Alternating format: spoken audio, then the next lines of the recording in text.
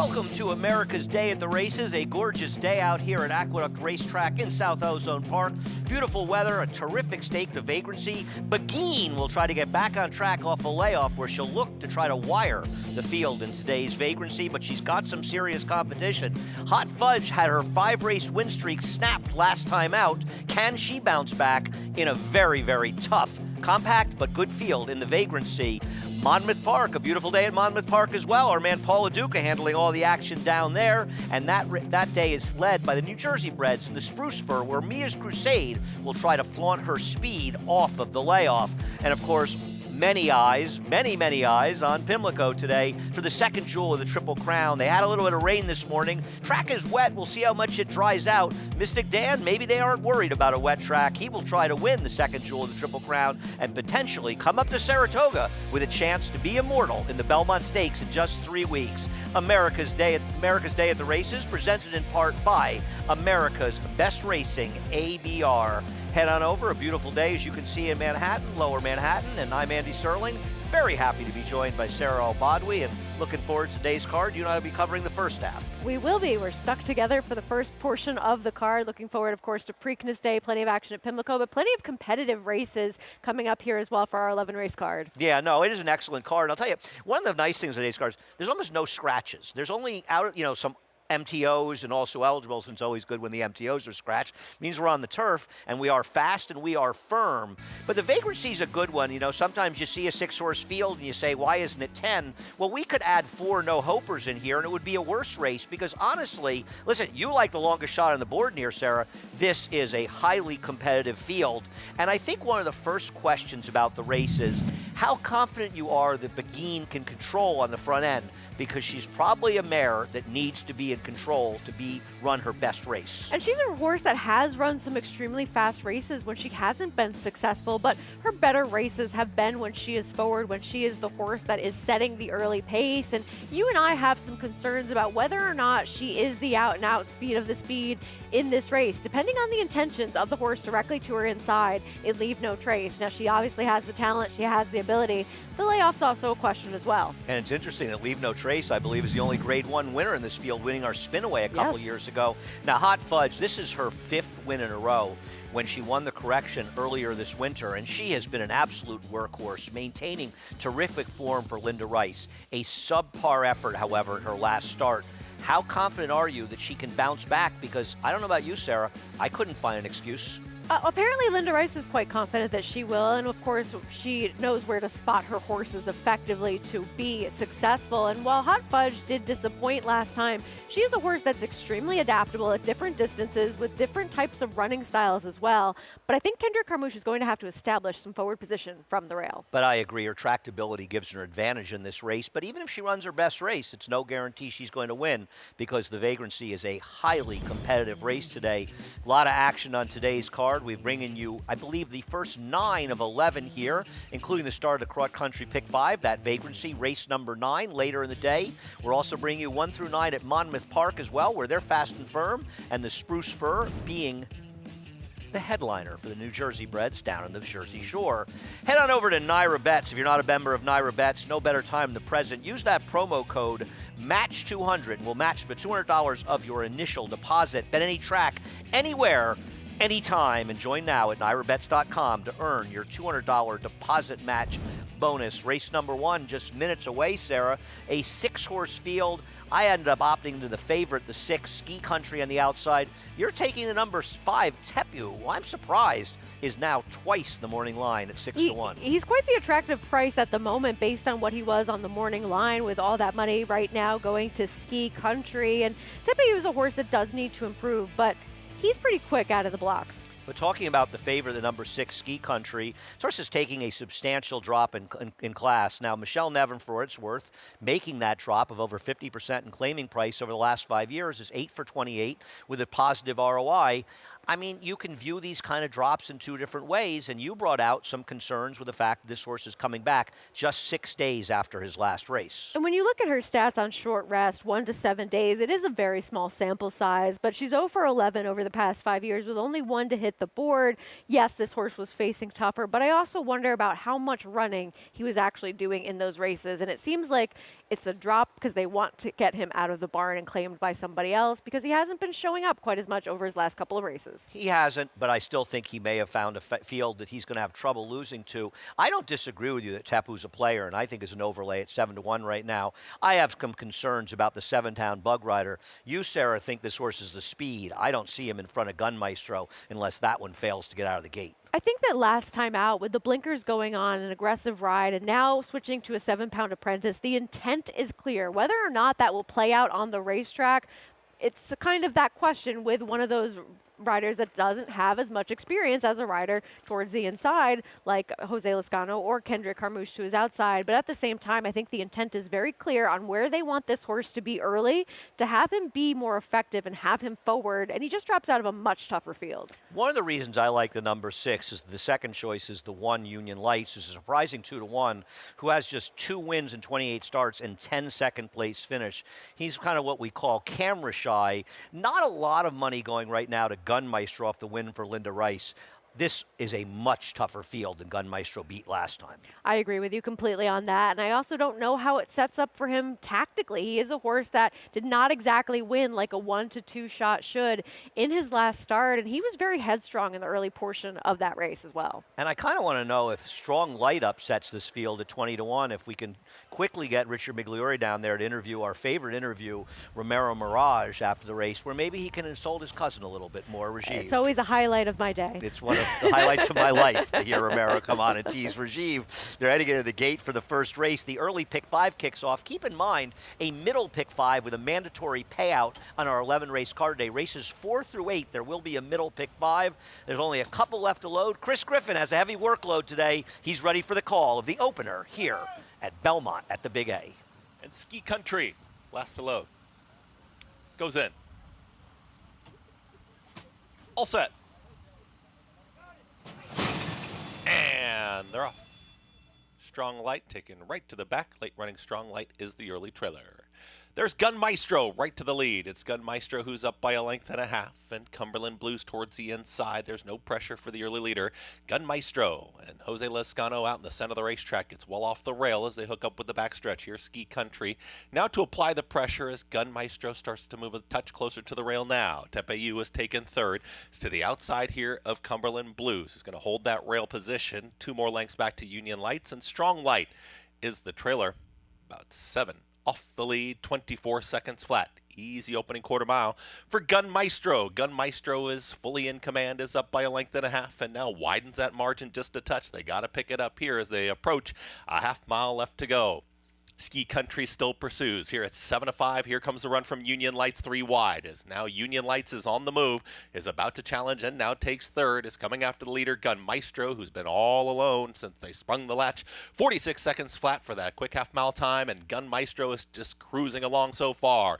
Union Lights towards the outside here of Ski Country, who's trying to keep up, has got to do better from there. Cumberland Blues down towards the inside. In hand, it's Gun Maestro, and Gun Maestro now tries to kick away, is trying to straighten up, is just hanging on that wrong lead, but Gun Maestro is still well clear. Union Lights in full pursuit is now coming after the leader inside the final furlong, but running out of time. It is still Gun Maestro who's being kept to his task. Gun Maestro inside the final 16th is going to take him gate to wire. It's all Gun Maestro in the opener. Union Lights hold second. Strong Light a strong third from far out of it in 1 minute 37 seconds flat. Well, this race was over at the start. Jose Lezcano used that pace advantage to the advantage of Gun Maestro going out the lead. And, Sarah, there was really never a point in this race where this horse did not look like the winner. He was never challenged on the front end, and you have horses like Union Lights who have the propensity to finish second. Cumberland Blues and Strong Light, they come and pick up some pieces. It's just what these horses do. But once he was clear on the lead in this race, this was over. Jose Lezcano just sitting very chilly, getting him to go over towards the rail in here, trying to get that lead switch as well. And he was never really contested whatsoever. And Union Lights, as you said, finished second where he's most comfortable with a long shot. Strong Light moving in for third. I think your and my horse filled out the famous they fifth heard that and we sixth liked exacta in a 6-horse field. And Contrary to Sarah's thinking, I look at the pace projector. The pace projector at Timeform US, they had Gun Maestro the clear speed. He was, and he galloped at 7-2 to start off today's action. But there is so much more action to come here on America's Day at the Races as we end our first race. But so much attention, of course, is being paid to the Preakness. And, you know, the New York Racing Association, we here at the New York Racing Association, we have one horse once a year that we are allowed to collectively root for. And that's the winner of the Kentucky Derby to win the Preakness, so we have a chance for immortality in a Belmont Stakes. And it would be pretty exciting, especially up in Saratoga this year, to have a potential Triple Crown. And you think Mystic Dan's going to win the race, or he's certainly your top selection. I shouldn't say you think he's going to win. He's your selection. I picked him on top, yes. I feel as though this is a situation where we already have a history-making Belmont Stakes coming up and awaiting us. We had a history-making one last year. If we can get another one coming up in Saratoga this year with a Triple Crown on the line at least, if not successfully done, it'd be pretty exciting. No, there's no doubt it's going to be an amazing weekend, regardless of whether or not a Triple Crown's in the line and a fun Belmont. And Mystic Dan, there's a lot of discussion of his race because he was able to save ground and it was a terrific ride and trip. You know, it is the discussion of the difference between a horse that saves ground as opposed to horses, and frankly, Sierra Leone didn't lose that much ground in the race. But when you consider how the pace in this race fell apart, now whether or not you think this was a super fast pace or an honest pace, I think it was on the fast side. I think it was on the quick side of sort of average. It was fast. The race fell apart, and he was the only horse close to the pace that survived. And I think that's sort of what has given me the confidence to go forward with him. A horse that was up close to that pace that completely incinerated. And yes, he did save ground and get that nice split up the rail by Brian Hernandez Jr., but it's not like a spot opened up for him. He really pushed himself through that spot. Well, I think the rail is important to discuss with him because he's not only a horse that's comfortable racing inside the same way a Street Sense was, but he's a horse that may prefer to be running down the inside because looking at his Arkansas Derby, he was never comfortable being outside, and Brian Hernandez should have no problem getting the rail on the first turn. This is the ABR Race of the Week, the Preakness Stakes, and it's a fun one. It really is. And the other thing about the race is it's always going to be a discussion as long as you get the Kentucky Derby winner. And contrary to what people seem to believe on Twitter, the Derby winner actually almost always does run in the Preakness and usually runs pretty darn well in the race. I don't think the Mage disappointed. He just got a very different pace scenario than he got. And I think that Mystic Dan is a more pace-adaptable horse. He's not that slow. I think that's a great point to bring up, that the race shape that we're about to see in all likelihood coming up in today's Preakness favors a horse like Mystic Dan more than it did a horse like Mage in last year's Preakness for sure. And I don't think that this is necessarily a slow pace that's going to be to the advantage of a horse like National Treasure last year, because the speeds in here are likely to be Seize the Gray in Imagination. Now, I'm sure they have their fans, obviously Seize the Gray, the connections, they get a lot of money. Right, and Imagination, going to be a lot of money for Baffert. I'm not a fan of either of their chances. I don't think you are either. No. And I think you'll see them up front, but I think you'll at least see not a blistering pace, but an honest pace. But didn't we learn that Mystic Dan can adapt to circumstance? Precisely, and he's the horse that doesn't have any other speed types to his inside. He's likely to get over to the rail, save that ground, and potentially get that rail run just like he did in the Kentucky Derby. Do I want a super short price on him? No, but I think that things do set up pretty favorably for him. Well, I think you made up an interesting point when you mentioned super short price. He's not. It's not even absolutely clear he'll be favored. Right. A lot of times a Derby winner could go off 6-5 in this race and is supposed to be 5-2. He may be a horse that's supposed to go off at 5-2 that ends up 5-2 or 3-1. So in fact, he's not necessarily particularly bad value. So from a betting standpoint and his potential odds, he is not necessarily a bad play. Well, we start out the day in the winner's circle with some familiar faces. Linda Rice wins a lot of races around here, no question about it. Well, she won her first and won it quite easily with her main man, Jose Lezcano, in the saddle. One of my favorite people to run into around the racetrack. Remember that day that he said, "Oh, Sarah, you look so great." Andy, you look okay. He's just jealous because I'm better dressed than he is. He's actually one of the sharpest dressed. You don't want to put on the house silks? No, I'm not. I'm telling you, Jose is a sharp-dressed man. There's no doubt about it. But I'm a big fan of Jose, and I think he's just one of these riders that's underrated. underrated. He's underappreciated. It's not. I don't think he's underrated. he just doesn't get the exposure because he's not in the forefront in the biggest races very often. Yeah. But day-to-day riding, he's as good a rider as we have around here. Extremely reliable. Knew what to do with Gun Maestro, who seemed to have run a little better this time than he did in his last race. We've got so much more to come here on America's Day at the Races. Action here down at Monmouth Park. Looking forward to hearing from our man Paul LaDuca as the action continues on America's Day at the Races.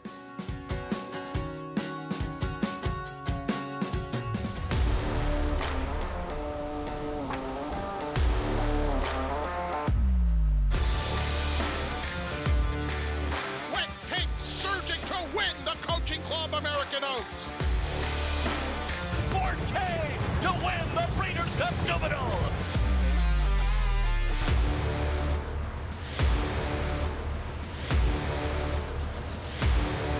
Eclipse champion Blame, standing at Claiborne Farm.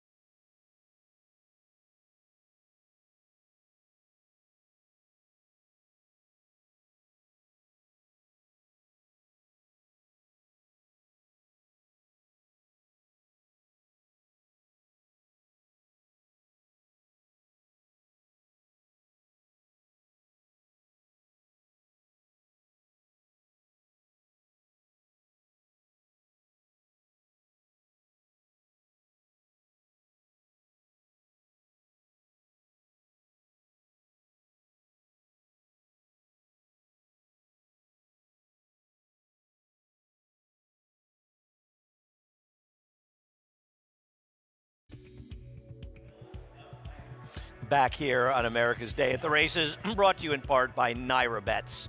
Bet any track, anywhere, anytime. Play through Naira Bets.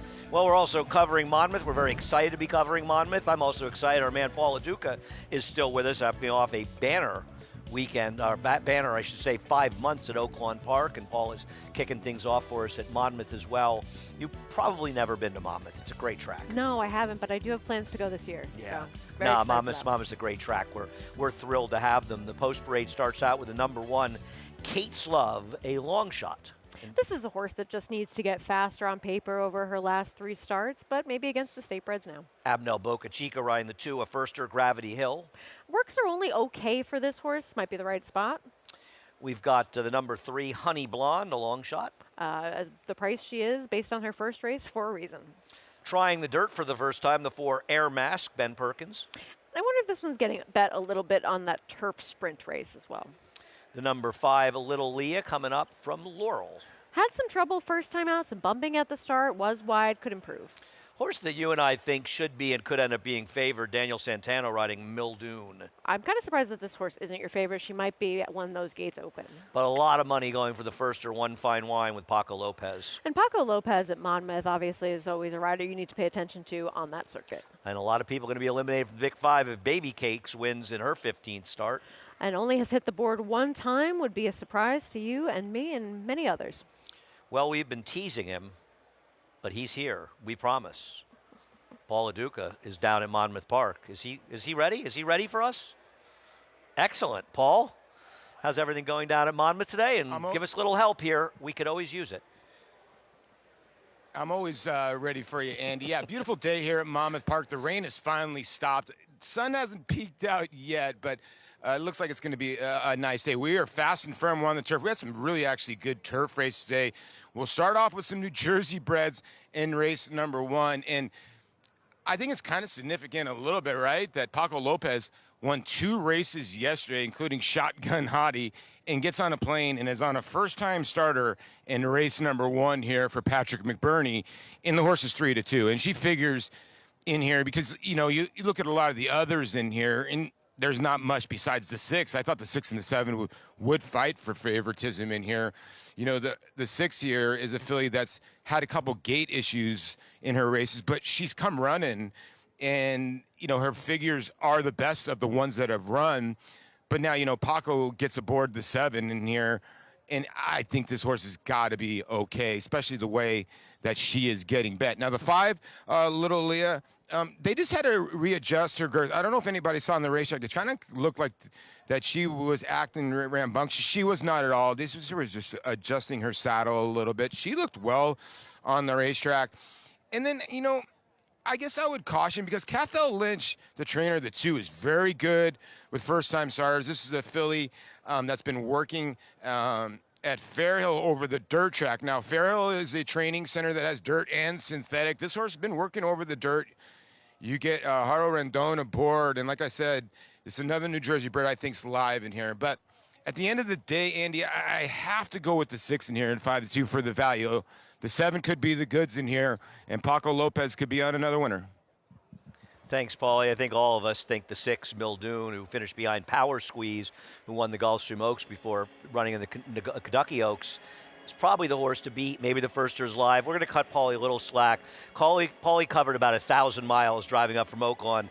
I don't think Paco flew in from Pimlico. I would also highly doubt that. However, to Paul's credit, he was just here the other day as well. He's really been all over the place. It's okay if he doesn't know all the precise distances. He may have taken Paulie's helicopter for all we know. So anyway, it's good to see him back there. And I think you do have to respect, though, the money that the 7-hour One Fine Wine is taking, because it really hasn't deviated. No, absolutely not. It's been very steady. It's gone up. And though we like Mildoon, like Paul, I am scared of the money the 7's taking. I think it's always significant when you have those first-time starters that do take this kind of money, and I think it's always significant when you have a rider like Paco Lopez getting aboard a first-time starter, and while he may not have covered the same amount of distance and ground that it might have seemed that he did coming in from Laurel, he still is there to ride today, and I think that is significant to note. But based on what they've done on the racetrack so far, outside of this first-time starter, Mildoon just seems like the very obvious horse to beat in this spot. Yeah, and I mean, I think neither one of us is inclined to want to take a horse like the number 4. Now, to be fair, the 4 isn't really taking a lot of money. I thought the 4 might take a lot of money because the turf figs make him look more competitive than she is, or maybe. Yeah, I mean, this is a horse that isn't being so overbet based on that turf form, but I would like to see a race over the dirt before I take this one at under 10-1. We'll see what happens as the number 4 Air Mask is going in and 4 are left to load. Little Leah is going to go. Little Leah feels like a horse that has to improve off of the debut. Yeah, I'd agree with that significantly, but some trouble in that race. They're heading in the gate. Let's get the call from Matt Dinnerman. Fan running at Monmouth Park on Preakness Day 2024. Mildoon was off slowly and drops to the back of the field at once. There's One Fine Wine on the lead today. The first-time starter broke sharply, gets to the rail and shows the way by a touch more than a length. In second is Little Leah moving up to apply the heat. Air Mask back in the 3rd position, a gap of 3 to Baby Cake sent along with Kate's Love to the inside. Gravity Hill is next in the field, 8 lengths off the lead, being encouraged to pick up the pace. Mildoon joins her. And Honey Blonde has been outrun today as they round the far turn. Paco Lopez and One Fine Wine clear by about a neck. Little Leah turning up the stakes, and here's Air Mask with her move 3 wide. Air Mask coming up to challenge the front runners. These 3 up top line up as they come off the turn, and Air Mask has all the momentum on the outside. Air Mask, Little Leah moving with her. One Fine Wine has given way. She's done. Battle on the lead continues between Air Mask and Little Leah. Here comes Gravity Hill. The first-time starter's rolling home. She's green, but she's going to pick them up. And Gravity Hill and Jairo Rendon go over the top to win it. Second home was Air Mask, then Little Leah, and Kate's Love was fourth. Kind of a surprising amount to unpack from that race, Sarah, as they obviously were going a little too fast up front and they got leg weary down the lane. The number 6 got left, got in a little trouble in the stretch. Missed a spot on the inside. It was the sort of dead on the board first or the 2, Gravity Hill, that picked them all up on the outside. And I think the horse that ran an exceptionally good race, given the pace dynamics, was actually the horse trying the dirt for the first time, and the number 4, Air Mask, who really held around until the end, as well as the number 5, Little Leah, because they put away that first-time starter that was forward with no problems whatsoever. But it was the number 2 able to save all that ground and make that last run. Well, going to the outside probably benefited this one. It'll be interesting to see. Do you want to be outside today at Monmouth? Well, we'll find out more as the day progresses. They're in the paddock for our second race here at Aqueduct as well. The first of 3 pick 4s will kick off after a quick break. We'll be back.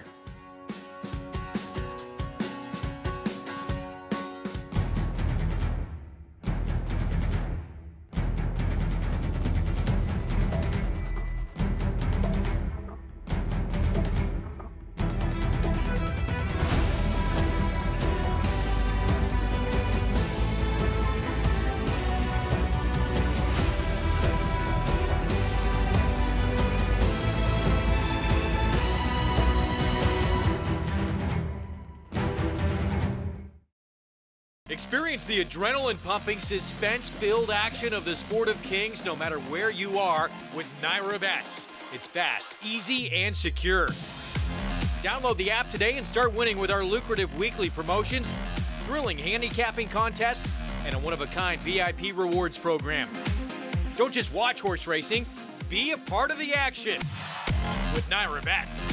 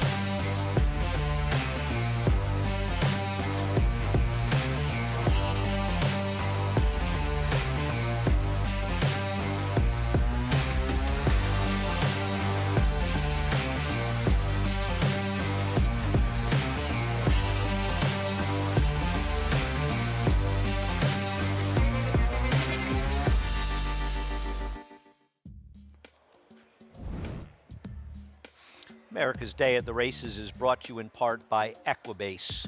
Follow along to get all the stats on the horses, trainers, and jockeys in today's races with free Equibase past performances. Visit NYRA.com/TV schedule to download your free PPs on all the races on today's show. Race number 2 in the paddock for race number 2 here at the Big A. And a very heavy favorite in the number 5, 10-10, making her second start for trainer Todd Pletcher. And I'm happy to bring on a new member of our team, Richard Migliori, down in the paddock. Hey guys, how are you today? Beautiful Preakness Day here at the Big A. Obviously, you've got a horse here that's an overwhelming favorite coming off a huge effort in 10-10, but a couple horses, other horses to talk about as well. Starting with the one, Apollonia Vitelli, for all you Godfather fans out there. Michael Corleone's first wife in Italy was Apollonia Vitelli. This filly went down to Parks, didn't run very well. That was against Open Company, and Parks is a little bit of a different place, but the one race this horse has against State Breds going a mile was this horse's best race to date, and I think that makes her just a little bit interesting. The 3-horse Dancing Liana ran well on debut, was an absolute no-show last time. They take the blinkers off, and a filly that definitely looks a little bit edgy, a little bit on the nervous side. I like that move. Maybe get her to settle just a little bit more. She's stretching out to the mile the first time after 2 7-furlong races, and definitely has the size and scope that makes you feel like a mile will certainly be a benefit to her. I'll put a line through that last race. I just don't think she ran. Obviously, her first race was much better. And then your favorite, 10-10. Not only does she look like the best horse on paper, physically, she looks like the best horse as well. I mean, pretty formidable pairing there, having the right kind of form and having the right kind of physical look. Thank you, Richie. As 10-10 debuted for trainer Todd Pletcher and was a surprisingly big price at 4-1 that day, as we're looking at those official results from Monmouth Park, where the firster Gravity Hill paid $14.60 to win, a 2-4 exacta with Air Mask finishing second, and Little Leah filling out the try. Back to the second race in 10-10. Didn't take a lot of money first time, lost a horse with experience, ran much better than her odds for Todd Pletcher. Does it worry you at all that she wasn't bet that strongly in her debut? Yes, and I think a horse that you have a little bit of interest in, and I do as well, Jingle Jangle, the number 4, was the favorite in that race, so that's definitely something worth considering. They're heading on the track, the one Apollonia Vitelli, Trevor McCarthy riding for Michael Catalano. She gets back in with State Bred Company, flattered when Poseidon's Mist won yesterday. The 2 Sendera goes out for Linda Rice and Kendrick Carmouche. Off short rest, and Linda Rice does have good numbers with that. The 3 Dancing Liana, Dylan Davis riding for Jimmy Ryerson. Favorite in both starts so far, needs to get a little bit quicker based on that last race for Second sure. off a layoff, Jingle Jangle, Linda Rice and Jose Lascano. Legitimate stumble last time and was your favorite. Looking to win, sweep the early double, the 2 of them. There's the heavy favorite, 10-10. Jose Gomez riding for Todd Pletcher. If you beat this horse in all of your early multis, you should be looking at something decent coming your way. Bella Acella, a long shot, rounds out the field, Lisa Lugovic, and Gokhan Kokakaya. Needs to get a little bit faster relative to what some of these have run so far. Want to let people know you're playing through Naira Bets. Be sure to opt in for our Belmont Preakness Day bonus. If you opt in and you bet 200 or more on both Pimlico and Belmont at the Big A here at Aqueduct, you'll get a $40 bonus, win or lose, on today's card.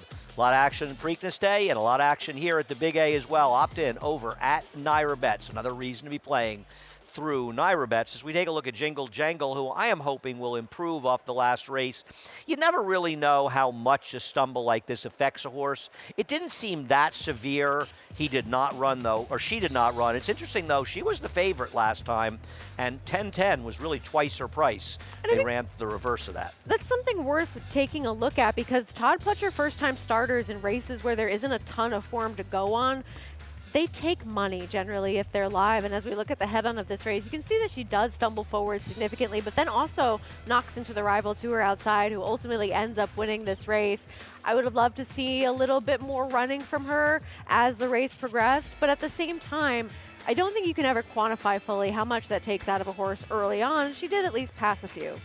Yeah, I was taking an optimistic approach, but there's no question that 10-10 is the horse to beat here. No, and I mean, I think the money that she's taking right now relative to the odds that she was a first time out, it's not necessarily a bet that I'm rushing to place, and neither are you. But she ran a better race overall, and she has the fastest number coming into this race as a horse that is likely to be forward yet again.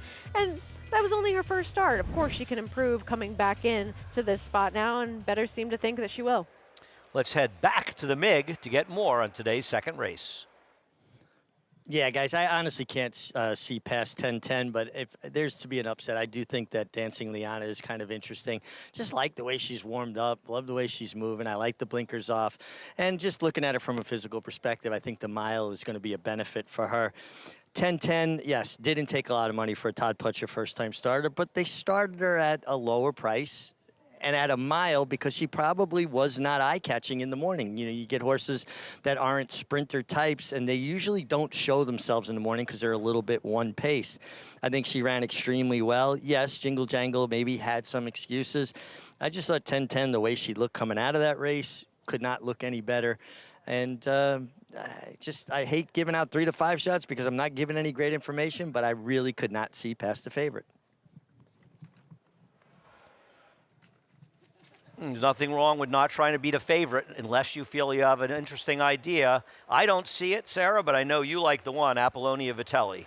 I do, and this is a horse that in that start against State Breds 2-back, she did bobble a little bit at the start and lose some position early on in that race, and I did like that she was sort of able to recover from that. She was able to make up some ground in the later stages, and Poseidon's Mist is a horse that certainly took some time to break her maiden, but we saw her come back yesterday with a career best effort against winners and get the victory. So I think that that bodes well for her as a horse that maybe now getting back out to a routing distance, if she runs that race 2-back and improves a little bit off of it, could be a price that ends up working out here. Unlike me, Sarah believes these horses can identify New York breds when they head into the paddock. Don't you? I don't see it. That. I don't like her other races, and I don't like that Poseidon's Mist race, but she's 10-1. I wish you the best of luck as the 5 just keeps going shorter and shorter.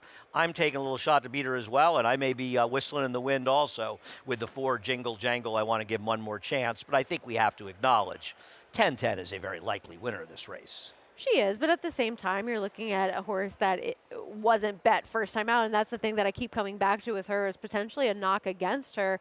Now, it's sort of a question as well, like, do you think she's going to be that horse that is forwardly placed in the spot like she was last time, or do you think there might be some intent from Sendera towards the inside, adding the blinkers on? I think the 5-10-10 will be clear in this race, and she's probably going to wire the field, even though I'm trying to beat her.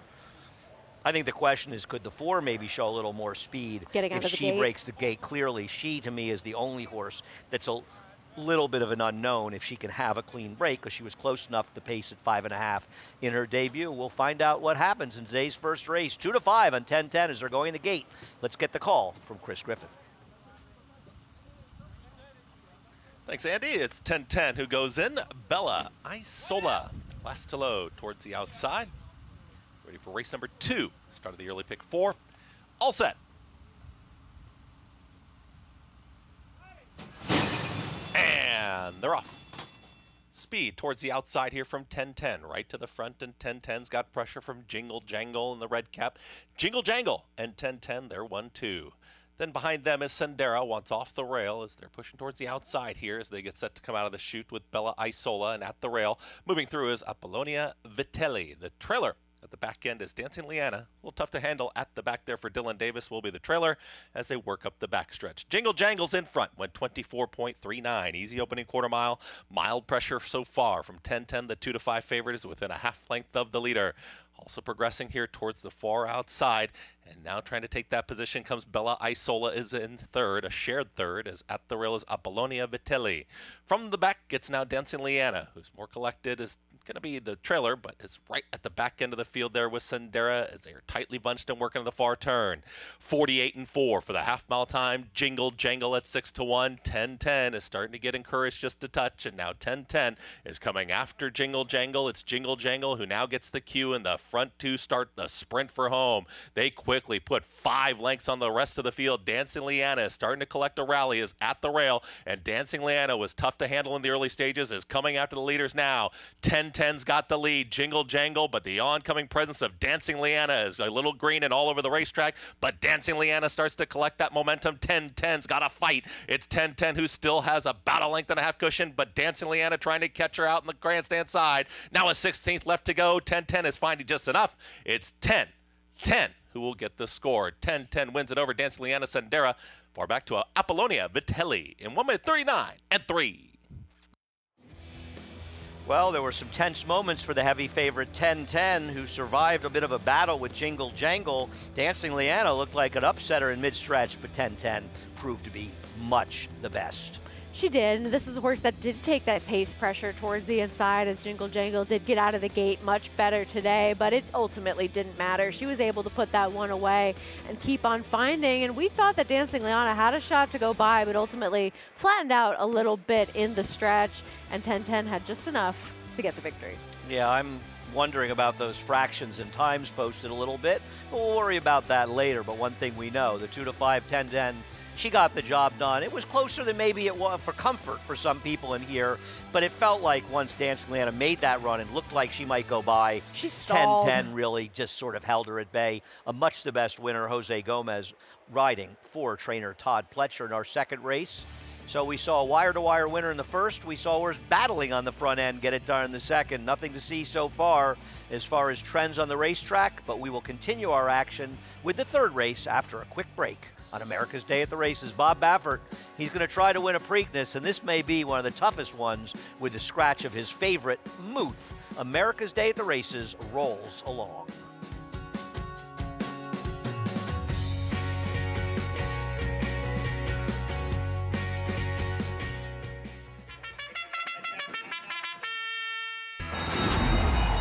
Monmouth Park's 50-cent Win Early Pick 5 is one of the country's earliest Pick 5s, making it the perfect way to get your wagering day started.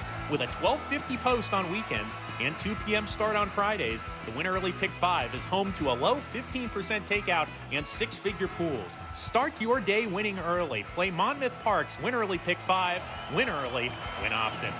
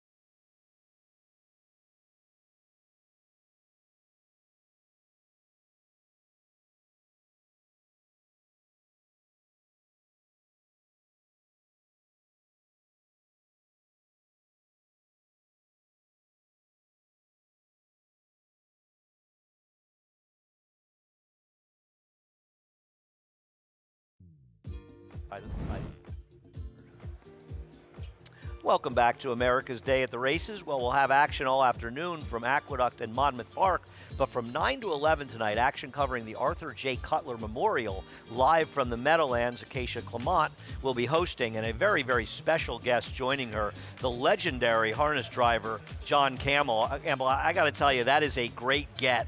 You know, I grew up in Saratoga watching Bill O'Donnell before he went down to the Meadowlands and achieved so much fame, and he and John Campbell dominated harness racing back in the day, and I'm very excited and looking forward to tuning in to hear his thoughts tonight as we cover the Arthur J. Cutler Memorial with a special handicapping or guest host along with Acacia Clement of the legendary John Campbell. The number 5, the heavy favorite, heading into the winner's circle for the second race, 10-10, gets it done. Jose Gomez doing what he had to do, being aggressive. Exactly. This is a horse that had faced that pace pressure first time out as well, but able to sustain that run and put away Jingle Jangle, who did break much better today. Really started to get away from this field, and it seemed like Dancing Liana was making this menacing rally, but ultimately flattened out quite a bit, and 10-10 had enough to get the job done. Anxious moment or two to decide. Your heavy favorite prevails. Gets it done at 2-5 in the second race. Hope you're alive in the pick 5 after the 7-2 winner of the first race, but a heavy favorite in the second race. The first of 3 pick 4s, second pick 4 in race 5, the last one in race 8. But keep in mind, we have a middle pick 5, that will start in race number 4. 10-10, 290 to win. The exact over Dancing Liana, not bad for a buck, 830. And the double, $9.20. That one valued too, as we head back to Monmouth Park, where we're going to give Paul LaDuca the race off. He's undoubtedly, what's that hot dog? Is he here for this race? Oh, Paulie, he would never leave me. Trying to get rid of Paul? Believe me, I never want to get rid of Paul. He's my man. They're heading on the track, the number 1, Smooth Player. You like this one more than I do, Sarah. I mean, first time in for a tag, and those horses usually take more money. Well, depends where they're coming from. The 2, Polish Up, Jose Duarte. I thought this one was interesting with Fernando Jara. Yeah, I mean, this horse ran here last time, regressed from the first race. The Heights went by, the heavy favorite off a fast fig at Oaklawn. The 4, Long Stride, trying the dirt after a turf race last time. The 5, Mad Maxi, a long shot. And this horse just needs to get quite a bit faster from what we've seen so far. Supreme Dominance, I also thought was very dangerous, dropping down in here. The 1 turf race was against Better. And the one dirt race. Yes, the one dirt race was against a horse that did come back and run very well in the Florida Derby. Big price on the outside. Imaginize goes out for Claudio Gonzalez. This one has just had his opportunities to get the job done. 0 for 8 so far. So the question that I'm wondering is, Paulie biased 4 against the Oaklawn horses as the Heights was down at Oaklawn and only ran the turf at Monmouth, never the dirt. I'm also wondering, Paulie, what you think of Polish Up in this race. Well, I think the 2's got a big shot in here. I'm kind of with you. He was kind of my long shot in here. Now, the Heights got the best numbers in here. You're right. When you hit the nail on the head, when it comes to buyer speed figures, what any kind of metric you want to use, the horse is the horse to beat. Now, 2 starts back when this horse got beat by a Nick Zito runner, that race was not that good of a race. Nick's horse got disqualified, but the horse did come back and run a very good race. So if you're just looking on form, the 3, he's the one to beat. But I see where you're going with the 2s because there's some hidden, I think form in a lot of these horses because I think the 2 has been bet a couple of times. He's only had 2 starts as a 4-year-old, so now he gets to stretch his legs a little bit. And, you look at some of the others in here. The 6 in here is Supreme Dominance, who I agree is the other horse in here. Actually, Matt Dinnerman just said right before they were coming out of the post break, this horse has actually been now reported as a gelding and is not reported, obviously, in the racing form or not. So I don't know if that changes your opinion on the 6 or not, but he's obviously very, very dangerous. His first race was not that bad on dirt. He's making a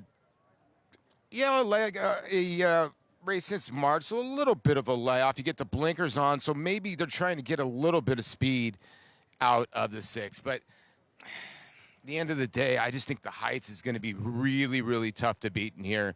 I just think that his races are very good. It seems like the Oaklawn horses have translated kind of anywhere. They did great in Derby week. We've had a couple of them come here, run well. Dan Ward's horse had a bad second or a bad beat second last week that was coming from Monmouth. So I just think the Heights finally breaks his maiden today. All right, Paulie, you can't really argue that on paper he does kind of tower over the field. We'll see if something interesting happens there, and we'll see what happens at Pimlico as they are just 11 minutes out from the Chick Lang, a race formerly known as the Hearst Jacobs. Take a look at the field, and keep in mind, while they're listing their track as good, that's an inaccurate listing. Anyone looking at it can see it's either sloppy or muddy and sealed. It's not a good racetrack, and keep that in mind in your handicapping, Sarah. I don't know. Any thoughts on this race? I think a horse that you obviously have to give a long look at, whether you decide to ultimately go with him or not, is Frost Free, your current favorite, who ran exceptionally well, I thought, last time behind Valentine Candy. And he put up a bit of a fight in that race, earning a career best 91 buyer speed figure in that Bachelor Stakes at Oaklawn. And he really set some honest fractions and really fought Valentine Candy all the way to the wire. No argument for me. I liked him last time. I bet him last time, and I agree. Valentine Candy, who's a very good horse for Steve Asmussen, had a lot of work to get by him. What about the one, Mr. Skylight, down the inside? Picks up Flavian Pratt for Riley Mott. We'll talk about more, but you got about a little over 10 minutes until. And keep in mind, there's a lot of moisture in the track down in Maryland. The 149th Preakness, well, you all know by now that Muth was scratched, but Bob Baffert also has Imagination in this race, and I feel like Imagination's going to take a lot of that Baffert money with Muth out there, and the question really with him, Sarah, is how good is he? And I think it's also this narrative that he's going to be alone on the lead and he's going to be the next national treasure, and we're going to see this repeat of last year, but I don't know that that's necessarily accurate, and I also don't know if he's quite as good as national treasure either. And I think both of those are questions you have to ask yourself about what kind of trip you think he's going to get and his overall level of ability from the far outside post, because if he takes some pace pressure in this race, isn't he so much less appealing? I don't think he's appealing and he's losing the lead personally, but I definitely agree with that sentiment. And, Yeah, Stronghold didn't embarrass himself in the Derby, but he ran 8 buyer points worse in there. It's not like he did anything special. And Imagination, as you're mentioning, he may have to contend with some speed from Seize the Gray. We'll see how that plays out.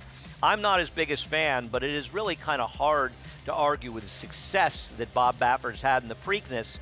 Bob not only has won a lot of Derbies, he's also won 8 Preaknesses. And one thing about Bob, his horses show up in big races. They do, and I think that obviously most of that intent was coming in with a horse like Muth, who also expected to have some forward position, that winner of your Arkansas Derby.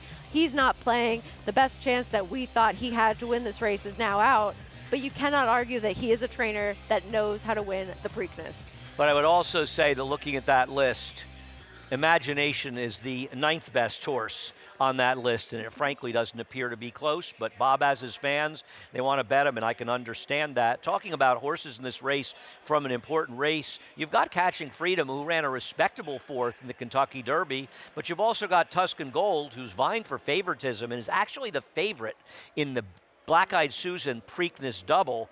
Both of these horses coming out of the Louisiana Derby, and we saw a lot of good races on the road to the Triple Crown down in Louisiana. We did, and we've seen this race be somewhat productive going forwards as the Antiquarian came out to win our Peter Pan, but Catching Freedom, I thought, ran well in the Kentucky Derby, replicating his Louisiana Derby buyer speed figure, and you could really see Flavien Prat just follow that move of Mystic Dan and Brian Hernandez Jr. and just not be quite as close, but just making that run towards the inside, saving that ground, and able to sort of follow in his footsteps to pick up some pieces late. Yeah, I mean, listen, he's a horse that shows up in all his races, and he's training well, and it's a good sign that Brad Cox wants to go in there. I'm just not sure I think he's necessarily good enough to win here. Tuscan Gold, well, Chad Brown has 3 wins in the Preakness to go along with a couple of second-place finishes as well, and both of his winners were making their 4th career start like Tuscan Gold. And this is a horse that really showed that improvement last time out in the Louisiana Derby, and maybe you could make the argument that he ran at least a comparable, if not a better race than Catching Freedom, because he was close to the pace and he was also caught pretty wide going into that final turn. So he is one that definitely bears some consideration coming in here as a horse that is improving. We'll see what happens. That Preakness Stakes coming up, well, I don't know, 5 hours plus from now. Lots of good action, though, as we continue the action down at Monmouth Park as they're settling in. And I thought quite a segue to going to Monmouth Park because, of course, Matt Dinnerman, who did such a terrific job calling the races down at Oaklawn Park in his first season there, well, he moved right over to Monmouth. And where Matt goes, we go. Matt Dinnerman has the call of race number 2 from Monmouth Park.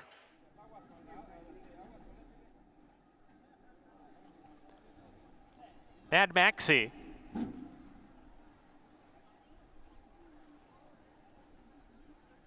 Two back.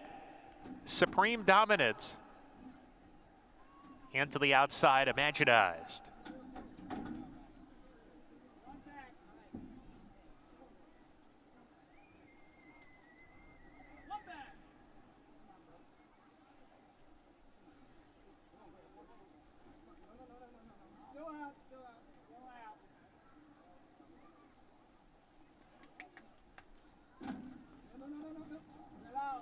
Imaginized went in, then backed away. Going to try one last time with it.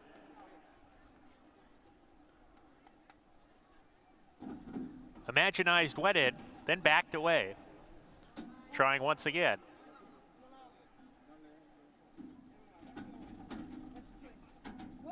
We're ready to go. And Leroff. Polish up Rockets out of post position number 2, takes advantage of the good break and strides in front early. Imaginized takes the second spot with Mad Maxi, the Heights down on the inside, charging into the clubhouse turn. Then comes Supreme Dominance. He's in the 5th position alongside Longest Stride and Smooth Players at the rear of the field, 6 or 7 lengths off the front runner. Polish up, who leads the way by a length and a half, goes comfortably and slows the pace down, approaching the backstretch run.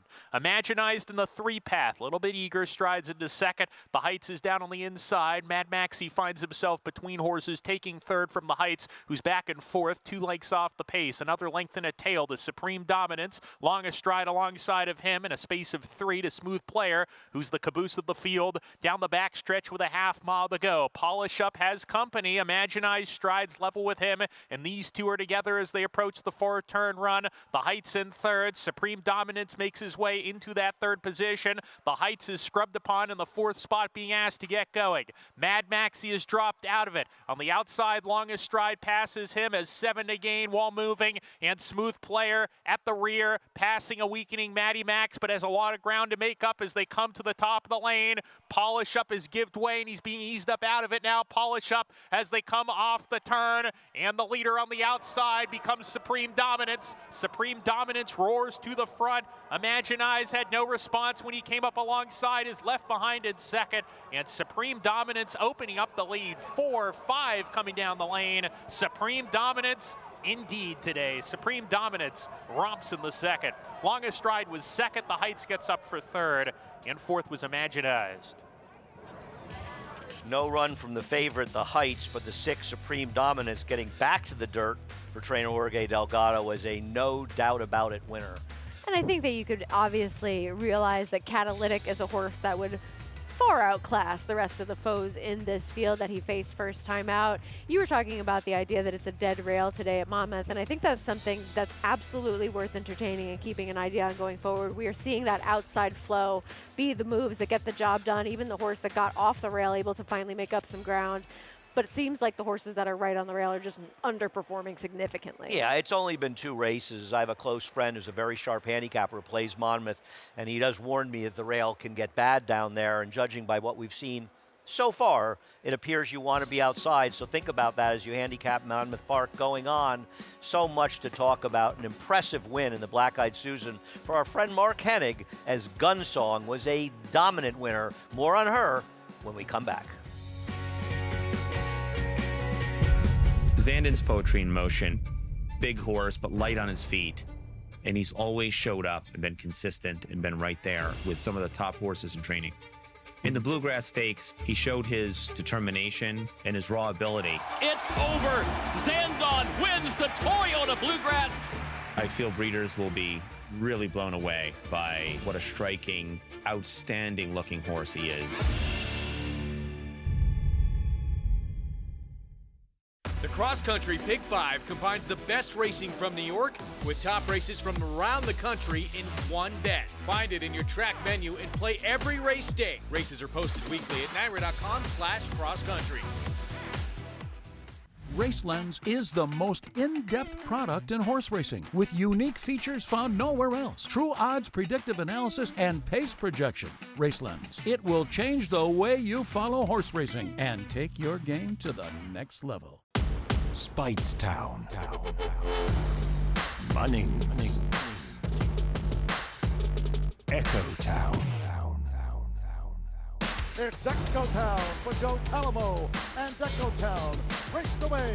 And Echo Town is drawing away in the stretch. Echo Town wins the Allen Turkin Stakes. A sire line so prolific, it repeats itself. Echo Town. Breeding in New York State just got a whole lot greener.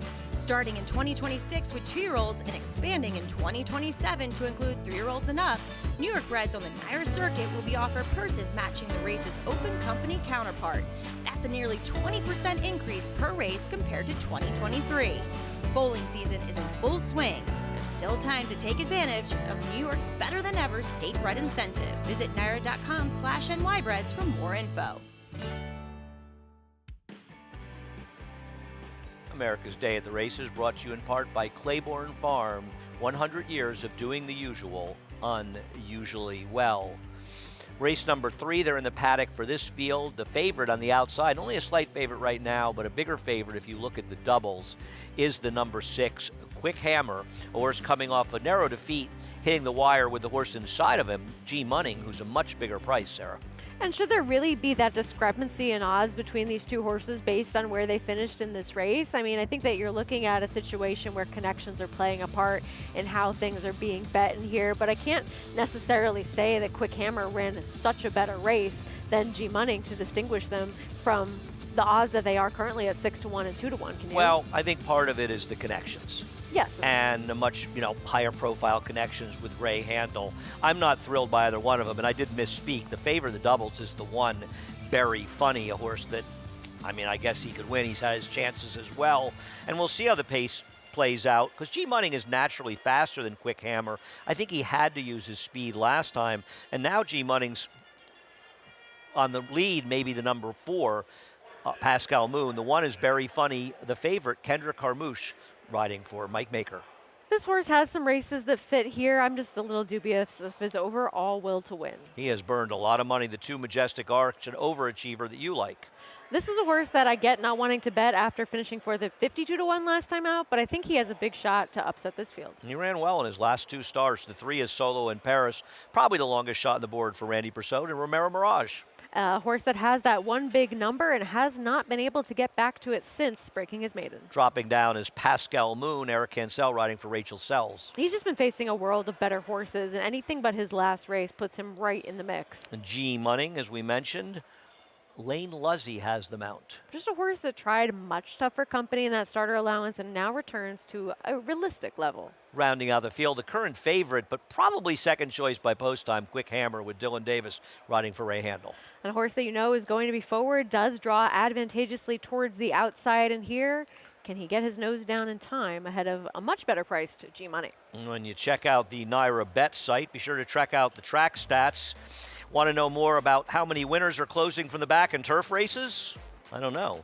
Go to or Belmont at the Big A. Track Stats has the answer. For more on track stats across the country, visit nairabets.com. The number 4, who I like, I know you and I saw this race similarly. You went 2-4, I went 4-2.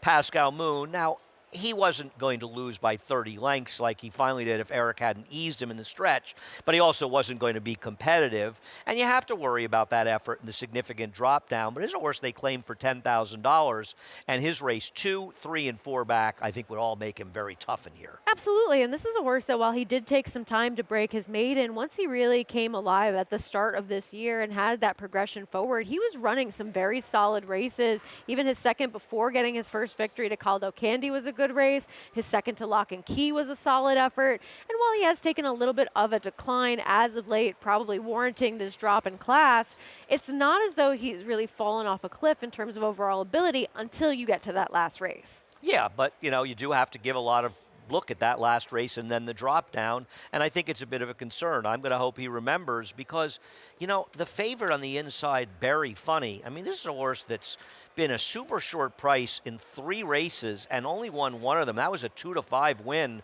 and it doesn't seem like this horse is necessarily better for Mike Maker than was for Linda Rice or Todd Pletcher, and has always been in very good barns. And it's not as though that was some sort of a blowout open lengths victory getting in for a tag for the first time. He was barely able to seal the deal at an extremely short price when breaking his maiden, and he went off favored 2 back, not able to get the job done, finished 3rd last time. And I just think for the money he's taken, you want to see a lot more than what he's shown us on the racetrack so far. And maybe less distance will help him today, and certainly he could win this race, but I do think a horse who's likely to be favored, a little bit dubious. You're interested in the number 2, Majestic Arch. As you see, the rider got loose right now, so out. in all likelihood, while you were interested, it's not going to matter.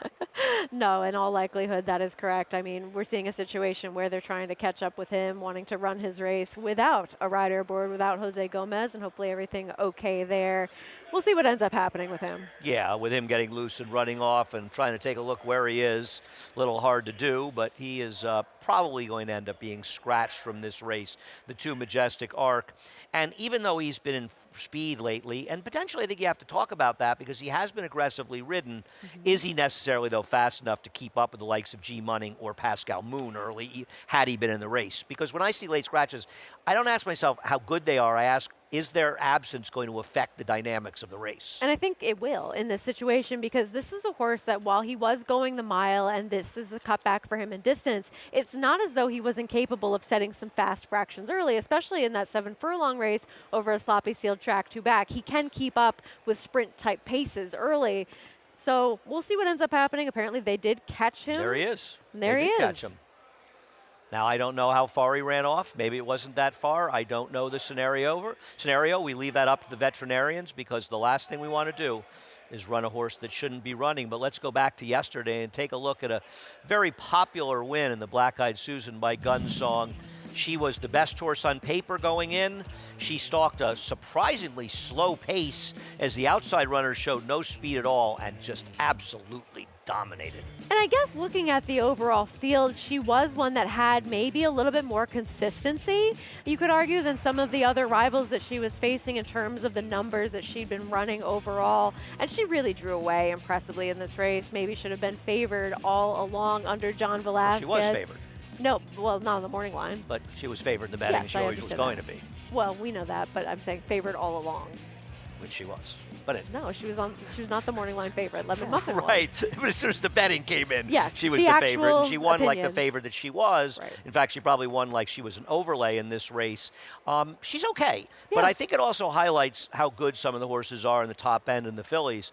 There are some pretty good 3-year-old fillies out there because she wasn't a match for Leslie's Rose, who I know didn't run well in the Kentucky Oaks, but she's obviously a better horse than that if she's able to run her best effort. She's winning the Alcibiades, not the Alcibiades, the Ashland, excuse me, a Grade 1 winner. And Gunsong from Mark Hennig. I mean, I don't think it was a tough field. I think it's one of the weaker runnings we've seen of that race. But she won like you're supposed to if you're a decent horse in a race like that. Right. When you look at everybody else in that field and what they had done so far on the racetrack, she was the one that had the credentials really coming in outside of that anomalous race from your Honeybee winner in Lemon Muffin, where she was breaking her maiden in that spot. She just made a lot of sense going in, and she prevailed. I think it's important to note that they are still walking the number 2 up towards the gate. The rider's not back on. No decision has been made whether this horse is going to be scratched or not. I'm guessing that they're going to take a look at the horse right now, but it appears likely that the number 2, Majestic Arc, will compete in race number 3. No, wait, maybe not? Maybe not. Remains to be seen. They have scratched the number 2 Majestic Arc, and I think that's the right thing to do. I think so too. The horse ran off. You bet that horse. The likelihood of this horse making his best effort, unlikely. So he'll come out, and we'll take a quick moment where we'll move those numbers in as they're taking the number 2 out, and they're moving everybody else in one spot. This is good news for the horse that I picked second and that you like, and Pascal Moon, a horse that can show some forward position. And while he's not going to be up there with the G Munnings and Quick Hammers, it makes his life a little bit easier to not have a speed type to his inside as well. Yeah, I mean, you know, it's hard to know. I don't know that this horse is necessarily fast enough to. I don't totally know that I'm right, because I do agree with you. Sammy Camacho probably would have been aggressive. I'm just not sure he's fast enough. And if Lane Luzzy wants to give G Munning a chance, he has got to send, because this is a very quirky horse that does not want to take dirt and be behind horses. If he isn't aggressive with G Munning, he's not going to have any chance in here, and Pascal Moon will wire the field. And you have to imagine that putting the blinkers on this horse, the intent is there, whether it plays out on the racetrack or not, and he gets that aggressive ride that we believe he should, we'll find out. But I think that any one of the Pascal Moon, G Munnings, and even now Quick Hammer at the prices they're at, compared to Barry Funny, those are directions I would rather go in, and I know you would as well. And we'll see what Barry Funny does, as he doesn't have the speed to go, and you always wonder how quick the pace is going to be. And a lot of that depends on, number 1, G Munning was over his head off the claim last time, but did no running, but he was over his head that day. What does he have left in the tank, and what does Pascal Moon have left in the tank? Because both of these horses enter this race a little bit suspect. No, they absolutely do. And I mean, G Munning is a horse that was really highly thought of when he started his career. And we can tell that he's running in a spot where he can now be competitive, but it's a very different kind of spot. And even Quick Hammer is a horse that maybe showed a little bit more to start out his career than we end up seeing from him now. And so you kind of have to take these horses on, who are they right now? And I think with Pascal Moon, it's more of a question. Somebody just made a big bet on Pascal Moon as he dropped from 3-1 to 2-1. Pascal Moon now the second choice, actually, but no surprise, just like the doubles. The number 1, Barry Funny, is the favorite as the field heads in the gate. Keep in mind, Majestic Arc ran off before the race and has been scratched. The long shot Solo in Paris going in. 3 more to load. Pascal Moon, G Munning, and Quick Hammer. Let's go up to Chris Griffin for the call of race number 3. 2 out, G Munning and Quick Hammer. Quick Hammer last to load to the outside.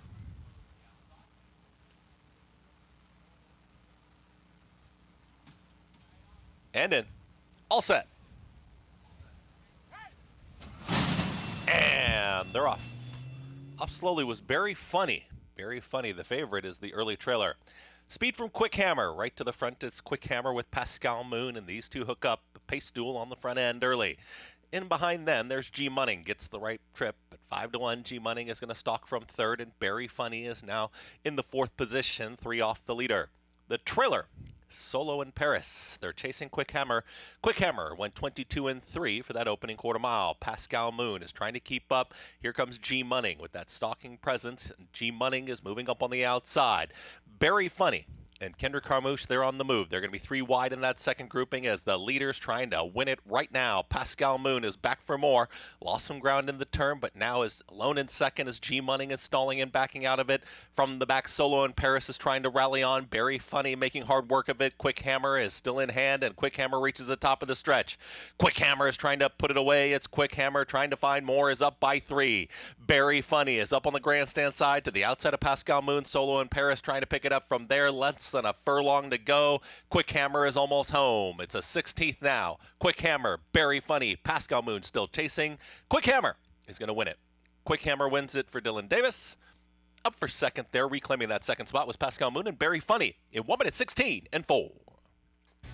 Complexion of this race changed at the start when both the 1 and 5 didn't come out of the gate, and it was Dylan Davis who was far more aggressive than Eric Cancel, able to control the race and able to get the job done on Quick Hammer. And when you have one of those horses that we thought would be one of the pace players not really impacting the pace in G Munning, it made everything quite a bit easier for a horse like Quick Hammer, who was maybe just naturally a little bit quicker than Pascal Moon. Maybe there wasn't that intent from Eric Cancel to be forwardly placed towards the inside with this horse, but once you saw him pretty comfortable in front, you knew that he was going to be very tough to get by in the later stages of this race. Yeah, I believe that Pascal Moon is much faster than him early. I believe Eric Cancel has no interest in being engaged into pace duels, and he let that one go.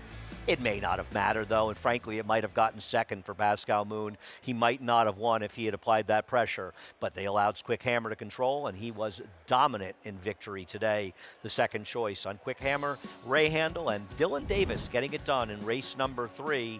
Still a lot more to come down at the Preakness, and we'll talk about a horse who was very, very popular just 20 years ago. Can't believe it was that long ago. Smarty Jones, more on him when America's Day at the Races continues.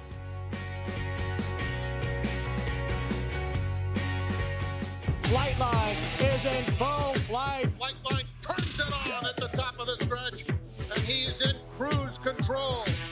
And Flightline takes off! Take a good look at this, because you're not going to see this too often, maybe never again. Flightline, 20 lengths clear. World-class racehorse, world-class performance at a world championship event.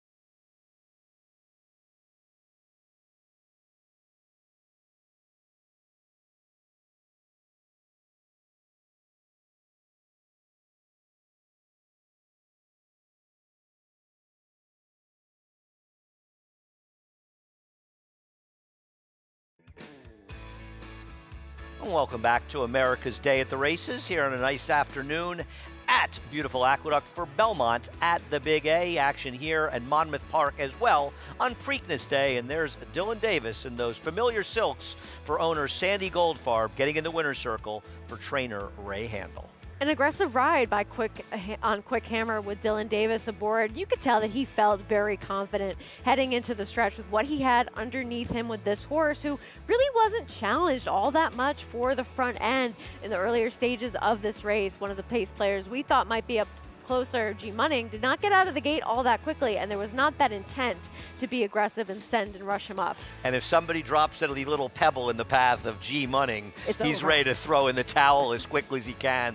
And very funny, a little bit unlucky with the bad break, but a no doubt about it winner. 680 on Quick Hammer. I'm guessing he was the third choice with Pascal Moon at 2-1 as well. Getting it done, a 6-4 exacta paid $7.60 for $1 in race number 3. Race number 4 coming up, and we've got a favorite in this race for our good friend Lee Einseidler, as Shlomo will try to break his maiden in just his third start, Sarah. And even though he's not here today, we're still rooting for his horse, who I think is just the best horse in this race with what we've seen from him so far on the racetrack. Well, he didn't bring me a sandwich for lunch, so I'm debating whether I'm rooting for him, but we actually do want to see him do well. But Vetriano is a horse that caught a lot of attention for trainer Chad Brown, coming back for Brad Cox now in this race, but also Monmouth. Race number 3 at Monmouth Park is coming up. Look at Paul. He's always working down at Monmouth. They're going around 2 turns in race number 3 at Monmouth. We'll be back in just a moment.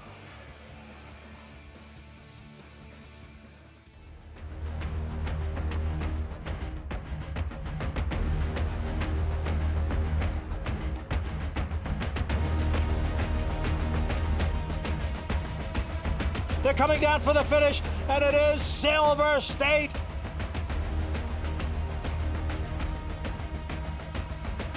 $140, 140 miles on. Grade 1 winner Silver State, standing at Claiborne Farm.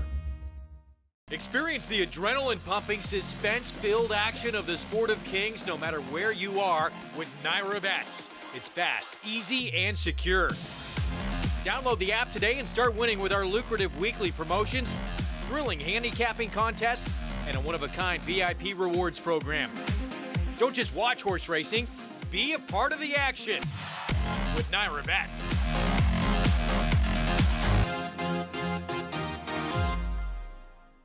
Gunrunner is the sire of 11 millionaires and 10 Grade 1 winners, including Gunpilot, Vava, Toyota Bluegrass winner Sierra Leone, Champion Echo Zulu, 2-time Grade 1 winner Cyberknight, 3-time Grade 1 winner Taba, track record setter Society, Locked, 2-time Grade 1 winner Gunite, and classic winner Early Voting. Hall of Famer Gunrunner, standing at 3 chimneys. Racetrack Television Network brings you every race, from every track, on every screen, every day. With monthly packages starting as low as $5, RTN gives you great value and access to more live HD streaming and race replays than anyone. Visit RTN.tv today to sign up and watch on almost any device, including Roku and Amazon Fire. RTN has packages that start at $5 per month.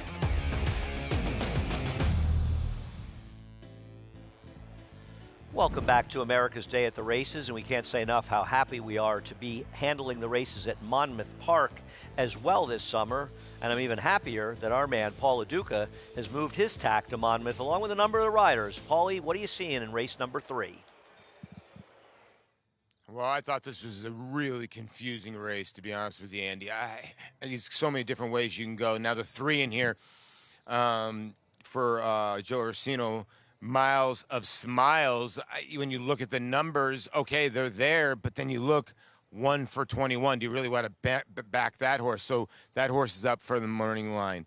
The 1 and the 5 are taking a little bit of money, but I kind of dug the 4 a little bit in here. Gun Running Gal for Claudio Gonzalez, who's had a couple second place and third place finishes so far to start this meet.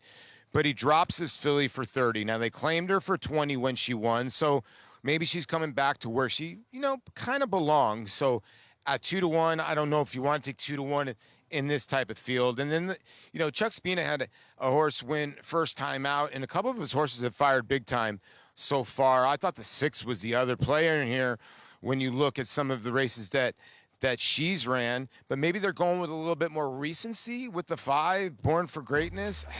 I thought that last race was good, getting Lasix for the first time. I just don't know if I could take 3-1, and it's hard to take 2-1 on anybody in this race, but I just think the 4 is the horse to beat. I'll probably be 4-6 or 6-4 in here, and just against the 3 a little bit, because the 3 is 1 for 29, and I guess the 1 scares me because the 1 is getting some money, but I'll still stick with 4-6, 6-4. Thanks, Paulie. I wasn't thrilled with the 1 either.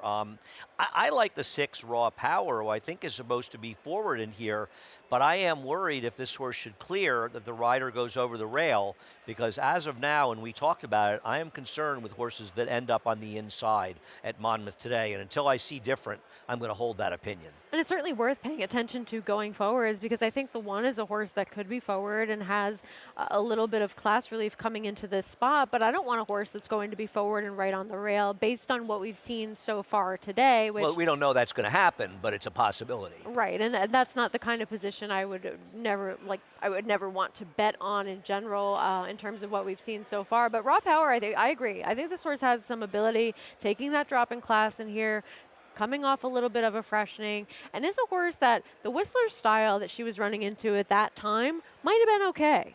Well, yeah, that was a horse that David Jacobson had and was successful here as well.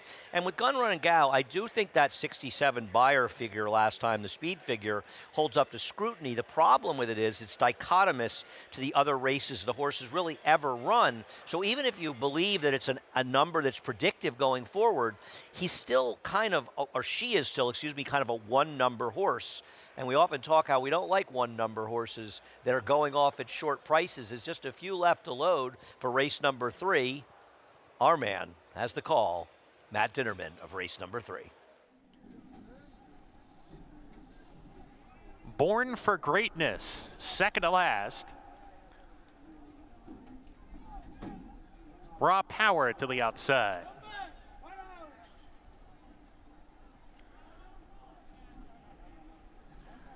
We're ready to go. And Laroff, good beginning from Miles of Smiles, who wins the start. Raw Power away alertly, too, is coming up to stride level. Born for Greatness running in third. Sadie the Goat down on the inside, offensive-minded, hustled along, squeezes through a tight spot, and comes to challenge the front runners approaching the clubhouse turn. In fact, Sadie the Goat snatches the lead, opens up a length and a tail, and Raw Power takes back to the second position. Miles of Smiles running in third. Born for Greatness next, 4 lengths off the lead. La Sierra C down at the rail, and Gun Running Gal is the early trailer as the 6 runners swing up the backstretch. Sadie the Goat is the pacemaker, a half length in front. Raw Power there to the outside, applying the heat. A 3 deep. Miles of Smiles getting closer. A length and a half off the lead down the backside. A space of 2. Born for Greatness, La Sierra C side by side. Gun Running Gal eases off those 2 heels, is at the back of the pack with a half mile left to go in the contest. Contentious pace now. Sadie the Goat has company. Miles of Smiles in the 3-path coming to challenge. Raw Power sent along between them, and these 3 round the far turn together. Miles of Smiles making a move to the front. Sadie the Goat has to counterpunch from the inside, tries to fight back second. Raw Power, the first one to blink out of that trio, is dropping out of it. Gun Running Gal takes the 4th position, but she's in an all-out drive, 7 behind as they come down the lane. Miles of Smiles gives this field the slip. Miles of Smiles has put 4 lengths on Sadie the Goat, who's in the second position. Gun Running Gal third, but as they come to the 16th pole, Miles of Smiles is home clear, and Miles of Smiles 5 ahead. Miles of Smiles, if you had her, you're smiling now. Miles of Smiles wins it over Sadie the Goat. Gun Running Gal third, Raw Power 4th.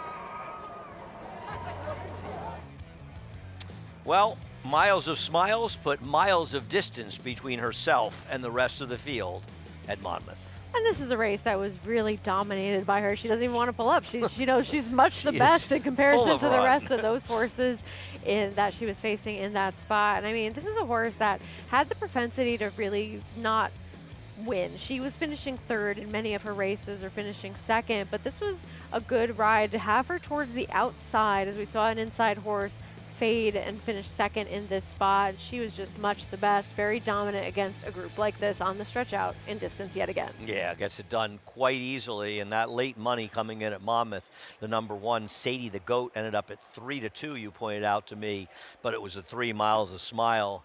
CJ Hernandez absolutely burying the field for trainer Joe Orsino. They are in the paddock for race number 4, and currently 3-4, or 3-5, as we often call it, on the 4 Shlomo. Give us more, Richie. Okay, well, we'll get to Shlomo, but we'll start with the first-time starter here, the 2 Royal Brown, son of Big Brown, who was trained by Rick Dutro. He's trained Royal Brown as well. I have a specific work pattern of the way a horse works, and it's not about times. It's about spacing of works and the amount of time a horse has been in serious training, and Royal Brown really checks those boxes. He's very fit looking coming in on debut. Now, I do think he's facing some horses that have run that are pretty good, so I'm going to keep an eye on him today. I do think that the 4 Shlomo is going to be very, very tough to beat. He looks great, and one thing I look at for horses that have run big races is how do those races affect them, more from a mental standpoint. This guy is as cool as a cucumber. This is a homebred for our good friend Lee Einseidler. And, you know, I always think about owners. It's great to win any race in any fashion. It's a difficult thing to accomplish. But when you've bred one and, you know, been in on the thought process of the matings and all that, it's got to be so much more satisfying. He is a really handsome son of Freud who has been just a tremendous sire in the state of New York for many years now. He looks great. No false illusions. He's going to be very tough to beat. And then the 6 Vetriano, who goes from the Chad Brown barn to the Brad Cox barn, 2 very, very successful trainers. Comes in here looking fit. It is a warm day. He has gotten a little bit heated up, but this is a horse that, you know, took all the money on debut, maybe because of connections, but he certainly looks fit and like he's ready to run off the bench. Thanks, Richie. And Vetriano was bet like a good thing for Chad Brown first time, and it was a decent field he ran in, but Sarah, he really didn't do much running. No, and I couldn't make too much of an excuse for that first race where he was such a short-priced favorite. And we did see some of those horses come back and do well in a stakes at Finger Lakes following that effort, but there were no world beaters in that field. The number holds up to scrutiny as we go forward and see what some of those other horses come back and are able to do on the racetrack. But I didn't really see much of a reason to go with him over a horse that is your heavy favorite at the current prices they both are. Right. Reasonable improvement on that figure from 2 to 3 does put him into the 70s from a buyer scale. The problem is Shlomo ran an 82 buyer last time in a very fast race and ran well in his debut. Algar makes the 6 starts, Rachel Sells and Eric Cancel from the rail. He's outrun his odds on a couple of occasions. This is a tough field that he's in now here. Firster Royal Brown is going to come out in a little while for Rick Dutro and Jose Gomez looking for another win in this card. That was a big workout 2 workouts ago, second best of 42 in the morning. We'll see what we get from this one. The number 3, Curlin's Hustle, Tim Hills, a long shot. A horse that was in a decent race first time out, but needs to get quite a bit quicker as blinkers do go on. Jose Lezcano riding for Bill Mott and the heavy favorite Shlomo. We'll see him in a moment in those pink silks for Lee And deservedly Einsiedler. so. I mean, this horse ran very well in his second start, had that progressive improvement from start 1 to start 2, just got beat by a horse that ran a little bit better than he did, but they were well clear of your third place finisher. The number 5, He Has It All, Ray Handel. I've been a little disappointed by his last 2 races, but his first race was very good against a track bias. I actually thought he ran well, 2 back, involved in a very fast pace. This is a race I would bet him out of. He didn't run well last time. The 6, Vetriano, the second choice, Brad Cox and Manny Franco. If he can take that step forward from 2 to 3 and have that improvement in numbers, he is the likeliest alternative to your current favorite. And the number 7, Mama's Mitty, who's coming out of a beating, and a big beating by Pandagate for Mike Maker. But Pandagate has been a very, very dangerous New York bred since that race. We've seen what Pandagate has gone on to do, successfully running well in the UAE Derby. And a horse that makes some sense coming in here, maybe one you want to give a chance to now as a new 3-year-old.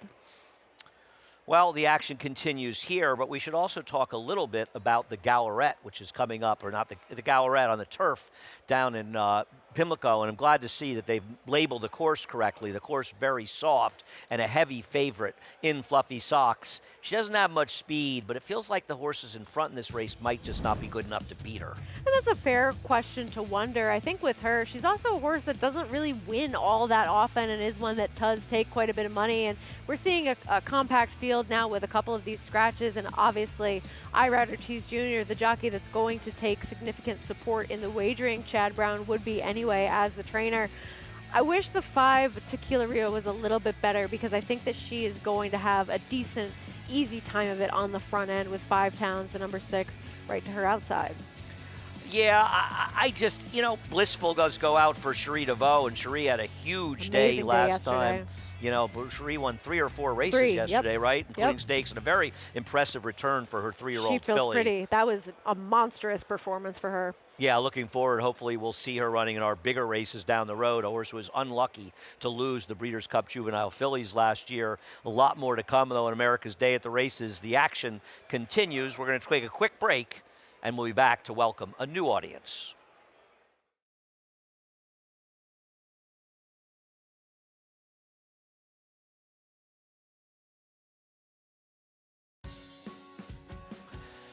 Want to welcome Bally Sports Southern California to our show on America's Day at the Races as we're moving upon race number 4 here at Belmont at the Big A. Sarah Al-Badwi joining me, Andy Serling on the set, Richard Migliori in the paddock, and Paul LaDuca holding up the fort down at Monmouth Park as well, but a lot of good racing to come on today's show. The action's just getting started. Of course, it's Preakness Day as well. Plenty of stakes action coming up, both here and at Monmouth for the Jersey Breds as well. Yeah, the Jersey Breds and the Spruce Fur will be a little bit later today. And we're also trying to follow along a little bit with the action at Pimlico, as Preakness 149 is just about 5 hours away from right now, and we'll see if Mystic Dan can try to make history up in Saratoga in the Belmont Stakes. But let's get more from the third voice, at least here at Belmont at the Big A, the Mig, Richard Migliori.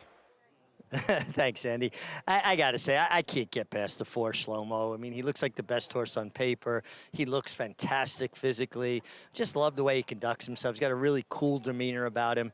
One other thing I did want to mention, though, and he is my top selection at 3 to 5. I'm chalking out so far today, but the 2-horse Royal Brown, I pay attention to silly little things. They don't really help you with handicapping or anything, but Jose Gomez, riders, the reins are very long. Riders measure up the reins, so horses' length of their neck, and then they'll tie a knot. And he ties a knot exactly the way his mentor and agent, Angel Cordero, did. And it's kind of a long one-loop knot.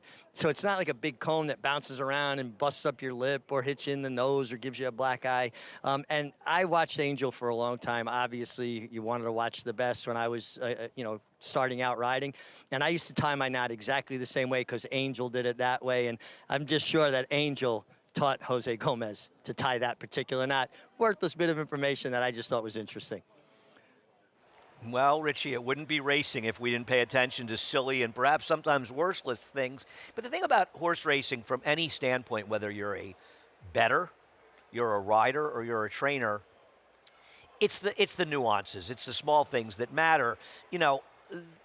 A lot of it's just mechanical. It's the small things you do, and what Richie's talking about probably has no effect in this race, but I still think it's kind of interesting, especially comparing it to a true legend in Angel Cordero. And I think in any aspect of the game, whether you are riding, betting, training, you want to emulate the best going forwards, people that you really look up to and are inspired by. So seeing that Jose Gomez is trying to have some of those similarities to one of the best, it makes some sense coming into the spot.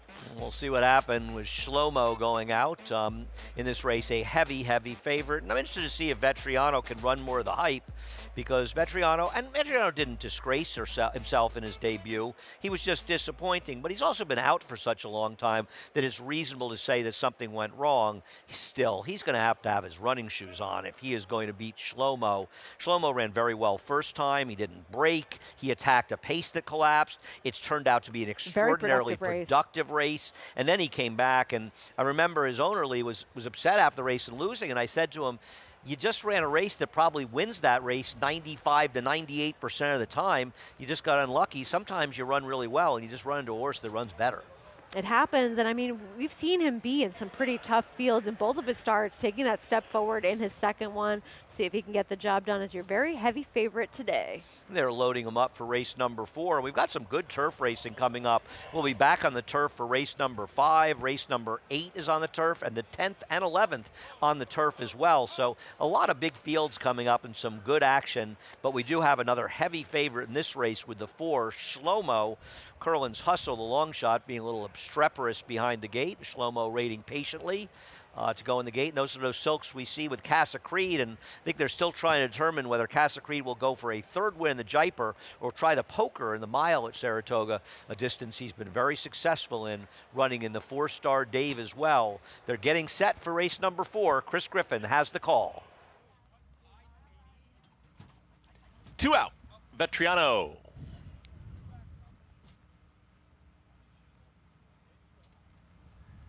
Mama's Midi.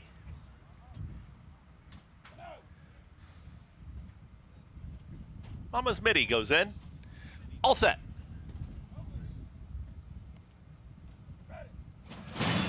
And they're off. Making a mess of the start there. Curlin's Hustle was off very slowly. Curlin's Hustle about 8 lengths at the back end of the field. He Has It All has got some early speed. It's He Has It All with Vetriano towards the outside. They're now a clear 1-2. Shlomo, the favorite, is at the rail, is in the 3rd position and progressing there at the rail. Also comes Royal Brown, is now taken a lone 4th. To the outside of that rival comes Mama's Midi. It's far back, very strung outfield here. Second to last is going to be Elfgar, and the trailer is Curlin's Hustle. Into the far turn, He Has It All is 15-1 and is up by a length and a half. He Has It All in Vetriano. They're in a race of their own right now. Is trying to make up some ground is Royal Brown to the inside of the favored Shlomo. And Shlomo starts to warm up to the task now as a challenging 3rd, but it's got to pick it up from there. Is still 5 lengths back in the 3rd position. They reach the top of the stretch. The leader, He Has It All. Vetriano towards the outside, and these two continue to duke it out. Shlomo's got a lot of ground to make up on Vetriano, and Vetriano is now sprinting away. He Has It All is alone in second, 5-6 lengths back to the favorite. Vetriano is opening up in the late stages and now geared down by a confident Manny Franco. Vetriano, no doubt, is your winner. He Has It All, Shlomo, and up for 4th will be Mama's Midi. Vetriano stalked. We don't know what any of the fractions of the final time was, but Vetriano stalked as they drew away from the field and was an impressive victor, running like he was supposed to from the money first time out. Shlomo finished a distant 3rd. He never lifted a hoof. No, and I remember that we were both a little bit concerned with his position going into the top of the stretch. And here, as we saw a little bit of a move from first-time starter Royal Brown, who was really rushing up after not breaking all that quickly, and just didn't have much to offer. Late to switch leads. I would be really surprised if he did not regress quite a bit off of that last race number. Well, unless the winner ran about a 110 buyer, I would say that's a safe bet. He was terrible today, Shlomo. He's a horse that has speed, who couldn't seem to keep up with the horses early in this race, and he frankly never put in a late run here. So as impressive as Vetriano won was as bad as Shlomo won. He Has It All ran back to his good form before the last race. But how did he go 50-1? Because there was a 1-2 shot and a 5-2 shot. It's kind of what they call math, Sarah. Oh, I don't understand. Thanks. Thanks for your help. Well, you asked. Well, I'm saying that the 2 was a first-time starter, went off at 10-1. He should have, I think, been the 3rd choice, don't you? I picked the race 4, 5, 6. I don't know what to tell you. The 6, though, Vetriano got it done and got it done quite easily for trainer Brad Cox. And Manny Franco getting the job done. Well, Bob Baffert's obviously a big name, but so is Wayne Lucas, and he's had a lot of success in big races as well. And he's had some success at big prices. He's got 2 in this year's Preakness.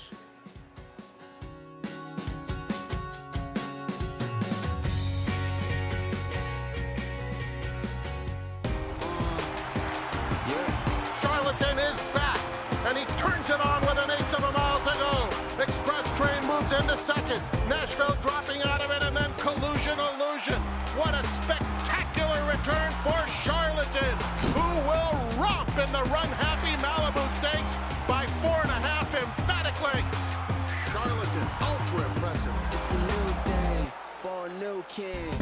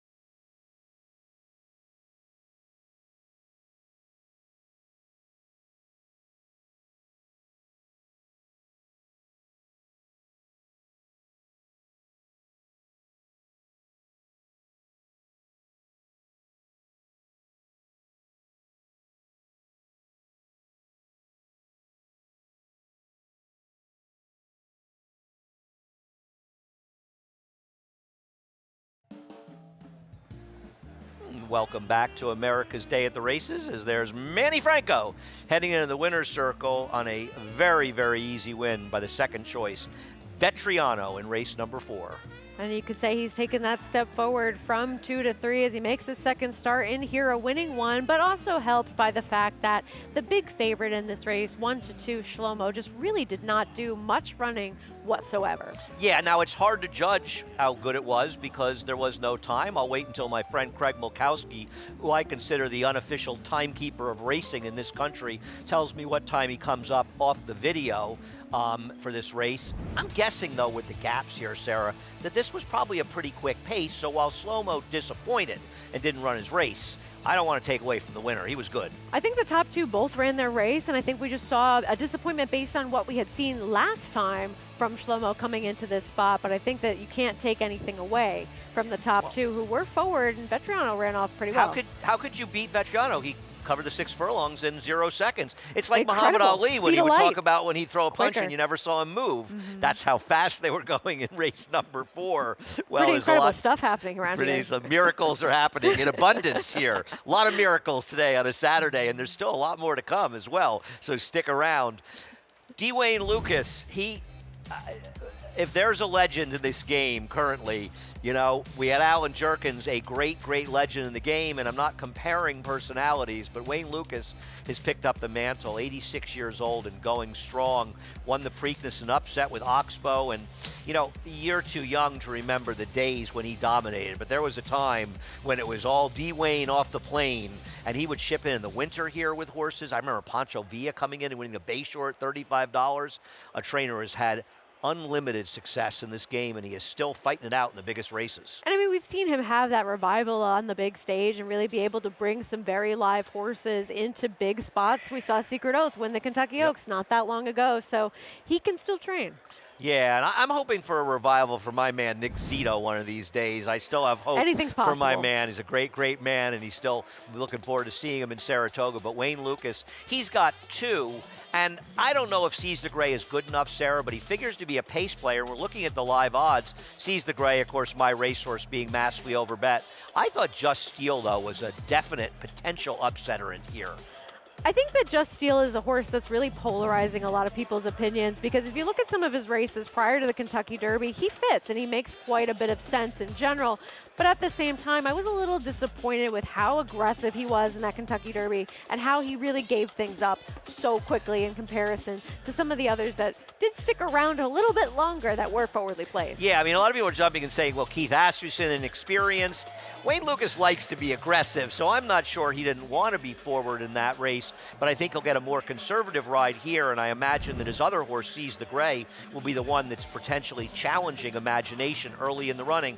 And he is coming off his best race, but is he good enough, Sarah? I don't think so, and I think that this is a horse that has plenty of experience running at a top level, and that's what you see often with the Wayne Lucas barn. He runs his horses, and while he did have that breakout performance last time out, he was defeating Nash, and Nash is not the glory that some people believe that he is. No, I think what was good about his performance was not so much being Nash, is that he was attacking a quick pace and a very fast California speed horse, so it was far and away the best race he's ever run. Oh, absolutely. But can he even duplicate? Even if he duplicates that performance, is it good enough to win a race like I this? don't think so. But he could potentially help his stablemate out, because I think Just Steel can be close, but he's not going to be in front like he was last time. Right, I agree with you that we will see a change in tactics from Just Steel today. Horses are on the track for race number 4 at Monmouth Park. We'll get more on that race as America's Day at the Races takes a quick break, but we'll be back in just a moment. Introducing a stallion, as top class as they come. In 22 career starts, he won or placed in 12 graded stakes, competing in 15 grade ones, earning over $1.7 million. His undisputed speed is evidenced by 7 100-plus buyer speed figures, a 3-time grade 1 winner, Raging Bull. Mid-Atlantic made 2-year-olds in training. With a catalog of top juveniles by the nation's top sires, this sale has consistently produced graded stakes winners from around the world and on all surfaces, including Kentucky Derby winner Mage, plus 2024 graded stakes winners Kinza, Linda's Gift, Mendelssohn Bay, and Olivia Darling. The Fasig-Tipton Mid-Atlantic May 2-year-olds in training sale, May 20th and 21st in Timonium, Maryland. Where will you be? Number 1 is Mo Donegal by Uncle Mo. And they're off in the Remsen. As they come on for the finish, and it's going to be tight here in the Remsen. Mo Donegal. Mo Donegal bearing down on the outside. It's Mo Donegal and early voting, and it is Mo Donegal to win the Wood Memorial. And it will be Mo Donegal to win the Test of the Champion, the Belmont Stakes. Just minutes from downtown Saratoga Springs, you'll find GMP Farm, a utopia of healing for equines and humans, offering revolutionary, customized equine care using state-of-the-art imaging and therapeutic technologies for horses of all disciplines. Immerse yourself in tranquility in our sacred spa, offering specialized spa treatments and holistic therapies to refresh and rejuvenate among tranquil mountain views. Start your journey to wellness. Visit gmpfarm.net and sacredspaandwellness.com to schedule a treatment today. Welcome back to America's Day at the Races. And we're coming upon race number 4 at Monmouth Park. We're going to give Paulie a little break in race number 4, but we're looking at a field that seems to be fairly evenly matched at the windows as of now, Sarah, with 3 3-to-1 shots, now 3 5-to-2s and a 3-to-1. This is a race that has a lot of similar form to look at within the top contenders. Yeah, the number 1 is Queen Tapiture. Won at a big price last time out. We'll see if that rail situation ends up continuing here or if we see a reversal. The number 2, Fast Corey, looks like the inside speed, which may not be able to help. A big price. No, a horse that hasn't been competitive against similar types of these as of late. Maybe not good enough to win, but seems like a pace factor, the 3 Peachby with Q. If she gets out of the gate all that well, she did not last time, but 2 starts ago was forward. We'll find out if Baby's Dialed In is in fact dialed in, the number 4, and the 6 High School Crush, who we've seen in New York for Wayne Potts. A little bit of an overachiever at times, but not necessarily that winning type. I thought the horse to beat was the 7 Floge, dropping down for... And ran well last time to get the victory, going the 7 for a long distance. Didn't get out of the gate all that quickly and shouldn't be pace compromised because you have a lot of horses that do want to be forward. Yeah, and I think when you look at breaking from the outside post, as the 1 seems to be working out quite strongly before the race. What's going on there? A little bit of a runoff. There is the number 4, Baby's Dialed In. And we've seen Wayne Potts be off to a sharp start at the Monmouth meet so far, as he often is. And this is a horse that did get the victory last time out at Tampa. I kind of wonder how much pace pressure this one is going to take in this spot, but at least she is to the outside of some of those forwardly placed horses. Oh, I didn't see her as a pace factor at all. We'll see how that plays out in the racetrack. There were faster horses. The 1 is taking so much money. Now, even though this horse through the rail, I thought with a lack of speed would be able to potentially get off the rail, assuming the rider's paying attention. My problem with this horse is, do we really want to bet this horse off a big figure at Timonium 9 months ago? At a figure that, 1? frankly, doesn't hold up to a lot of scrutiny. No, and that's a race on dirt that is much faster than we've seen from this horse in the past. A horse that has tried all 3 surfaces and maybe run a little bit better overall on the turf as far as consistency, but I don't love seeing a horse run their best race ever and then go to the bench. And I know that's something you're a little hesitant about as well, especially at a short price when they have this big number, this big jump up and improvement, and then we don't see them for a little bit. Well, I also think it's a number that, whether you think it's accurate or not, is going to not be predictive going forward, suggesting that it's a horse that's probably more like the low 50 buyers, which doesn't mean she doesn't have a chance, but also it was 9 months ago. She breaks the inside, as we have 4 5-to-2 shots in the 6-horse field. Not something you often see. Which one do you want? I know I like the 7. That's the one you want to go with? Yeah, I think that's fair. I think this is a horse that has been facing some decent horses overall and doesn't have that big jump up in numbers. The last 2 races have at least been consistent for this one. And I honestly want a horse breaking from the outside, and hopefully, I mean, listen, I'm not familiar with the riding colony enough to know who's paying attention to the racetrack, and I think it's pretty clear from what we've seen so far, you want to stay away from the rail, and that could have a play, and I think it behooves players to pay attention to those things, and if you feel there is a bias and the rail is bad, it brings you the opportunities to make some money going forward. I think so, and I think that a horse like High School Crush, I wish that she was a little bit more of that winning type, but she's ultra consistent at a level like this. We'll see what happens. Race number 4, Matt Dinnerman has the call. And Flug to the outside. Here comes Flug, Angel Arroyo. We're ready to go. And we're off. Uneventful beginning. Fast Corey, fastest of them all, with Peace Be With Q. Peace Be With Q snatches the lead. Fast Corey on the inside, matching her. These two hook up down the back stretch. They put 2.5 lengths on Baby's Dialed In, who runs in the 3rd position. Flug outside of her. Queen Tapiture aggressively ridden second to last, and High School Crush can see them all as they hit the half-mile pole. Battle ensues on the lead. Fast Corey inside of Peace Be With Q. Fast Corey with a half-length lead. Peace Be With Q keeping the pressure on all the way. Flug has made her way into 3rd. She's pushed along, and there she goes, Flug, to come and tackle those front runners around the far turn. A gap of 5 to High School Crush. Passes a few runners to claim the 4th position. The others have dropped out. Flug has gone to the lead and sails 2.5, now 3 ahead as she gets towards the rail and kicks away from the competition. Peace Be With Q in the 2nd position. High School Crush has made her way into 3rd, but she's still 8 lengths behind the front-running Flug, who is not stopping. And Flug and Angel Arroyo in front by 7. Flug, another dominant winner here at Monmouth today, and it's Flug. Flug, stylish. High School Crush rounds out the exacta. Peace Be With Q holds 3rd, and Baby's Dialed In was 4th. Well, 2-1 looked like an overlay on Flug, who's had a perfect trip and just crushed in race number 4. And when you see the 2 longest shots in the field go duke it out on the front end and really battle each other into submission with a horse that you liked quite a bit and made plenty of sense, sitting that nice trip right on the outside, it just seemed like this horse was completely loaded and going to really dominate in this field. And we did see the number 4, Abnel Boca Chica, clearly not in tune with the racetrack so far. No, I agree. Stay down the rail way too long. You break off the rail.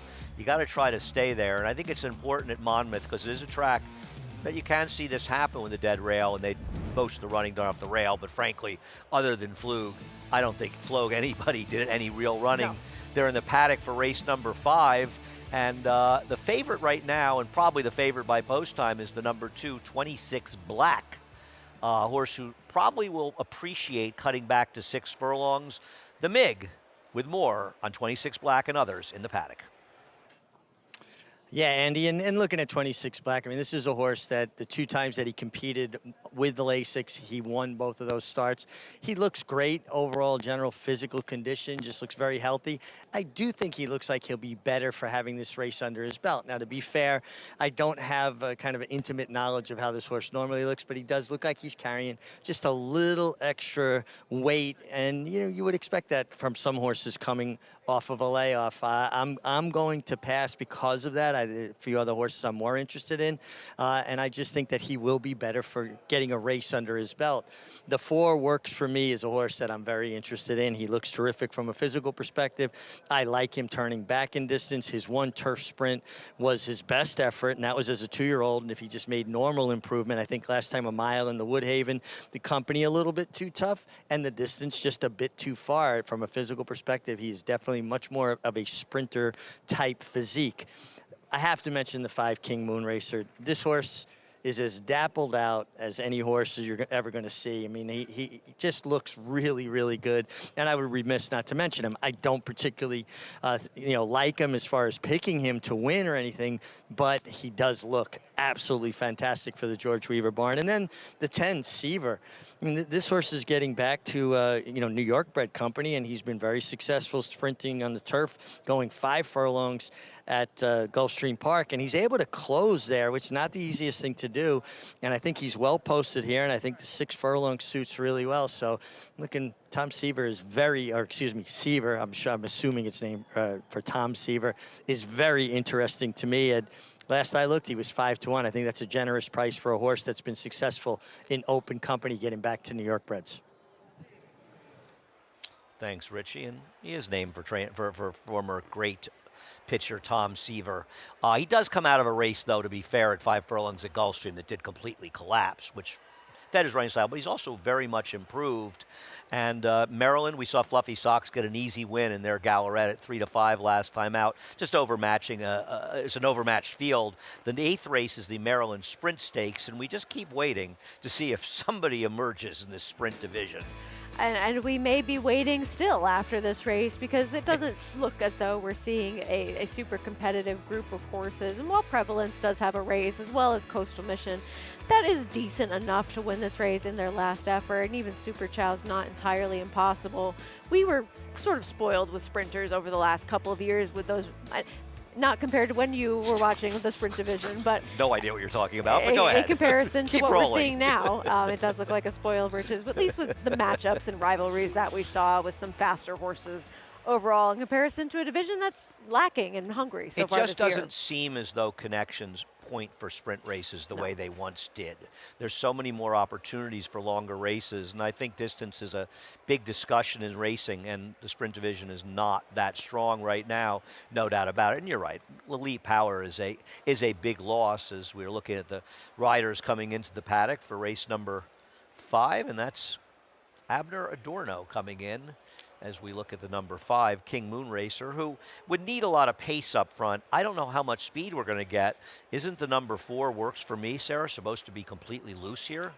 This is a horse that I do think will have an advantageous front-running trip in this spot as he tries to cut back in distance successfully, because when you look at how well he ran finishing 3rd in that Atlantic Beach, he was up and on a very fast pace and still managed to be a part of things in the late stages of this race. And you have to think with that general improvement from 2 to 3, if he's already running an 84 Beyer, he's likely to be very tough in this spot, especially with a pace advantage. I think he's good, and I think his Woodhaven was an extremely good effort. He is not a router, and they got involved in a supersonic pace, sprinting well ahead of the field, and he didn't really quit until the very, very late stages that day, and facing a field where, assuming he breaks cleanly, Trevor McCarthy's going to be controlling on the front end. Works for Me, who I'm surprised is the 4th choice in the multi-race bets, and I thought he'd be favored in this race. He's clearly not going to be favored. The question is, will he remain around his 7-2 odds, or will he drift to his 5-1 morning line, which I personally thought was way too high and may be dead wrong about.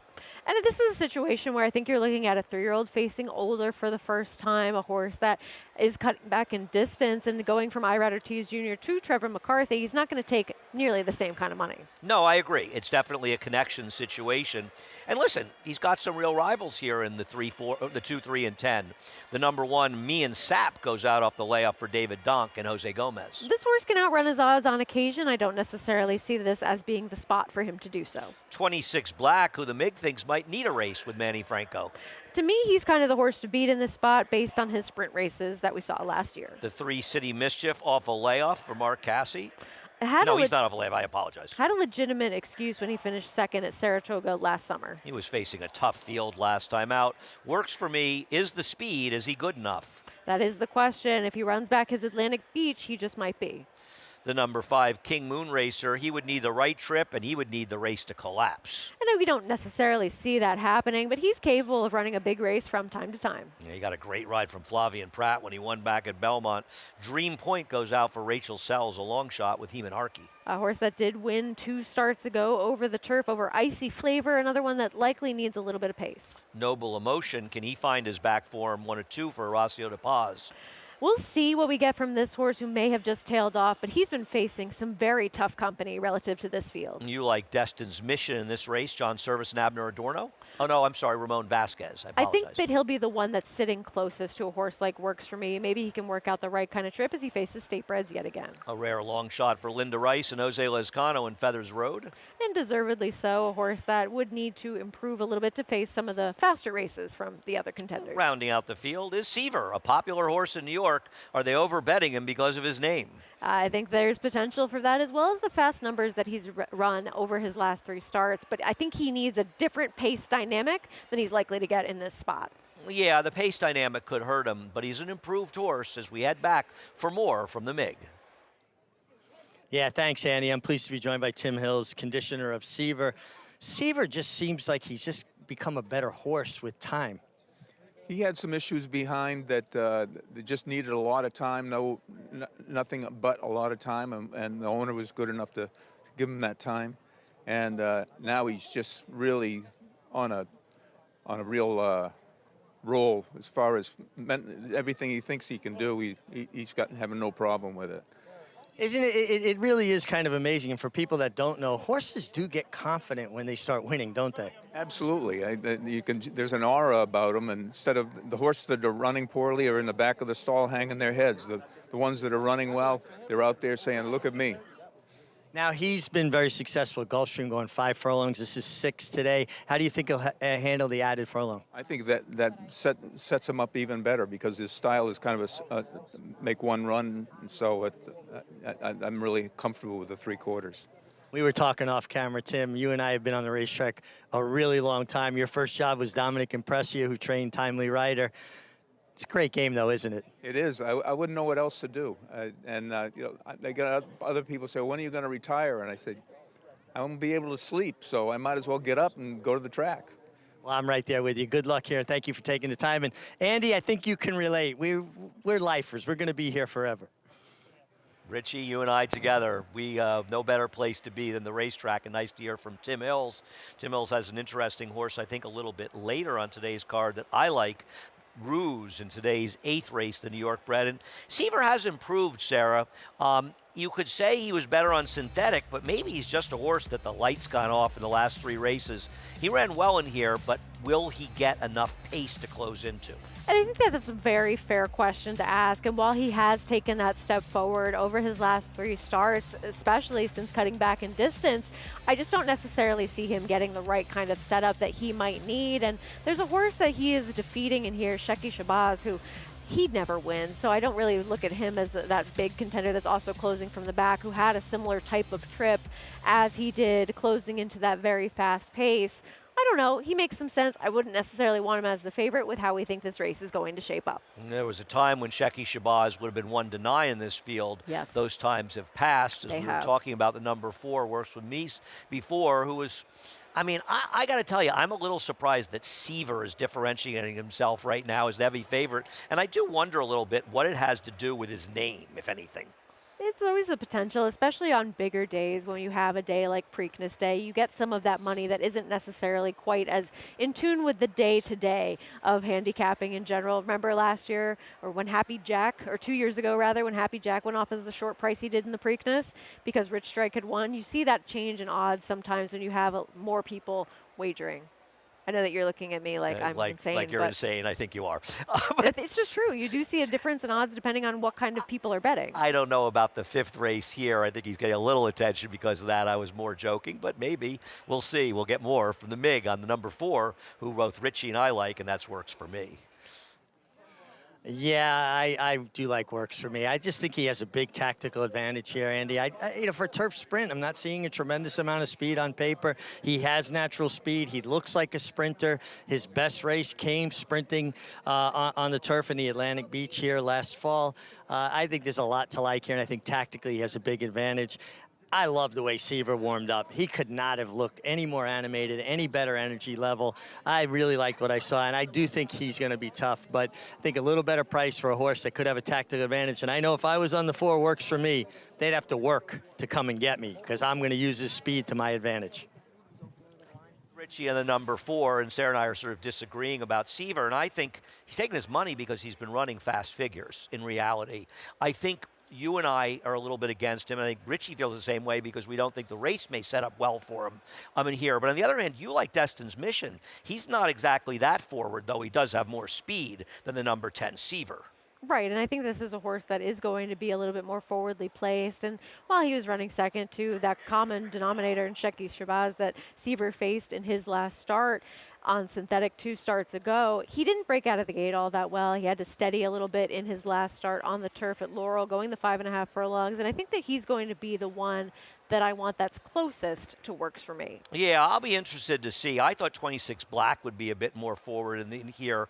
We'll see. We'll see if Heeman Harkey's aggressive with Dream Point. And I hear what you're saying with Destin's Mission. He did break a little slowly last time, so obviously with a clean break, he could be closer. And as you say, he has been more forward in the past, though you never know with those fast fractions you see in turf sprints.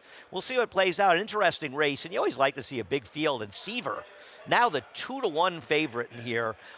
This caught me by surprise, and I think a lot of people by surprise, but they're betting him like he's just better than these horses. We'll see if it plays out that way on the racetrack. He certainly has gotten quite a bit better, but now he has to get that extra furlong with pace that might not favor him. I'm against. We'll see what happens. An interesting race, and you like to see a field like this, a big field, fours taking a bulk of play, and you have an idea with Destin's Mission, who's taking some money as well as the 5th choice at 7-1. Chris Griffin with a call of race number 5.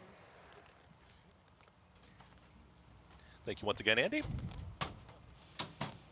Seaver, last to load to the outside. Seaver goes in. All set.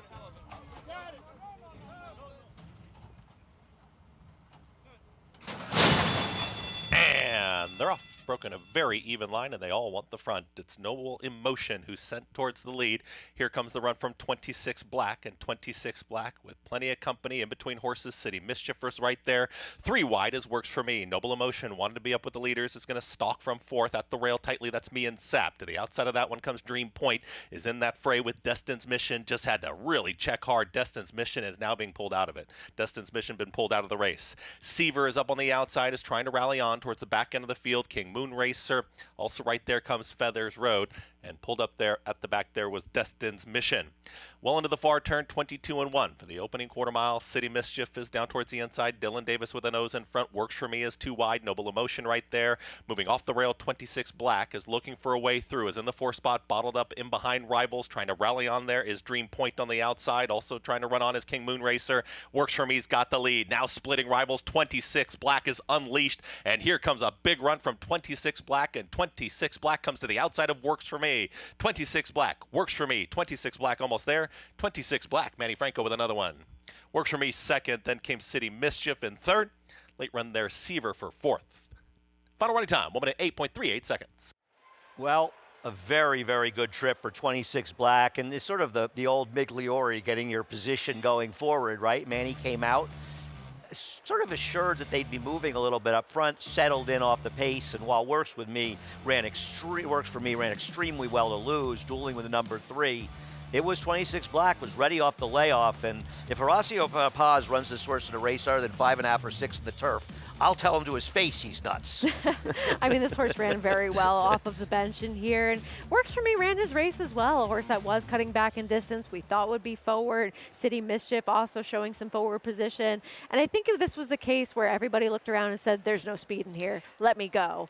And you know, even though they seemed to be moving enough up front, they weren't going so fast. They came home in 11.6. The pace held together. So how was Seaver going to gain? And so Seaver actually ran a very respectable race, getting 4th in here. No one made up much pace was ground against him. Yes. And not only that, the 3 horses that were his chief rivals were all forwardly placed. So he was against it from that. He didn't get it done. He finished 4th, but it certainly was a nice ride on 26 Black by Manny Franco, getting it done over Works For Me. Sarah? We've been together for 3.5 hours today. You've certainly had enough of me. Anybody that has to spend 3.5 hours with me deserves something extra. But it's been a lot of fun. There's a lot more to come on today's show. Mystic Dan will try to punch his ticket as a potential Triple Crown winner. Greg Wolf and I believe Jonathan Kinchin. I don't see him around, but I think he's going to be on next too. And of course, the MIG. He'll be sticking around for the rest of his life down in the paddock. America's Day at the Races continues. Respect the law. He's earned it.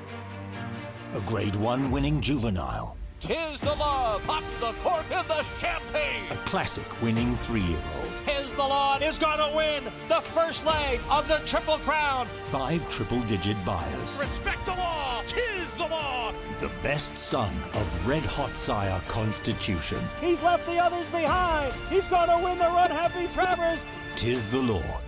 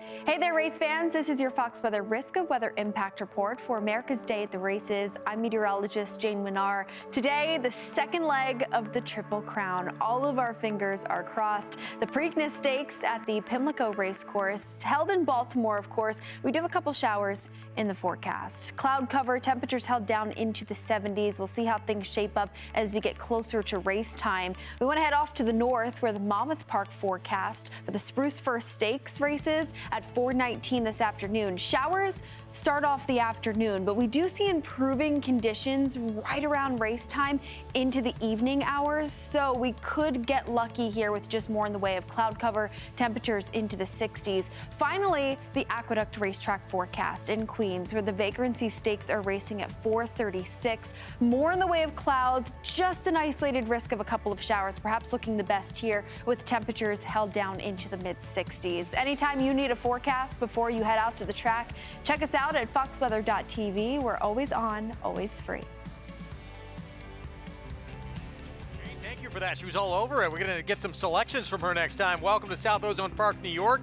If you're just joining us, those already with us, thanks for sticking around on our Fox Sports 2 coverage on Preakness Saturday. Greg Wolf alongside Jonathan Kinchin.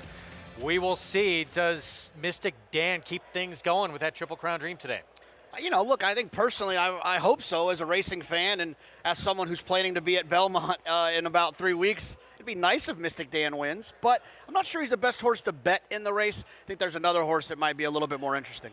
We'll have plenty of previews and analysis coming up, some of the undercard races as well. Still a wet track out there in Baltimore as we move along in the card here on this Saturday afternoon with our Vagrancy, as you heard from Jane, still to come. It was 26 Black in race number 5, kicking off a middle pick for Manny Franco, Horacio to pause, and this one coming in off a long layoff for the win. Yeah, did come in off a layoff, hadn't run since Saratoga, and then was getting back on the Lasix. And look, I don't know if that had something to do with this performance, but when you look through this day and age when horses are on and off of Lasix, I think it's something you want to take into consideration when you're handicapping these races. New Gelding as well, coming back for his 4-year-old return, and this barn had this horse ready to run off the long time away, and a race I thought looked really wide open. No, absolutely, and it's starting to feel like 26 Black might run his best races when he's coming in fresh. You look back in that race in April of 2023, came in off of a break. You know, look, just give the horse a little bit of time and get back in the winner's circle. Pick 6 begins next. Mile and an eighth, 50,000 starter allowance. And it's, wow, this is surprising. Principe Doro opening as the early 9-5 favorite. A horse who's 5-1. That will not be the case at post time. No, I don't think so. He's got a lot of back class, and sometimes that can do that. But I agree with you. I don't think that's how they're gonna pop away from there. I thought some interesting races that you go back to. This horse was only beat a neck to Barber Road, who competed in the Kentucky Derby, ran huge in a prep a couple of years ago, and that horse with some talent. We'll see. We'll get back to that race in a little bit. Monmouth coverage continuing on this Saturday afternoon. Race 5 next out in Oceanport, New Jersey. 5.5 furlong sprint in a New Jersey-bred maiden special weight race. Coming up next, the 6 Kate's Cuban Kiss, the favorite right now, who is 0 for 6 to this point, and the best effort probably was against a lot softer company at Parks 2 back for maiden claiming. Yeah, the one thing I'll say about Kate's Cuban Kiss, when you're looking at these maiden races where you don't have a lot of, you don't really know a lot about the horses, Kate's Cuban Kiss does have a lot of early speed. Summer Flower went by. Here's Emily Reward, first time out. Yeah, first-time starter for some connections that have 2 wins in the career out of 24 attempts going with first-time starters. Eatontown girl was 56-1 in the debut. Yeah, and didn't do much running that day either. I'd like to see a little bit more. Broke slow as well. Lily the Kid with Jomar Torres. Yeah, has some experience. That race 2 back had a lot of early gas, but then got tired pretty quickly. A little bit of a concern. Jay Willard's had 4 starts, has yet to hit the board. Yeah, and hasn't really hit the board and hasn't really been close, right? Beaten 7 lengths is the closest Jay Willard's been. Big bullet work, though, coming in. Here's the 6 we just talked about, Kate's Cuban Kiss. Yeah, I like this horse's pace figures from a couple races back. Broke slow last time. Needs to get away from there clean. 5-2 Vivid Artiste. Yeah, look, that 2 to 3 jump is one that I like to see often. When this horse hasn't run since they were a 2-year-old, could improve. Yeah, first-time starter on the outside, Gypsy Style. Like to see this one taking a little bit of money, a couple of works around the oval there at Monmouth. You'd like to think the clockers were having more positive things to say. 11 to 1 doesn't give me a lot of confidence.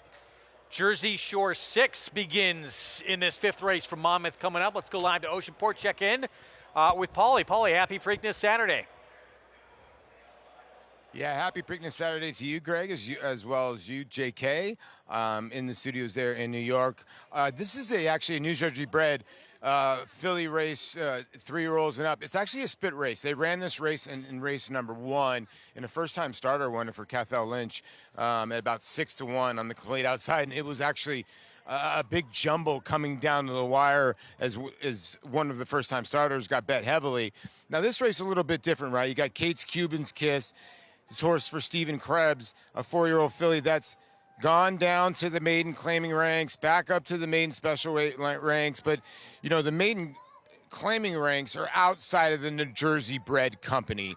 So whenever she runs in New Jersey bred company, she's run okay, and she has shown some speed. So do you want to take her at 5 to 2? Maybe one of the horses in here that, you know, I would think will be forwardly placed. The 7, Vivid Artiste. Melissa Iorio, she's the kind of rider that likes to push a lot of horses forward. This horse will get Lasix as a 3-year-old for her 3-year-old debut, and I thought she was interesting. You know, of the first-time starters in here, you know, the 1 was kind of cold on the board for me, but I thought the 2 looked well on the racetrack. Emily Reward. Raphael is pretty good. Fernando Jara. This is a filly by Snow Trouble.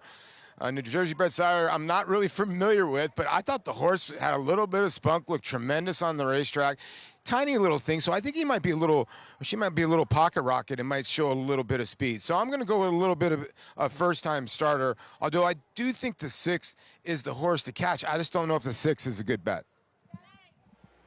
Yeah, 2 to 1 favorite right now on the 6. Kate's Cuban Kiss. There's first-time starter of the 2 at 6 to 1 with Fernando Jara. Yeah, you know, I like the 6 quite a bit here for a couple of reasons. One is that this horse has shown a lot of early speed, which to me is an indication of some talent. Now, you have to try to find a way to kind of hone that talent and get this horse going in the right direction. But if you look at the pace figures of Kate's Cuban Kiss, it's not the easiest one to say. You look at her pace figures, she's got some blistering fast pace figures throughout some of her career. Now, she hasn't always seen those races out, but she doesn't always spit the bit either. And one thing I do like about her is that this is her first start as a 4-year-old, right? So back in December, it was her last race, and she's had all this time to kind of get all of her ducks in a row, and I'm expecting we'll see the best performance that we've seen from her, and she shows up here in a maiden special weight where she's protected.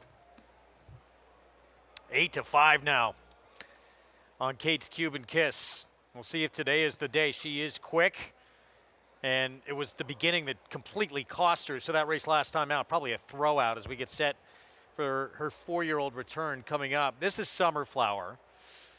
5 to 1 on one who's been going longer on the grass the last few starts. Yeah, my concern with her is she's been running for a tag, she's been running long, and she's been running on the grass. Now she's running against maiden special weights, although it is Jersey breds.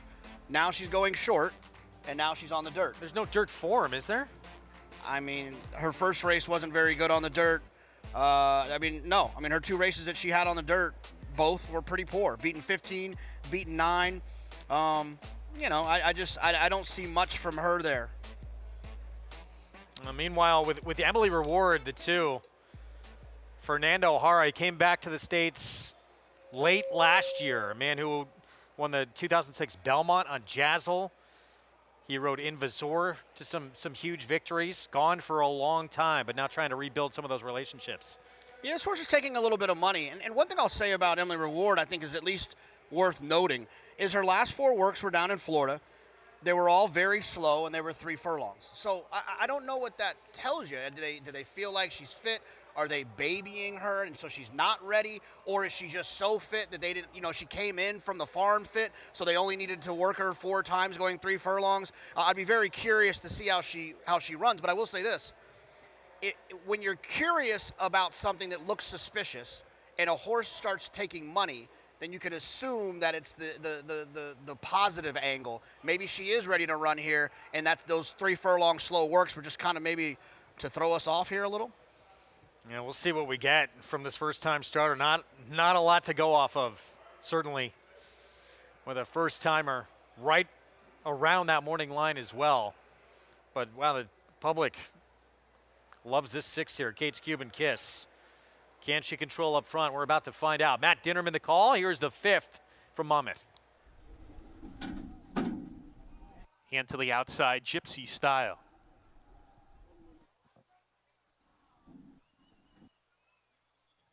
Lily the Kid goes in, Gypsy Style to round out the field. We're ready to go. And they're off. Good beginning for all the runners. Vivid Artiste gets the first call of the race. Here's Kate's Cuban Kiss moving forward in the green. Jay Willard also in the mix as well. Kate's Cuban Kiss with a head lead on Jay Willard down the backstretch. Eatontown Girl runs in the 3rd position along with Vivid Artiste. They're a length and a half better of Lily the Kid, who's racing between horses. Summer Flower down at the rail. And at the back is Gypsy Style. 8 lengths off the lead as they sail into the far turn. The leader, Kate's Cuban Kiss, on the inside leads 3/4 of a length. Eatontown Girl has made an early bid and strides up level with Vivid Artiste, and those 3 now stretched across the track on the lead, and they've opened up 4. Jay Willard bows out of it. Emily Reward about to claim 4th on the move, still has some work to do, but she is gaining position at the top of the stretch. Kate's Cuban Kiss off the turn, putting away Vivid Artiste, who's 2nd on the outside, trying to get there. Eatontown Girl is 3rd, then Emily Reward, who flattens out. It's Kate's Cuban Kiss. Kate's Cuban Kiss by 2. Vivid Artiste continues to try on the outside. Kate's Cuban Kiss with the lead. Kate's Cuban Kiss with the maiden diploma. Vivid Artiste was 2nd. Photo for the Shoto, Jay Willard and Lily the Kid. Favorite gets it done here in the 5th at Monmouth. Kate's Cuban Kiss in her 4-year-old return off the bench, the victory. Yeah, it looks like she just needed a little bit of a break. I mean, I feel like this is probably the race I always hoped that she would show. She popped away from there. She took the lead. And then right about here, she kind of started to kick away from these horses. The 7 was chasing after her, but she had a lot left in the tank. I think she had to get her ducks in a row like we talked about during that post parade. I think she'd always shown a little bit of talent in the mornings and also in the afternoons, showing all that speed, but she just hadn't put it all together. Finally, she's put it all together. She got to the front, and she extended her lead throughout the stretch. Vivid Artiste tried to make it close, long way back to 3rd. It was really between those 2, but Kate's Cuban Kiss, your winner. Kick off that Jersey Shore 6. We're going to take a timeout. We're going to take you back to 2004 and the Smarty Party that continued in Baltimore and what it was like behind the scenes before the Preakness.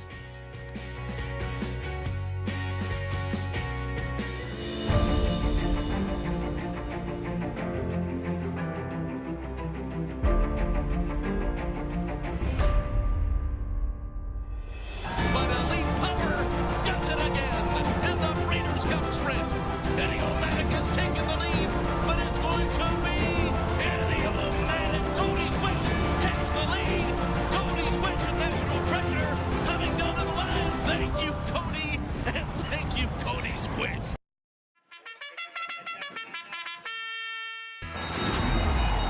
Monmouth Park's 50-cent Win Early Pick 5 is one of the country's earliest Pick 5s, making it the perfect way to get your wagering day started. With a $12.50 post on weekends, the Win Early Pick 5 is home to a low 15% takeout and 6-figure pools. Start your day winning early. Play Monmouth Park's Win Early Pick 5. Win early, win often.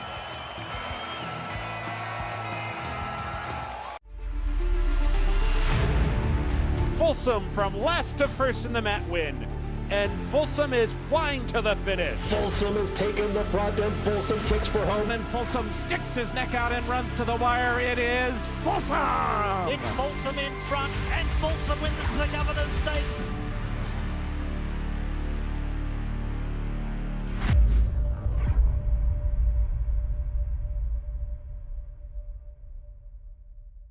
For centuries, the bond between horse and human has been forged in trust and hands-on care. Thoroughbred racing is combining that tradition with cutting-edge technology to raise our standards even higher. New investments in wearable biometrics, advanced imaging, and AI help optimize our safety programs. That opening quarter mile was a quick one. Every day, a commitment to improving their care. So win or lose, it's safety that runs first.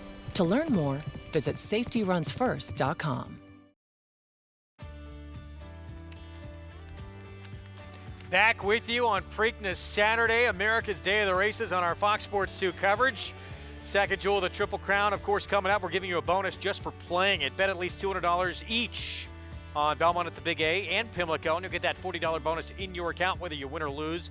Don't forget, you got to opt in to take advantage. Do so at NyraBets.com. Got the 6th race coming up, approaching the 8-minute mark to post here in New York, but let's check in on the current odds. 149th running of the Preakness. Mystic Dan, 3-1 favorite, but 3 others at 7-2 or 4-1 on the board.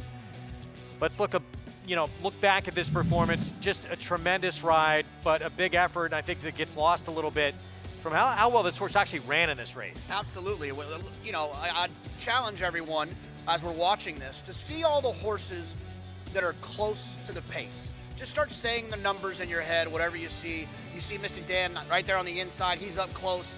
You see the 12. You see the 17. You see the 21. And then you see the 6. When they turn for home, all of those horses, except for Mystic Dan, are out the back. This is an honest pace, a significant pace that Mystic Dan was close to, which is why I like him. And it's also why I don't like the 4 in this race, Catching Freedom, because he was far back, closing into that pace with a beautiful run up the inside following the winner. You got to have a game horse, too. I mean, you saw it back on that first turn. He actually scraped a little bit of paint. But when Brian Hernandez saw how easily and willing he was to go up in there in that first turn, he said, I'm going to take advantage and go through that narrow opening again on the second turn. And it turned out every single inch of ground he saved mattered. Absolutely. Like I talked about when they started. Look, the 2, the 11, the 4, the 10, none of those horses that we had mentioned earlier that were close to the pace were around at the end of the race. That's why I think Mystic Dan ran so well. The problem is that although he ran extremely well, if Brian Hernandez made one different decision, he loses. One different decision, he loses. So typically I want to bet against a horse who had a perfect trip like that. But man, he was so close to that honest pace. I let those two things cancel each other out. I think he's a good horse. I think he's the most likely winner. I just don't think he's probably going to be a great bet. No, even if he had run second, he probably should have won, because Sierra Leone probably should have been DQ'd. Absolutely. Well, I was going to likely have to look at that one the way that he was lugging in the stretch. Kenny McPeak, he's confident going into this second jewel. Let's hear from him. He did have a wonderful trip in the Derby, but at the same time, he was the fastest horse. And so all that's got to come together. And there's still 7 nice horses in this race, and we're not going to take anything for granted. I don't know that there's that much speed on the inside of him, but once again, we'll let Brian decide, and we'll probably let him jump and run to the first turn and then settle in from there and see if anybody wants to challenge from the outside. But I don't try to overcoach Brian. Typically, it's not unusual for me to say, hey, we think you're on the best horse, go out there and have fun. Having won a Preakness, it's a great feeling, but I won a Preakness when no one was here during COVID. So that was kind of an unusual feeling, but let's keep our fingers crossed all goes well this weekend and make no assumptions. Sounds confident, and he has just the ultimate trust in this man right here. They've really become a great team. Brian Hernandez Jr. has become the go-to rider for Kenny McPeak, and he said, look, I didn't want a top rider who is going to jump off maybe another horse who might be a half length faster in a race from time to time. I want a guy who's going to be with me all the time, know the horses, get on them in the morning, and it's really paid off. Absolutely, and I love what he said there. We're going to let Mystic Dan jump away from there into the first turn and see where he lays. I think that's a perfect game plan. In a race that doesn't seem to have a lot of pace, with a horse in Mystic Dan who was close to a fast pace in the Derby, let's put him involved. Let's get him in the race. I mean, I wouldn't be disappointed if he found himself on the lead. I don't think that's going to happen. I think Imagination will go to the front, but I think he'll be close. And a guy he studied a lot going into that Derby, emulated the way he won a few Kentucky Derbies, Calvin Burrell. And ironically, a guy that took away a mount that he had. He actually won Brian Hernandez Jr. early in his career. Second career start for Rachel Alexandra. Broker maiden, but then he wound up moving his tack to Fairgrounds. Calvin Burrell wound up getting that mount. I'd say that's one that got away, but you know, look, Brian's got he's got a Kentucky Derby now and an Oaks in the same weekend. I think that's a pretty darn good accomplishment in itself. First to do it since Burrell back in 2009, 6th at Belmont. Kicks off pick 6 on our Saturday card, 50,000 starter allowance, mile and an eighth, and Debate. Linda Rice, Jose Lescano taking a lot of money right now. 3-2. We kick things off in the post parade with Storming Chrome. Horacio de Paz. Yeah, Storming Chrome likes, at least you know that the 9 furlongs is going to be a problem. Got a win back at Laurel. That's a big price on a contender next door, Andy Cant. Andy Cant, this is a horse that has a little bit of tactical speed. You get Kendrick Carmouche. Kendrick never gets in the way of a horse's best weapon, which is speed. Strapped, Linda Rice, the other Linda Rice with Dylan Davis. Yeah, this one's a little bit interesting. Ran okay last time, going 9 furlongs in the slop. Needs to find some of those previous numbers when the horse was with Todd. Principe Doro just went by off the claim. Gustavo Rodriguez in a win. Here's Night Effect. Yeah, Night Effect is one who ran 9 furlongs last time as well, but didn't go very fast on the lead in that race. 6-5 favorite, the Linda Rice Debates. Yeah, this one's a little bit interesting as well. Hasn't had a chance to go 9 furlongs, but looks like the type that might enjoy it. This was a more difficult trip than looked last time out for Surface to Air to break that maiden. Yeah, breaking slow and trying to chase a slow pace, but I thought ran pretty well considering. The speed figure might need to be a little bit faster to be competitive with this group, but they could take another step forward. 3 minutes to post here in the 6th. Let's go downstairs to Mig. Yeah, guys, and you know, it's interesting when we're talking about horses from a physical perspective. We're also trying to match up the horses that we think are contenders on paper, and 3 horses that I think do fit that bill, starting with the 2, Andy Cant. This horse could not look any better. He would get the absolute appearance pick. Now, I do think maybe he's just a little bit slower than a couple of the others, but from a physical perspective, could not be any better on the racetrack. He looks terrific. And listen, Andy can't, but I can. So I think Andy Cant is a player here. The 4-horse, Prince of Dioro, if I'm saying that properly, guys, he looks outstanding for Gus Rodriguez. First time off the claim, makes a really nice impression. He's stretching out to the mile 8 the first time, but he's also tactical. He had showed really good speed last time going a mile. And then ultimately my top selection will be the 5, Night Effect. He looks second best from a physical perspective next to Andy Cant. Looks great, should be forward. I think Romero Mirage has been riding in terrific form. He's a rider that maybe he's not garnering headlines yet, but mark my words, within a few years, I think he is going to be a major player on this circuit. He's got all the tools. He's strong. He's thoughtful, smart, positions horses well. And I've become a fan of Romero Mirage. Night Effect for me, guys. 5-1 right now. Like that appearance on the racetrack from him. Romero Mirage, we've been starting to say Rajiv's cousin's name a lot more on this show. He's starting to have more and more success. Yeah, I mean, look, it's not an easy place to win, right, in New York. It's for a young rider. It's one of the toughest colonies, if not the toughest colony. You know, I know a lot of the guys travel and they're in and out, but it's not an easy place to get going. And to do it here says a lot about your talent. Well, the horse early on in the wager, we knew it would change, but he's still taking money. He opened as the favorite, Principe Doro. He comes off that gate-to-wire win last time out and claimed out of that race off of Linda Rice. Yeah, I'm typically not cutting in line to bet horses off of Linda Rice, but I will say this. When you have a horse who's got back numbers that are pretty impressive, anytime there's a trainer change, there's always that little hope that maybe that new trainer can tap into whatever was happening previously. So I think that might have something to do with it. And, you know, some big names in the running lines of that horse, not just Barber Road, some other ones in there as well who he's faced, Whittingham Park, Silo Ridge in there against Open A Other Than Company. Oh, this is a tough race. 3-2, do you feel like Debate is getting overbet a little bit? Yeah, I mean, it's tricky, right? It's the same thing we talk about in the summer all the time when it comes to Linda or Chad or Todd. Are they getting overbet? Well, they perform at a high level very often. And so I do think 3-2 probably a little bit too short. I think there's a lot more going on in this race than just that. Yeah, sure, Debate's the most likely winner, but I think that there's other horses in here that present a little bit more value. Let's take a look at Debate. Back on May 4th. And this was same level, 50,000 starter allowance. Stalking position would wind up 3rd. Yeah, I mean, it's one of those situations where it felt like I wanted him to win this race. I thought he was going to for a majority of the stretch, and he just never really could pick up his feet. He was in a good position. He got a nice enough trip. It's the race 2 back for me that gives him his best chance. I was a little disappointed in this effort. I think the race he ran 2 back, where he was wide all the way around there, he had to come from last. I thought I learned more about debate 2 races ago. So back to Andy Cant. Last time out, tried to do it gate to wire, going a mile, flattened out in the stretch. Still got one of the bigger figures of his career in career start number 15, doing it in a runner-up finish. Yeah, one thing I like about this is it's Kendrick's second time on the horse, so I feel like Kendrick's one of those guys that he learns stuff about his horses when he's riding them. And I think that although this horse made the lead and got a little tired going a mile, some might think that going a mile and an eighth would be a problem, but it actually doesn't always work that way.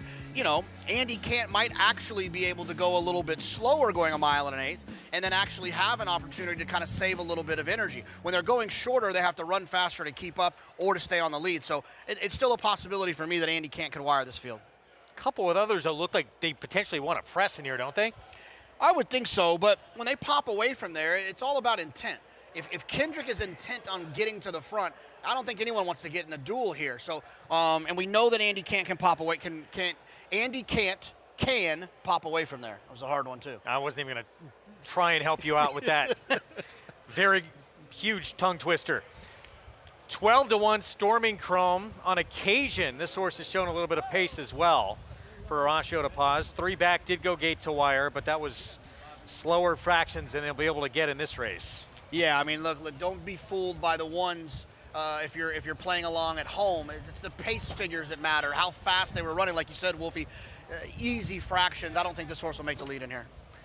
Start of the pick 6 on our Saturday card. Belmont at the Big A. The favorite at 7-5 for Linda Rice. The debate with Jose Lescano. Let's go upstairs. Chris Griffin, the call. Thanks, Greg. Start of the pick 6 here. There's Night Effect who goes in. Debate, second to last. Surface to Air. Last one to load. And in. All set. And they're off. Breaking a little outward there was Storming Chrome. That drifted out Andy Cant. Getting the worst of it was maybe Strapped, who's the early trailer. 3 across the racetrack, and they all want the front. It's Night Effect who's going to be 3 wide. Andy Cant in between horses, intent on getting the lead. Andy Cant has company towards the outside from Night Effect, and Night Effect is quickest, now has a neck in front. Storming Chrome, Trevor McCarthy, they're back in third. It's a snug hold here on Surface to Air, who's claimed 4th. They're tightly bunched, and now a touch rank. That's Storming Chrome. Action-packed first quarter as they work to the backstretch. These 4 are now well clear, about 5 in front of Debate, who's alone in 5th at 2 at the back. Strapped and Principe d'Oro is the trailer. 23-3 for that pressured opening quarter mile. Night Effect and Andy Cant, they go at it. Storming Chrome, now more settled, is in the 3rd position as a neck in front of Surface to Air. The front 4 still well clear, still 5 in front of Debate. Jose Lescano all alone in the 5th position, starts to get the hurry up now. 47.44 for the half mile time. Second to last is Strapped in the trailer. Principe d'Oro. It's got to pass them all with less than 4 furlongs to travel. They work into the far turn. Night Effect is back for more towards the outside. Andy Cant battles on. They're still nose to nose here as they are well into the far turn now. Also trying to rally on there is Surface to Air. Has been stalking the pace setter. Storming Chrome, a handful, nowhere to go. Trying to rally on his Debate. Principe d'Oro is launching a rally from the back and Strapped as they get set to reach the top of the stretch. Surface to Air is going to get the jump on Storming Chrome, who's going to tip right to the outside. Night Effect is back there battling on still. Night Effect not out of this. In between horses, Surface to Air. Trying to catch them both is Storming Chrome down to center of the racetrack. 3 across the racetrack inside that final furlong. It's Surface to Air with a nose in front. Night Effect very game, but Storming Chrome pushing on by. Storming Chrome's got the lead. Surface to Air back for more. Storming Chrome, Surface to Air. Surface to Air got back up and won it. Surface to Air over Storming Chrome. Night Effect late run Strapped in 1 minute 50 seconds flat. Surface to Air in a battle with Storming Chrome and just outduels him to the finish. I tell you what, I'd like to stand up and give a round of applause to those 3 horses. I mean, they absolutely laid it down. The 5 was outstanding, Night Effect, after being pressured with that pace. And then even the 7, Surface to Air, who looked beat late in the race, by the 1 Storming Chrome, but the 7 just would not give it up. And this horse is improving. Ran well last time off of that breaking slow, trying to chase that slow pace. Thought ran extremely well. It was a very heady claim for $30,000. Took him 12 starts to break his maiden. Dropped in class to a very low level to do it, but it was a lot really better looked than probably received number on paper doing it. He overcame a lot to get that win, and now he goes back-to-back. First time in against winners. So the 12th and 13th starts of his career, he's going to get his picture taken here, and does so here at 10-1. Yeah, look, these 3 horses, all 3 of them ran races that deserved to win. It just so happens that the 7 Surface Air got his nose down at the wire. Jose Gomez on board for the victory for in or out stable. Double-digit odds to kick off this pick 6 here, and it looked like he'd run such a good race, but he's probably going to flatten out.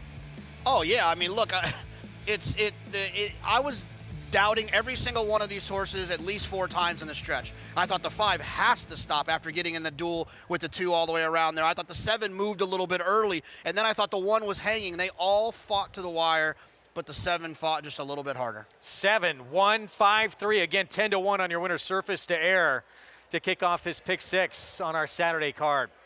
Well, the pressure of the Triple Crown can be absolutely crushing. Whoever wins that first leg in the Kentucky Derby is instantly thrown into the lion's den, ready or not, with an onslaught of media attention.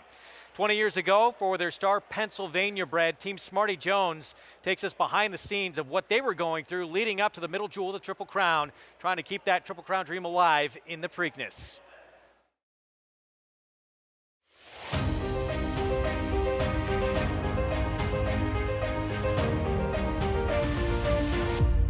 And here is the first undefeated winner of the Kentucky Derby since Seattle Slough in 1977.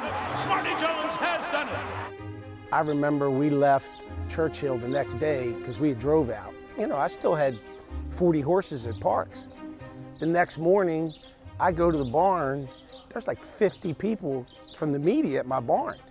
And they're grabbing me and talking to me on the rail and stuff. That's when my wife stepped in. She goes, you know what? You train your horses. I'll set this stuff up for you. I think that's why we won the Sport Turfdom Award through the media, because everybody was so pleased the way everything went. We were very naive. You know, everybody's like, you know, were you going to go to the Preakness? Look, I don't know. I got to see how my horse comes out of the race, how he's acting. I had never particularly wanted to go on that Triple Crown trail because I know the pressure. And my husband, that was a dream of his. I told Mr. and Mrs. Chapman, I said, look, yeah, we'll let him tell us. If he's training like he's been training, then we're definitely going to go for the Preakness. And he did. I tell you, this horse has come a long, long way. He didn't used to be, I mean, he was a freaking handful. You know, he was a little strong. I didn't train him a whole lot. Bob Newmauer asked me why I didn't breeze him. And I told him, I said, look, my horse just ran 1.25 miles 2 weeks ago. The way he trains, he doesn't need to breeze. Hey, chap. Everything's super, buddy. Very good, very good. No, I just wanted to let you know we had a real good morning, and everything's looking good, buddy. And I felt strong about that. I felt that he was going into the race really, really good. You know, he's fit. I just want him mentally to think he can go bear hunting with a switch.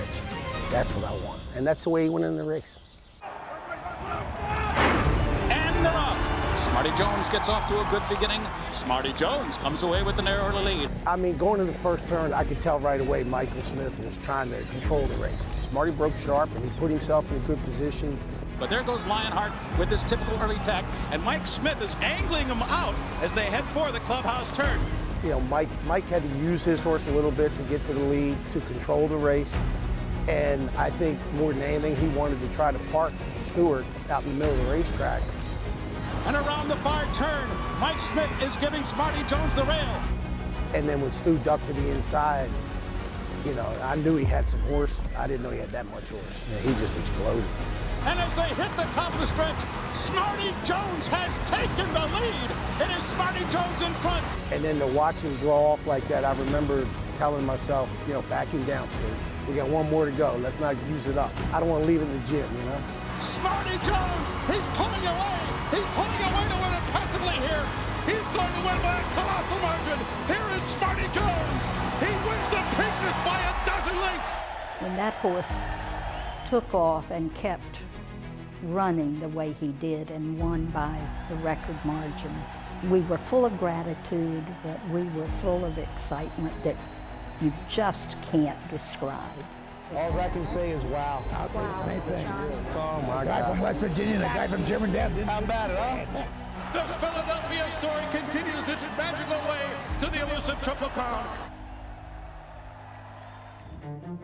First of all, I remember my father at the half-mile pole screaming, no, not yet. You know, the country, they sure wanted a Triple Crown, and they sure wanted Smarty Jones to be that Triple Crown winner.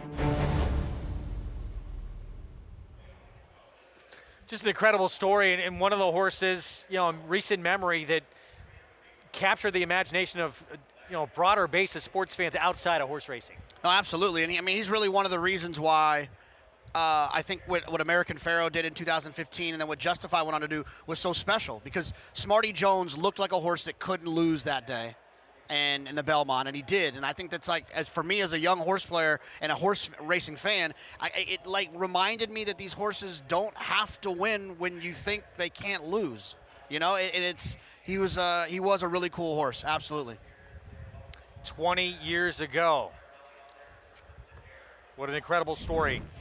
And wasn't one of those, you know, big name horses too, from humble beginnings. Back here in the start of our pick six, 10-1 shot to kick it off. Surface to air, 0 for 11 to start his career, and now back-to-back wins. Yeah, I mean, look, he was game. Right at this point, I thought he moved too early. And I thought he was going to set himself up to get caught, and it looked like the one was going to be the one that was going to catch him. This was an outstanding stretch drive. I mean, I think all three of these horses outran what I thought they were going to do at the top of the stretch, and I think all three of these horses tried extremely hard to win this race. But ultimately, it was the horse in between that had the most guts. Surface to air. 2 wins now, 13 career starts, 23-20. Again, to kick off this Saturday pick six sequence with an upset. We move on to a $25,000 claiming one-turn mile in the 7th here at Belmont at the Big A. And another wide open race here to kick off the late pick 5. Yeah, Digital's a horse I've always just kind of had a thing for. It'll be interesting to see this horse back in Linda's barn with the reclaim. That one for Linda Rice, yeah, off the claim with Jose Lezcano, kicks this off, the cross-country pick 5. That includes the 8th here, the 10th here, and then races 8 and 9 at Monmouth. How much coverage would you want here to start it off to feel safe? You know, like I said, I kind of have a thing for Digital, but I don't feel warm and fuzzy with just having Digital. But I think that I would like to have a few in here. I definitely would like to have at least Digital. I think I probably would need Majestic Frontier, the 7, and maybe even the 5. How are we saying that?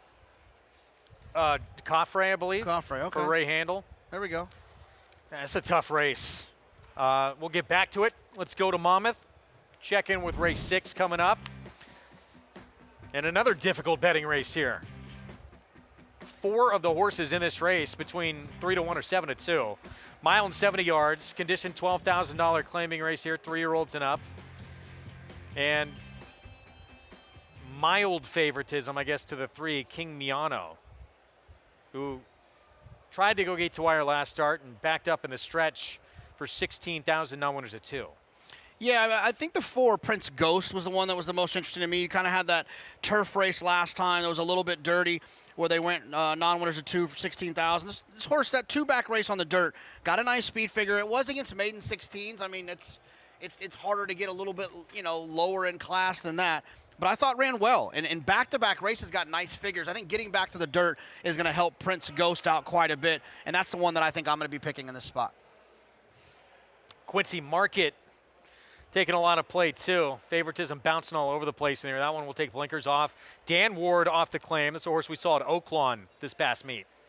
Yeah, another one. I think that if it's not the 4 for me, it's the 6, Quincy Market. Like you said, takes the blinkers off. That race 2 back at Oaklawn, if that horse runs this race, that could be tough. Was wide around there, involved in a legitimate pace, and just got a little tired at the end, but came back with a nice speed figure. 6th from Monmouth. Starts the pick 5. Let's go to Matt Dinnerman for the call. Right, coming up, post 5.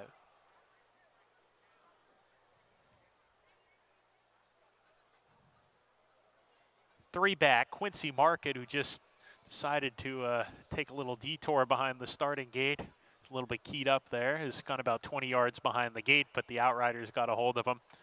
Jairo Rendon always stayed aboard.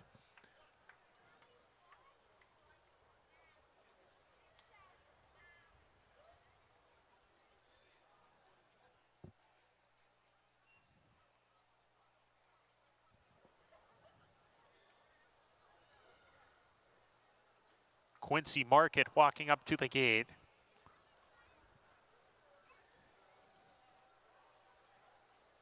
And once again, he turned back behind the starting gate, Quincy Market.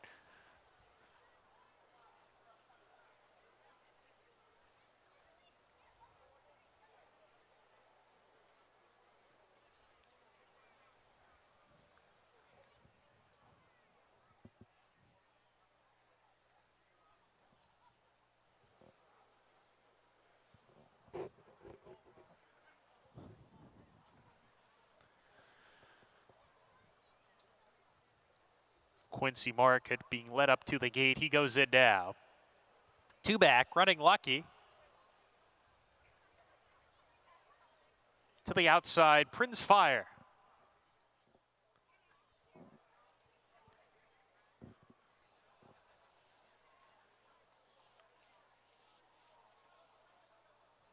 Here's Prince Fire.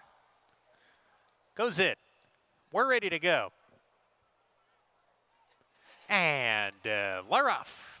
Quincy Market broke alertly today. Prince Fire a little bit quicker. Quincy Market aggressively ridden out of the gate to show speed. King Miano's in that group as well. Prince Ghost right off the leaders, moving forward between horses, charging into the turn. King Miano the leader into the clubhouse turn. Prince Fire alongside a half length back in the second position. Prince Ghost running in the third, then right in on the ice in the fourth position within 3 lengths of the lead. A gap of another 3 to Quincy Market. Running Lucky joins him to his inside, and Gunright is the early trailer off a swift tempo. King Miano setting the pace. Prince Fire there to the outside to engage. A space of 2.5 to right it on the ice. Who's running in the third position? The gray in a good position. A length 2, Prince Ghost, showing a little more rain to the outside. Another 2 to Running Lucky. Quincy Market has dropped back to run in the second last position. Needs to turn it around from there.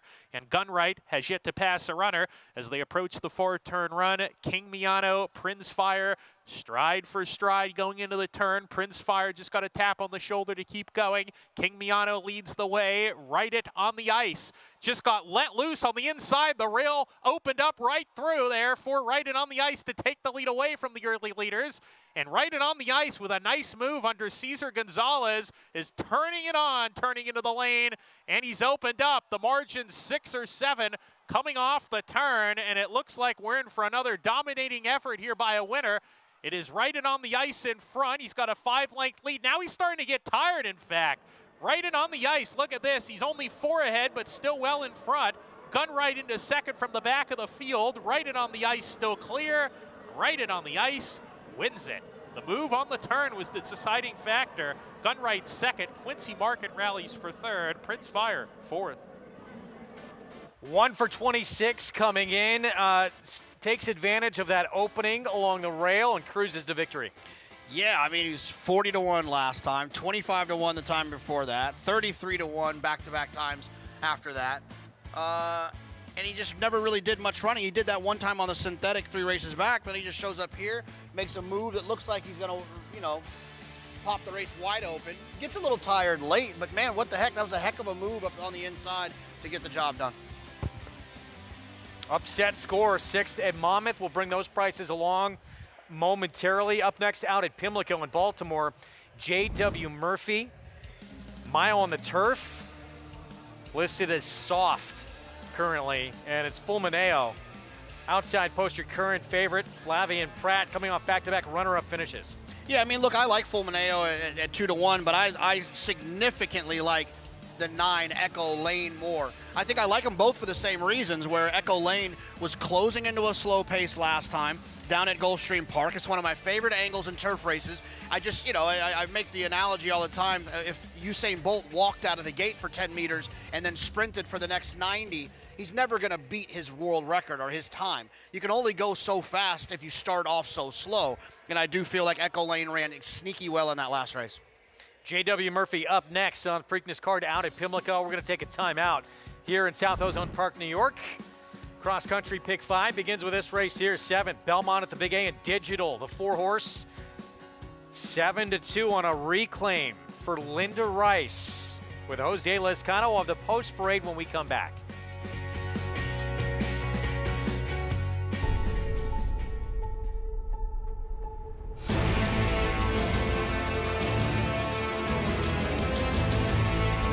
In the Pilgrim Stakes, they come on for the finish.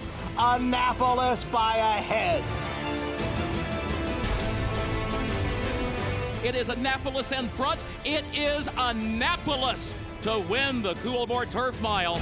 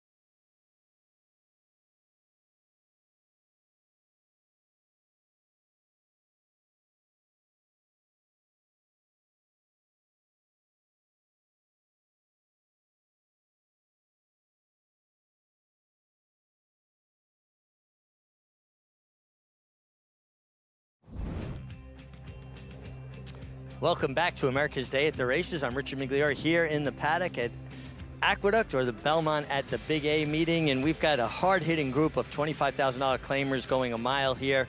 And the horses that caught my eye, starting with the 2-horse, 6%, really well turned out for trainer Rudy Rodriguez. This is a horse that they stretched out to 1 mile and 3/8, probably a little too far. I think in a much more appropriate spot today, going a mile. And from a physical perspective, he could not look any better. The 4 Digital, another one that stands out physically.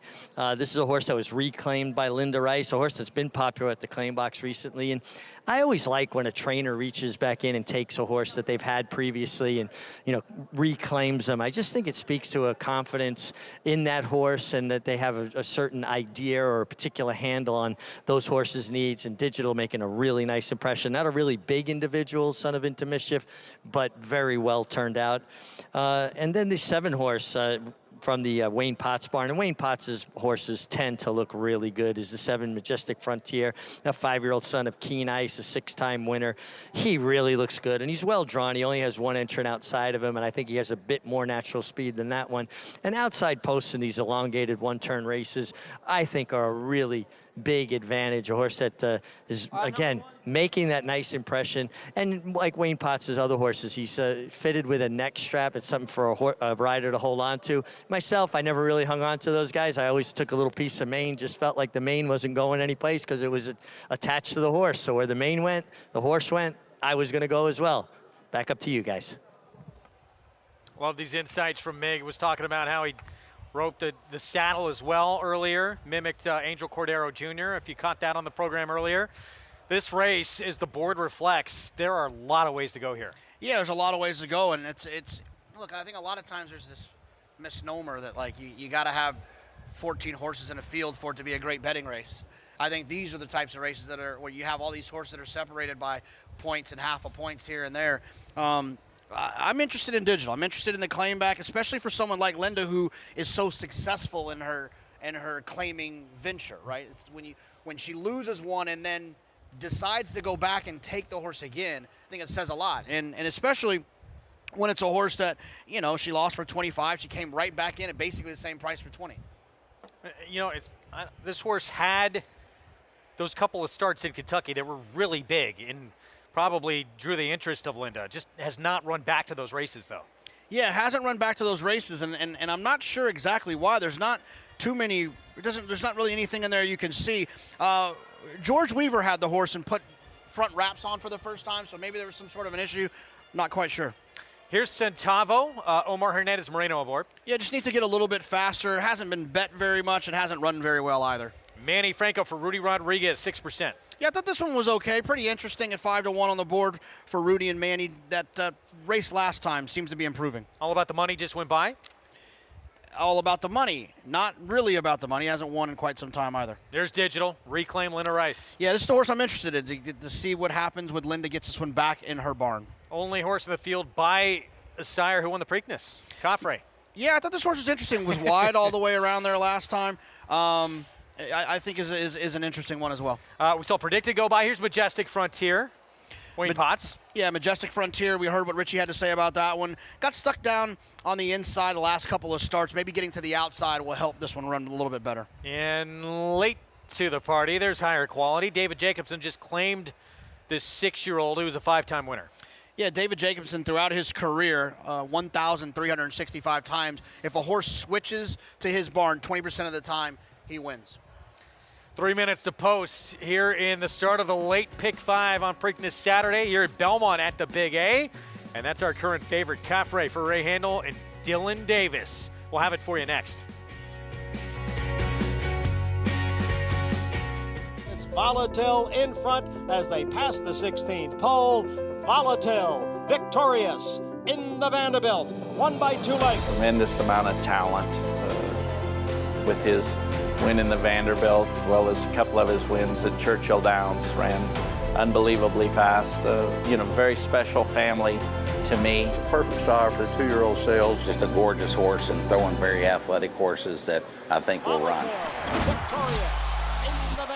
Experience the adrenaline-pumping, suspense-filled action of the Sport of Kings no matter where you are with Naira Bets. It's fast, easy, and secure. Download the app today and start winning with our lucrative weekly promotions, thrilling handicapping contests, and a one-of-a-kind VIP rewards program. Don't just watch horse racing, be a part of the action with Naira Bets.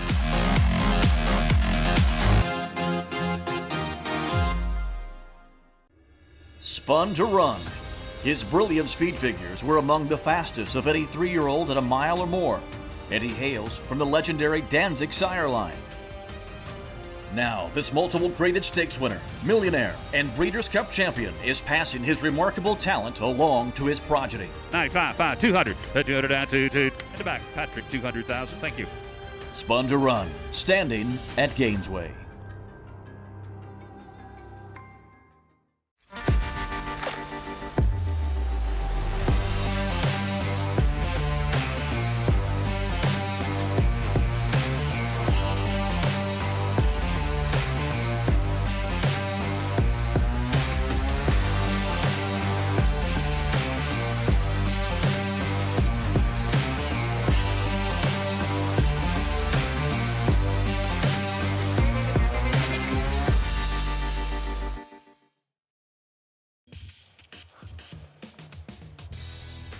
Back with you on our Fox Sports 2 coverage, America's Day at the Races. Thanks for being with us on this Preakness Saturday afternoon. Our program brought to you in part where you can play the middle jewel, the Triple Crown. All the action from here in New York and elsewhere, all across the country at Naira Bets. Go to nairabets.com, get signed up, started.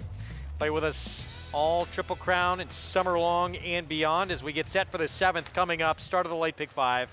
And there is 6%. Manny Franco, Rudy Rodriguez. Let's go downstairs to Mig. Thanks, Greg. Yeah, I was vacillating back and forth between the 2 6% and the 4 digital. And ultimately what won me over was watching 6% warm up. He left the pony under Manny Franco.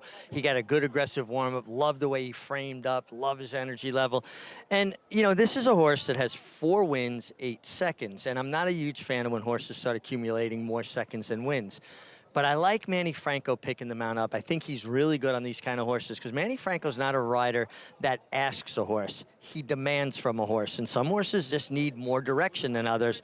And he's such a physically strong rider that he seems to be able to get the most out of horses like this. And I actually went that way because of those reasons. Digital looks great. I think he's going to be tough. Linda Rice does great work, and I love the reclaim there.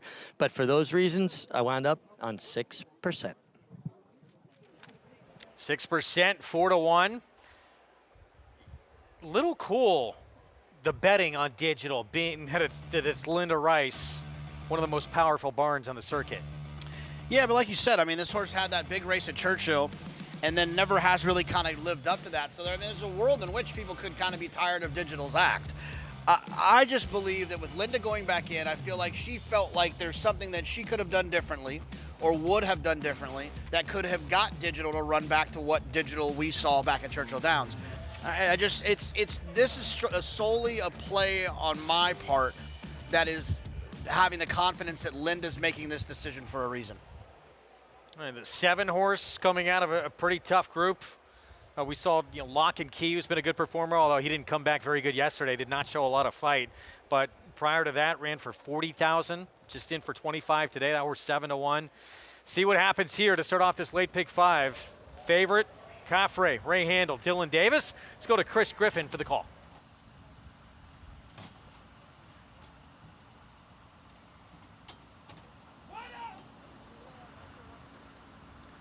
Higher quality goes in. All set. And they're off. Good speed from in between horses there. Digital's got the early kick, and Digital with Caffrey in the early mix as well. And there's Caffrey now, puts a neck in front.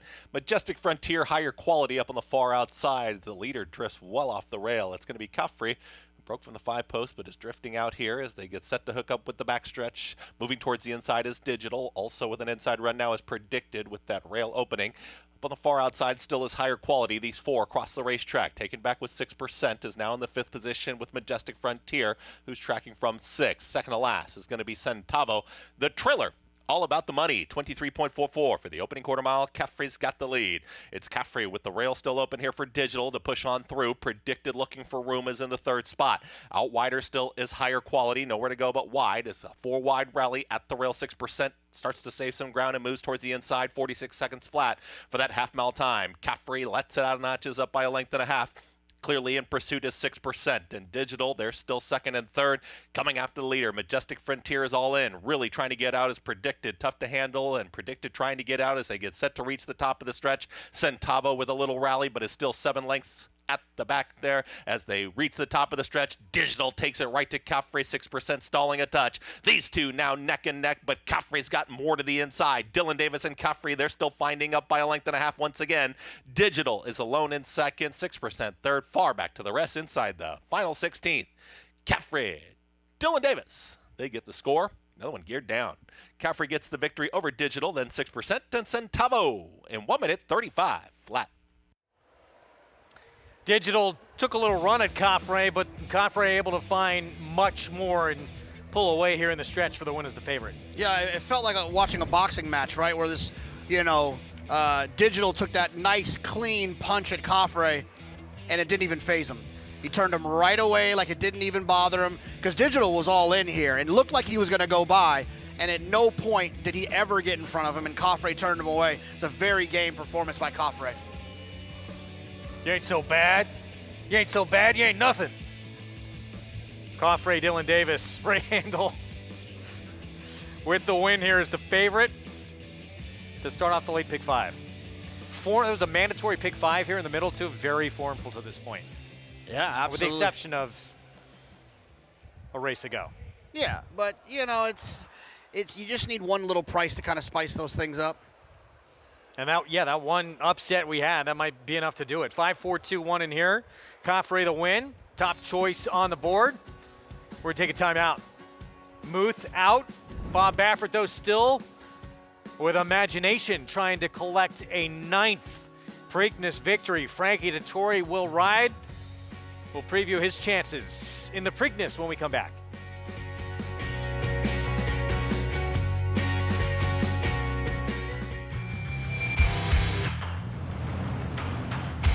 It's Rock Your World in command.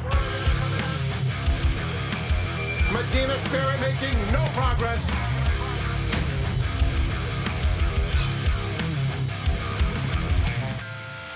And it's going to be Rock Your World to take them all the way in the Santa Anita Derby. He's undefeated and wins by 4.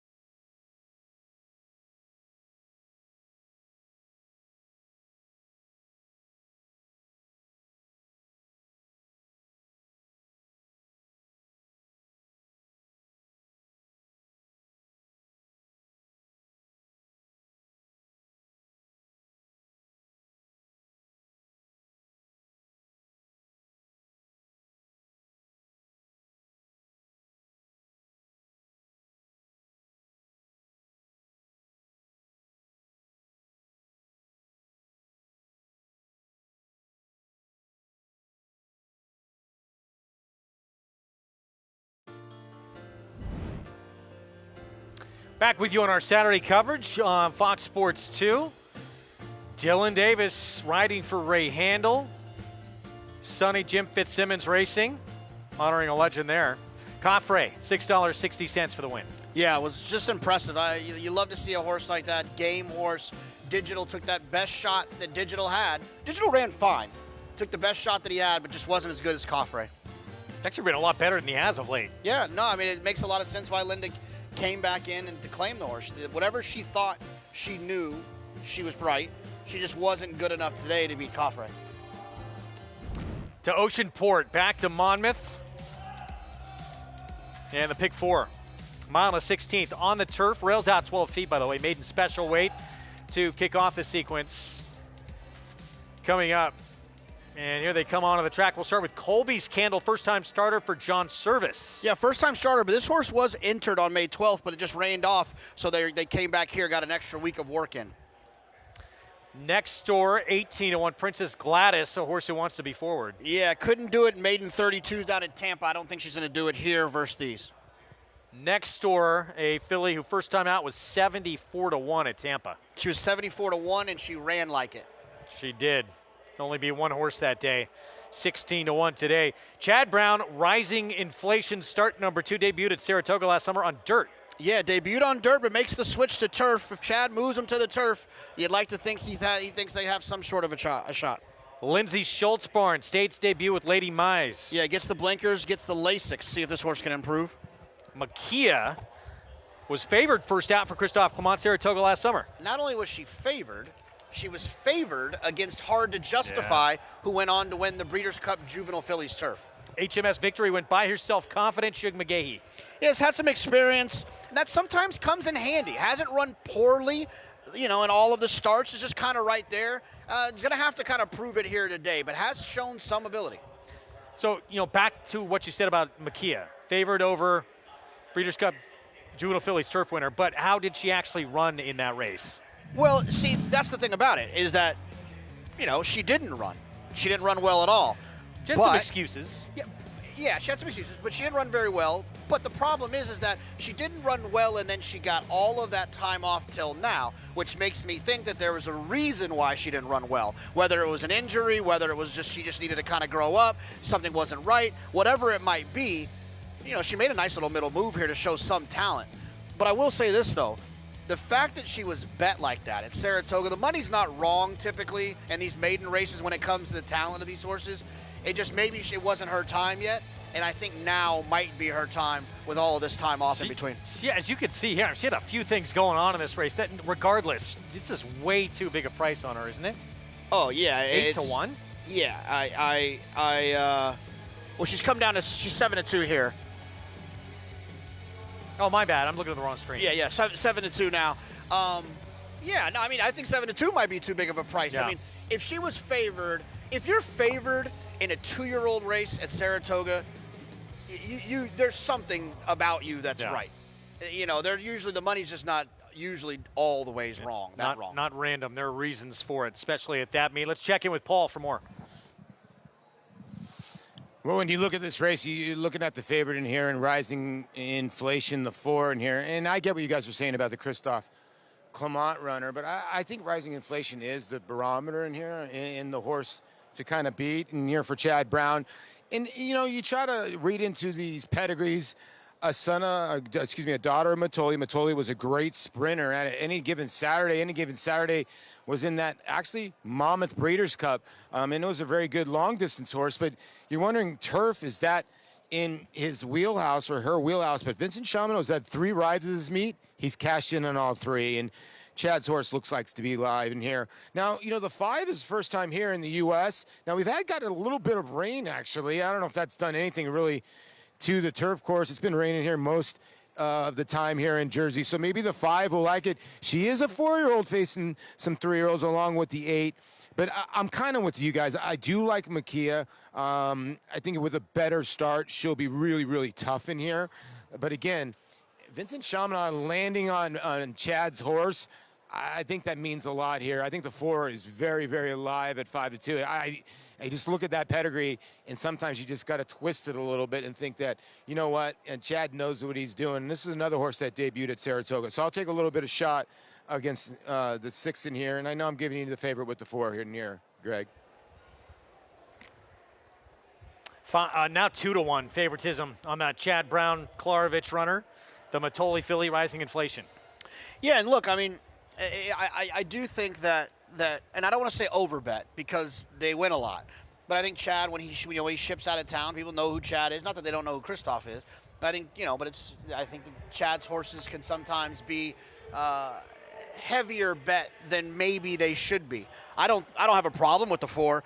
I just can't get past the fact that Makia made that middle move and was a favorite into a loaded 2-year-old race at Saratoga last summer. She's had all this time to grow up, all this time to improve, and I'm excited to see her running here. Poor start. I thought she had to check a little bit on the inside of that race, too. Pretty good horse who came out of there, as you mentioned. Who was a price, by the way, with all the success and that's arguably the race he's been most successful in. I think it is, the Breeders' Cup Juvenile Fillies Turf, that she was the number she went off at that day. Hard to justify. And I want to say this, though, about Rising Inflation. I think it's interesting. Chad debuted this horse on the dirt, and he ran pretty well against Life Talk. She ran pretty well, excuse me. And then if you look to her work tab, she's never really worked on the turf. So it's not even like, I don't think he's guessing. I think that he's feeling pretty confident this horse is going to run well on the grass.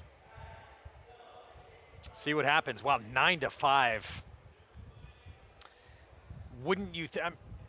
Most trainers, though, too, and a lot of times they get it right, and that's why they're so good at what they do. They pick the surface. They think that's going to be their forte. But this barn especially has a knack for, even when they don't have pedigree, to move them and they still perform.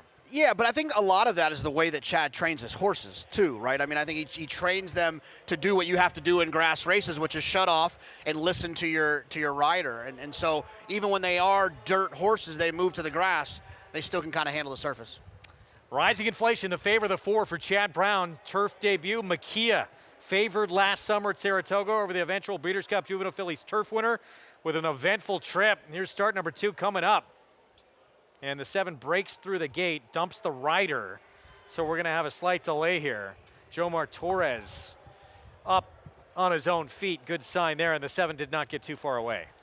No, didn't get too far away. And if you're watching at home, those doors are held together by magnets. So it doesn't take too much for them to pop open. It's still not something you necessarily want to see. It's these horses are obviously showing some nervous energy to kind of do that. It's obviously wasting a little bit of energy when they do that. I think there's probably some old horse players that if they had a win ticket on a horse that broke through the gate, they'd run and cancel it. I've seen horses win, and I've seen horses that were supposed to run well that broke through the gate that didn't win. So take it for what it is. Now, luckily, I guess, just be thankful there's no chain reaction here, because sometimes you do see that. So everyone else, for the most part, patiently staying in their stall here in the starting gate. They did back the 2 out, but the rider, you can see behind there, just got a leg back up. And I would imagine that they're taking a look at the 7 with the vet. There's usually a vet. There's always a vet back there behind the gate looking at the 7 to make sure there's no injuries or no issues. And they're going to circle her around. Yeah, wait and see if this one will still remain in the race or if this horse is going to come out or not. Everyone's still loaded, so at this point, we would think, well, now they're taking the outside horse out, so maybe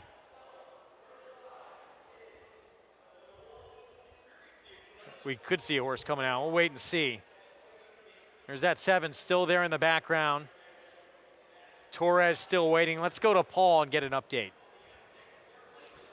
Yeah, listen, Matt Dinnerman's going to announce it right now.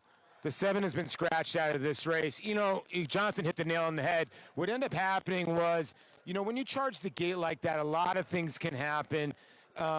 Concussion, bloody nose. And you can see that the vet looked at the horse originally, then asked for the horse to walk around the gate and just didn't like what they've seen. So great job here.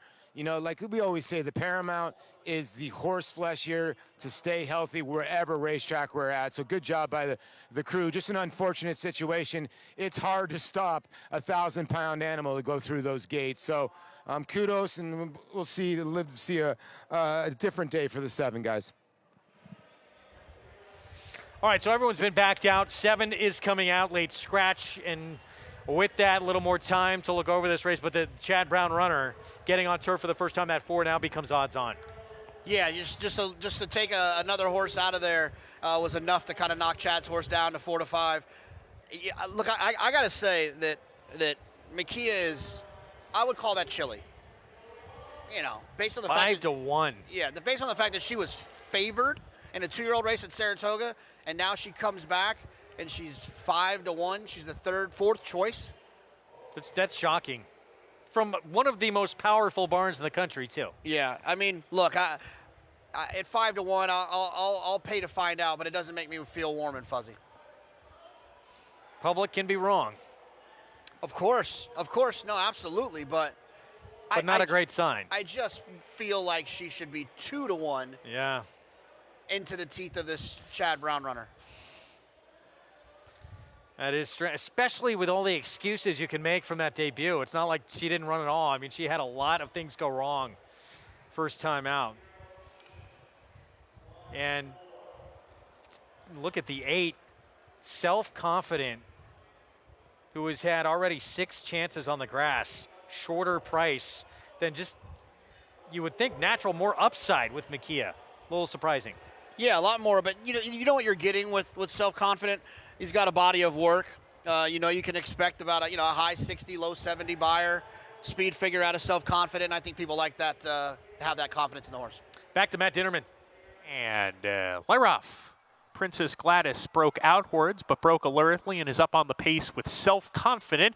These two come out of the chute together. Princess Gladys on the inside with a narrow lead. Lady Meese takes the second spot. Self-Confident delegates to track from the 3rd position. Kobe's Candle alongside of her, a gap of 2 to Rising Inflation with Makia and Lily's Spirit at the back of the pack. No genuine tempo on it all here as Princess Gladys shows the way, hitting the clubhouse turn at a moderate pace at best. Princess Gladys, the leader here by a little over 2 lengths. Lady Meese happy to track from 2nd. Kobe's Candle to the inside. Self-Confident in the 4th position, 3 lengths off the pace, a half length to Makia. And then comes Rising Inflation, 6 lengths off the pace, a length clear of Lily's Spirit, who's the trailer and has no speed to chase. 25-1 that first quarter mile, set by Princess Gladys, who's had everything her own way on the lead, a length in front.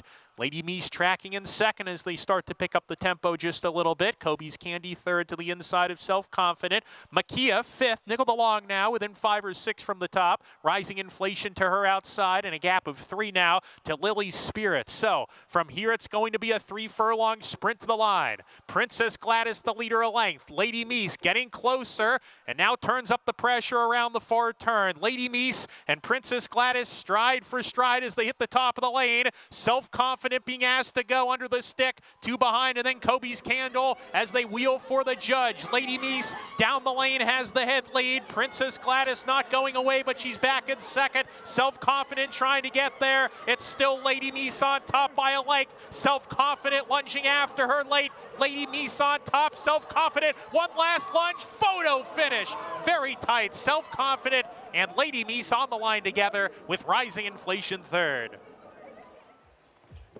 Self-Confident getting by Lady Meese in the final jump for the Shug McGahee barn. Yeah, look, I mean, that horse was determined. Determined is the best word I can come up with on the outside there. Just kept grinding away. And look, I mean, it's what you get with a horse that's got experience. I know there looked to be a lot of upside on some of the other horses in here, but with a horse like Self-Confident, who's just been around there, he's fit, made his 7th career start, has run pretty well in the last 3 starts despite not getting in the exacta. And all it took now was just a little bit of determination. He got there. Sam Camacho aboard for that win. And we'll have those prices coming up. As you look live, Belmont at the Big A, race away from our Saturday feature. The Grade 3 Vagrancy, 1 mile on the turf. Coming up here in the 8th, we have a new audience joining us right now.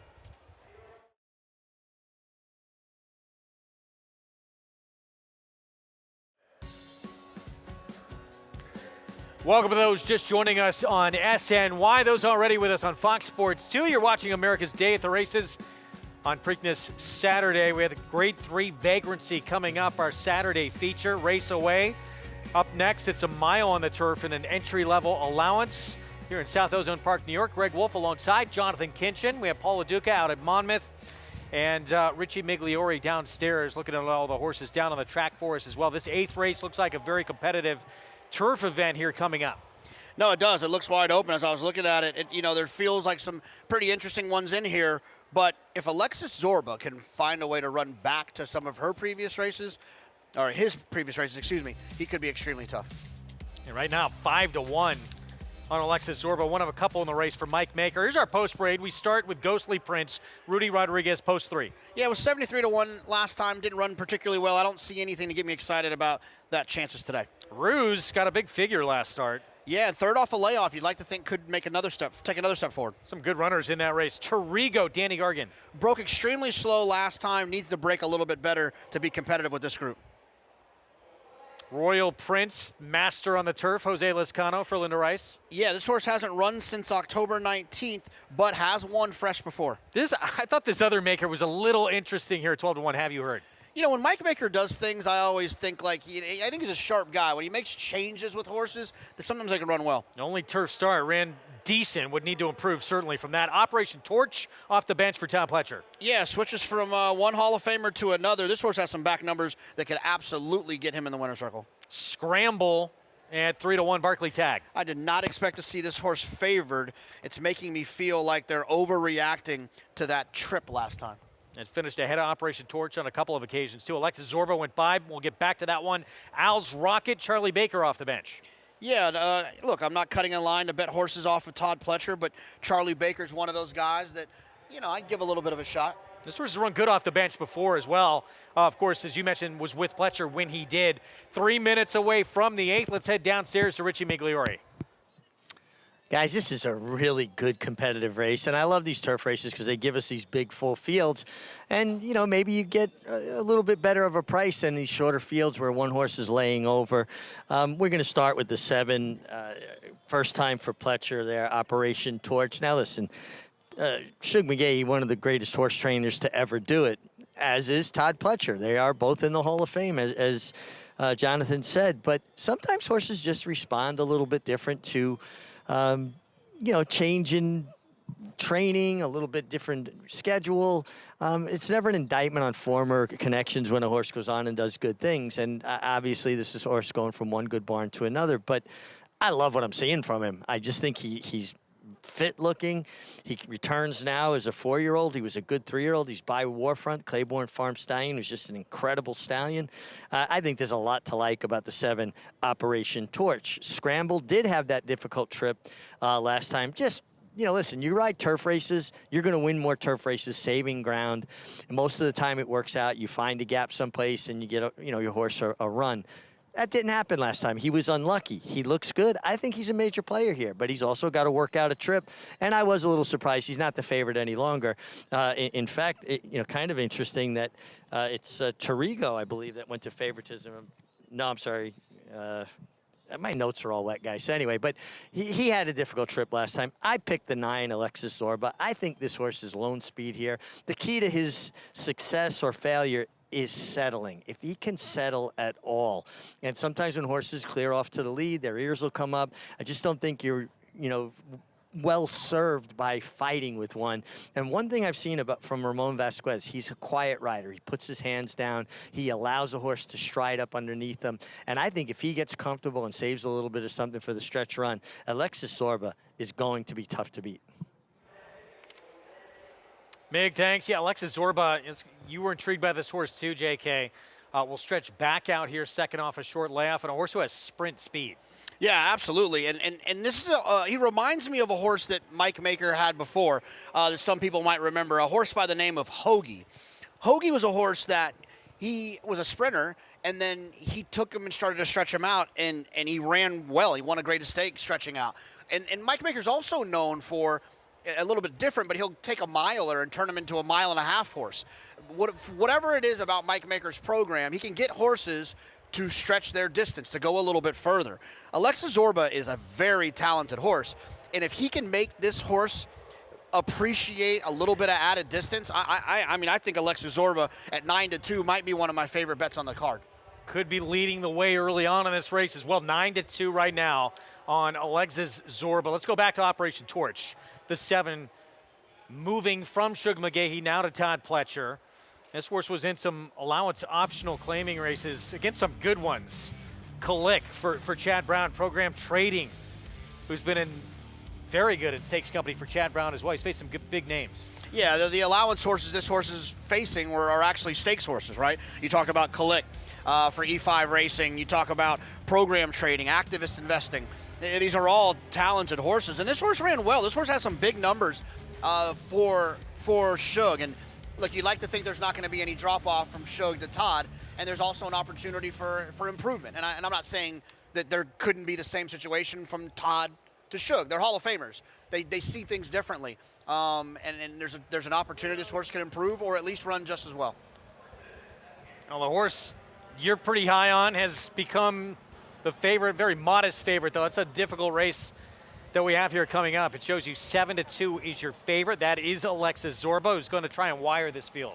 Yeah, look, I'm not crazy about the idea that if Chad thought this horse was a sprinter, you know, that you would think that Chad would have probably, you know, tried the horse going longer if he thought the horse could go longer. But Mike Maker's one of those interesting characters that if he tries to do a move like this, he's got my attention. We're set for the 8th year Belmont at the Big A. Start of the late pick 4. Let's go upstairs. Chris Griffin, the call. Al's Rocket to the outside. Al's Rocket steps forward and in. All set.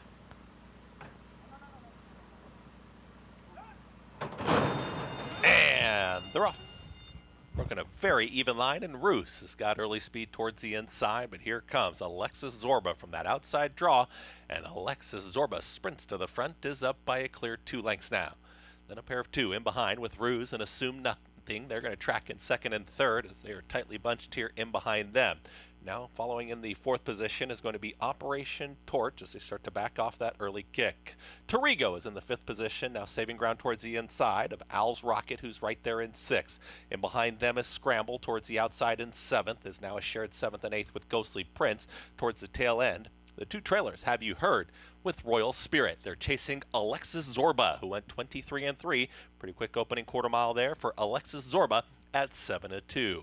Down towards the inside, still patiently ridden is Ruse. Will need a way through with Assume Nothing. They're still 2nd and 3rd. Operation Torch and Junior Alvarado start to move closer within 4 of the lead. 47 and 3, the half-mile time. Alexis Zorba trying to take them all the way. Alexis Zorba into the far turn. Ruse has got a handful there. Romero Mirage, nowhere to go yet. Saving ground towards the inside. Assume Nothing. Also going to get the jump is Operation Torch towards the outside. Torigo rallies on Scramble. Ruse gets off the rail. The leader is Alexis Zorba. Ruse is now in the clear, starts to chase this leader. Going right with this leader is going to be Operation Torch as well. These 3 line up, and Ruse is in between horses, now muscling on through to put ahead in front. Operation Torch and Torigo down the center of the course as well. Inside the final 16th, Ruse is down towards the inside. Operation Torch, Torigo trying to catch them both. Ruse to the inside of the red blinkers. Ruse gets the victory. Ruse gets the victory over Operation Torch, Torigo, and a late run from Ghostly Prince. And 1 minute 36 seconds flat. Ruse out-dueling Operation Torch, who did wind up going off your favorite. Sneaky good race from this horse last time out. Romero Mirage picks up another win. Ruse ran really well. He was close to that pace that was, you know, I would say it was at least honest. You saw what happened to Alexis Zorba, who kind of just fell out the back. I thought that Operation Torch was going to go by basically the entire stretch. And I think a lot of people probably felt the same way. Ruse did not think that was going to happen and was extremely game on the inside. Like I said, especially considering how close Ruse was to what I believe was a pretty honest pace. For Operation Torch, it was first off the bench. Maybe next time out will go by, but not today.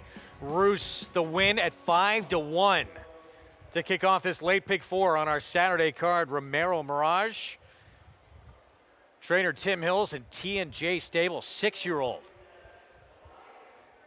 Wins for the 4th time in his career. We'll have the prices for you when we come back. Our Saturday feature coming up next. Grade 3 Vagrancy and Begin. We'll try and pick up the 4th win of her career for Ned Allard next.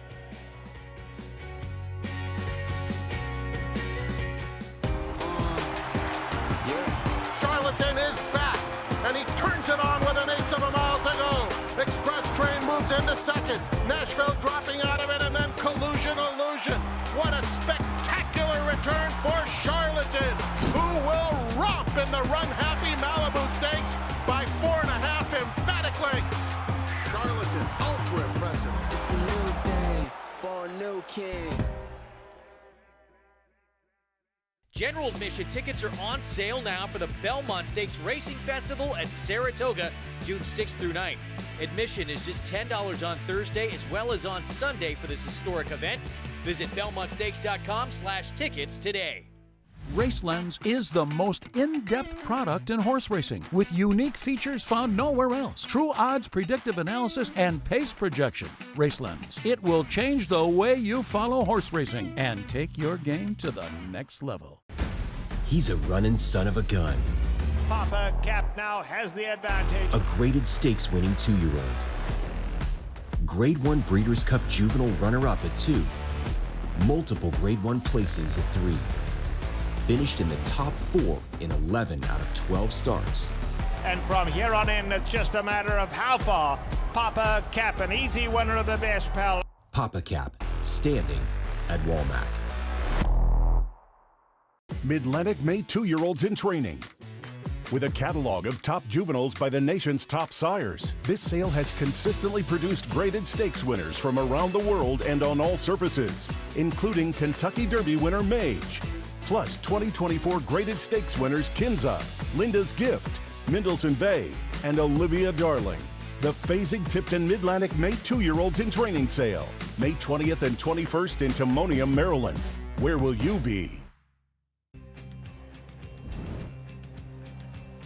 Back with you on America's Day at the Races. We have more coverage coming up tonight from the Big M Arthur Cutler Memorial. The feature on the card featuring a couple of Breeders' Crown winners in Jiggy Jog, Southwind Tyrion, Acacia Clement, and the man many consider the GOAT in this sport, John Campbell. Maybe the greatest harness driver of all time. Going to be on that coverage this evening. You do not want to miss it. That is coming up later on this evening again from the Meadowlands. Back at Belmont at the Big A, Romero Mirage for Tim Hills. It's Ruse in the 8th. Yeah, Ruse ran outstanding. He was close to an honest pace. He sat in there comfortably in the pocket. And when they turned for home, he ran by the leaders, but more importantly, he held off the favorite in Operation Torch. I thought that he ran extremely well. His connection should be very proud, and it seems like third off the layoff is what kind of helped see his optimal performance. There's the battle. It becomes a 2-horse race at this point, and it really did look like Operation Torch was poised to move right on by, but Credit Ruse digs in, very game on the inside, and wins here at 5-1 to close out a middle mandatory pick 5. That comes back $2,278. Nothing wrong with that at all. Well done if you put that together. Saturday feature coming up next. Grade 3 Vagrancy, 6.5 furlongs. Fillies, mares 4 and up. Hot Fudge. She put together 5 consecutive wins for Linda Rice. And then last time out as a favorite, short price favorite, JK, that win streak came to an end. Yeah, and look, and the problem is when you have a horse like that just continues to win, they get a little bit overbet. And even in some of her wins, I felt like she was fortunate to win those races. I'm really excited about the horse to her outside the 2 Big Pond, a horse that I thought ran extremely well out in California. And I think that California speed, when they come out to the East Coast on dirt races, I think they can be pretty dangerous, switching to the barn of a Hall of Famer like Bill Mott. Interesting race coming up for our Saturday feature in this filly and mare sprint division. Grade 3 Vagrancy is next. We'll have the post parade when we come back from a short timeout on Preakness Saturday. More coming up from our Monmouth coverage as well. Race 8, the Spruce Fir Handicap. 6-5 favorite, Mia's Crusade. 6-time winner from 16 starts, the one to beat. The best 2-year-old by legendary sire Quality Road. Hit back, $1.5 million. Very, very impressive debut. Cantering home. Could not have been more impressive. Coast to coast in the American Pharoah. He's the real deal.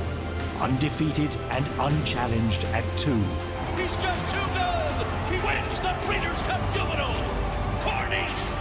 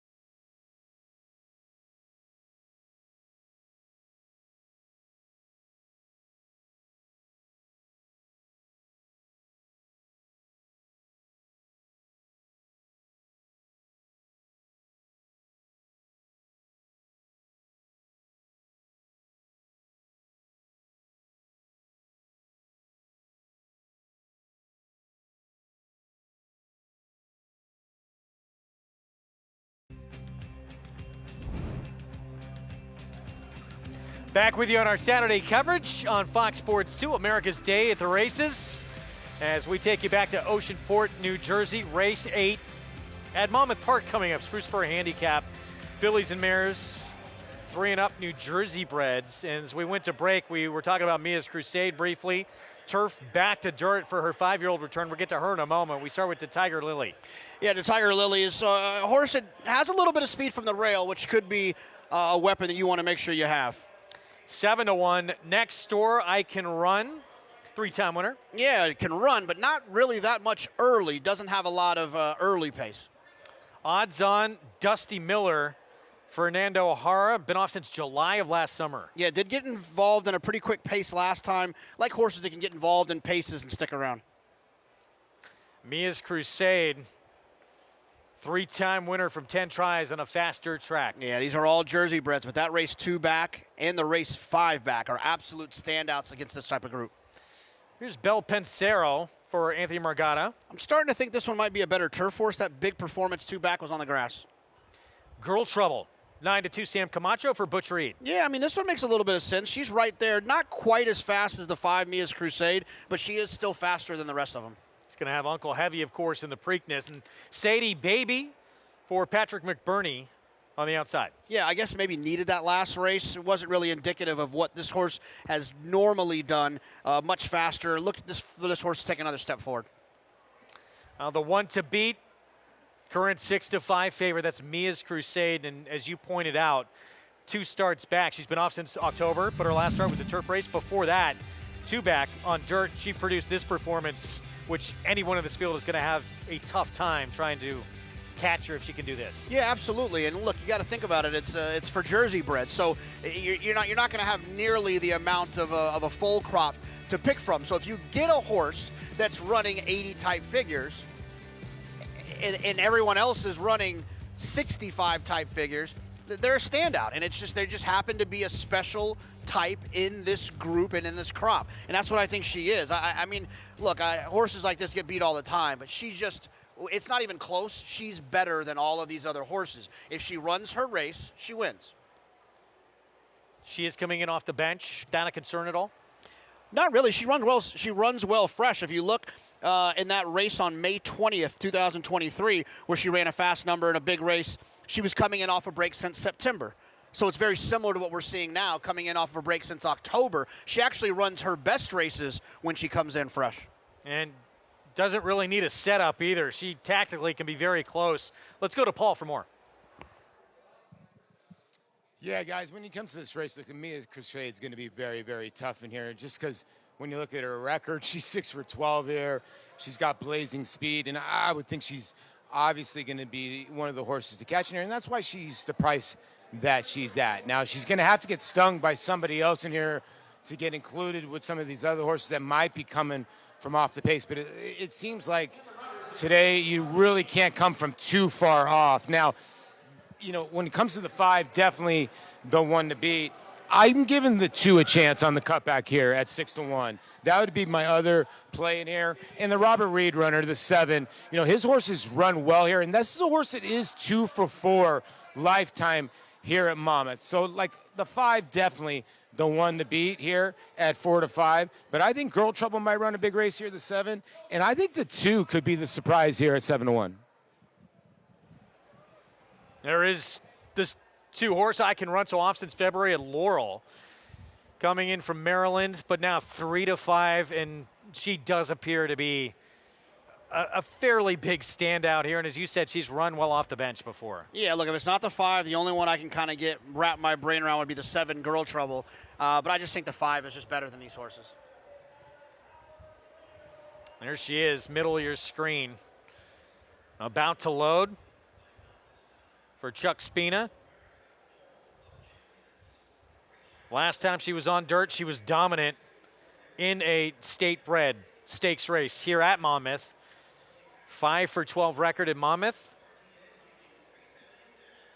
And now 3-5 on the board. Everyone else, race goes through her, no question. And she, you know, we talked about it too, she could be tactically very close in this race. There's quite a few, though, that do want to show some early zip. There is, but they're not of her quality, right? So I don't have a problem if I want her to see her on the front end. and I'm not too concerned on how much he has to use her to get there. Let's just go to the front. You're on the best horse, and let the rest of it kind of fall. Let the chips fall where they may. I don't think you want to try to get cued and worry about getting hooked. Because if they're running with you, they're going too fast. Matt Dinnerman, the call, the Spruce Fir handicap. Mia's Crusade, the 5, the odds-on favorite. 2 back, Girl Trouble.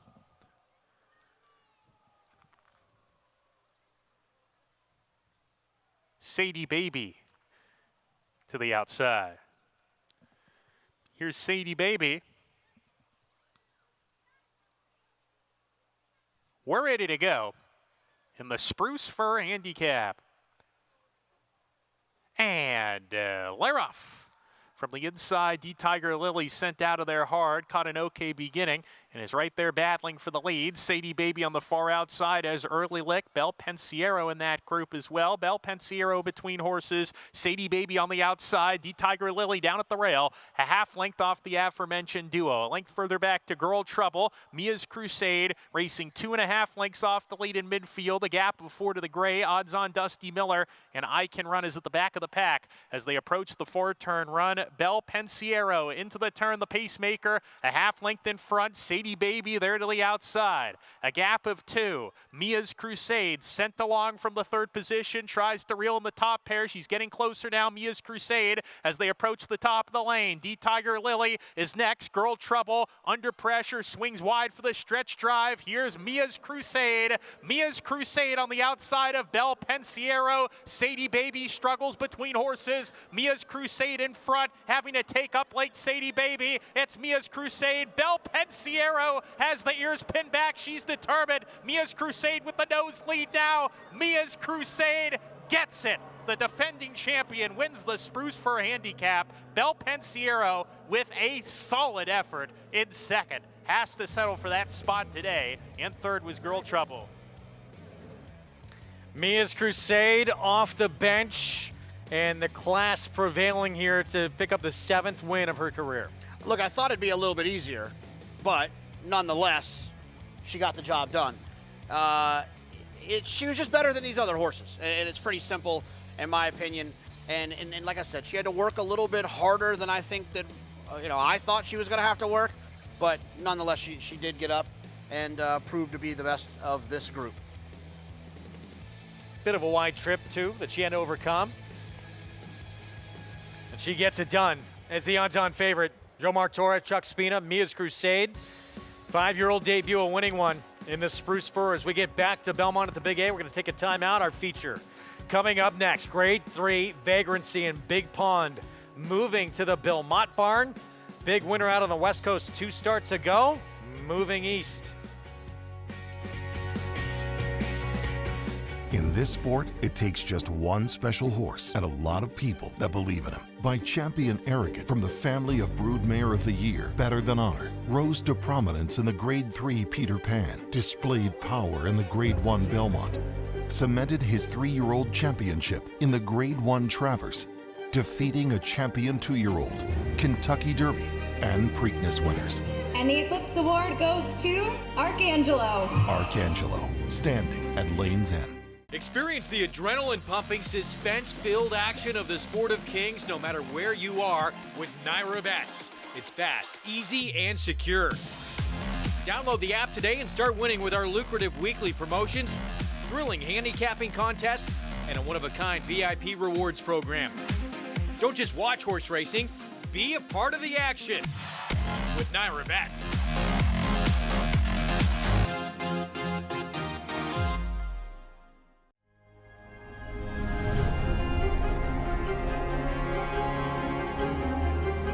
Greatest Honor has taken the lead now. Less than a quarter of a mile to go, and Greatest Honor starts to get away. Greatest Honor, he's an easy winner in the Holy Bull. And here he comes now. Greatest Honor finding his best stride right when he needs to, and he's going to run down, drain the clock to win the Fountain of Youth.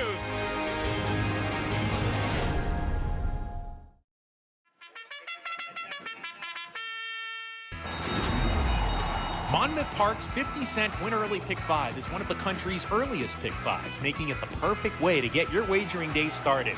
With a 12:50 post on weekends and 2 p.m. start on Fridays, the Win Early Pick 5 is home to a low 15% takeout and six-figure pools. Start your day winning early. Play Monmouth Park's Win Early Pick 5. Win early, win often.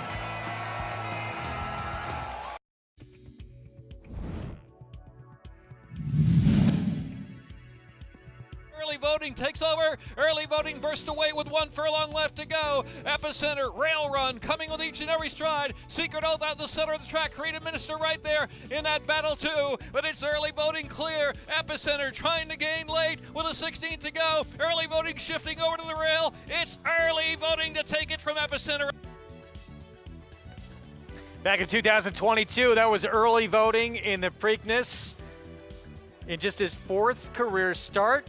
Before him, for these same connections, 4th career start, Cloud Computing, and later today, 4th career start. It's going to be Tuscan Gold. This was on Seth Klarman's birthday, by the way. Nice birthday present.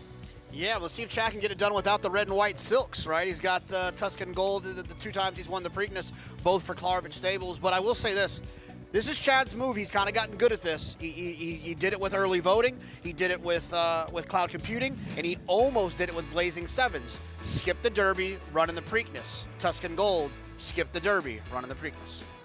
Lightly raced. So career start number 4 coming up for Tuscan Gold. He was just 3rd with, I think a lot of people felt ran a better race in that Louisiana Derby when he was behind Catching Freedom. No, I think that you could make that argument for sure. And look, of the horses that we've seen, it feels like he's got the opportunity to take a step forward. Like, we know who Mystic Dan is. If he runs his race, he'll be right there. But we know who he is. It's not like they're going to get a big improvement out of Mystic Dan. Tuscan Gold feels like the one that actually could take another step forward and kind of thrust himself into that 3-year-old category. And again, as you've said, this is what Chad Brown, at least in terms of the Triple Crown, has done best and proven what he's very, very good at. Lightly raced horses, skipping that Derby when horses aren't quite ready. And also, he had this horse entered the Peter Pan, decided to let's scratch out of there for a Belmont prep and go in this much tougher spot instead. Well, I think being 4-1 in the Preakness makes me feel like that was probably a smart move. Let's go to Mig. Mig, where are you going to wind up in the middle jewel of the Triple Crown? I am going to the outside with Imagination for Bob Baffert. Lightly raced horse, 6 starts, 2 wins, 4 seconds, never run a bad race. I just think tactically he's got a bit of an advantage. He's a horse that has a lot of natural speed, and he's going to be forward. I do think he'll be stalking, probably laying second in the clear. And the way he was honed for this race, right, missing the Derby, 2 back-to-back 6 furlong works in 111. It tells me that Bob Baffert is coming in with a vengeance, and I think Imagination will get the right kind of trip. So no Muth, who would have been favored in this race, the Arkansas Derby winner, but Baffert, a chance to win a 9th Preakness. Amazing with Imagination. What'd you feel about his chances? Yeah, I don't want to be a bad TV guy and ruin it. I think I'm going to give my pick later, but I'm going to pick Imagination. I feel like he looks a lot like National Treasure did last year, right? He didn't win the San Diego Derby. He had that time off. He's going to find himself on the front end, and he might get brave up there.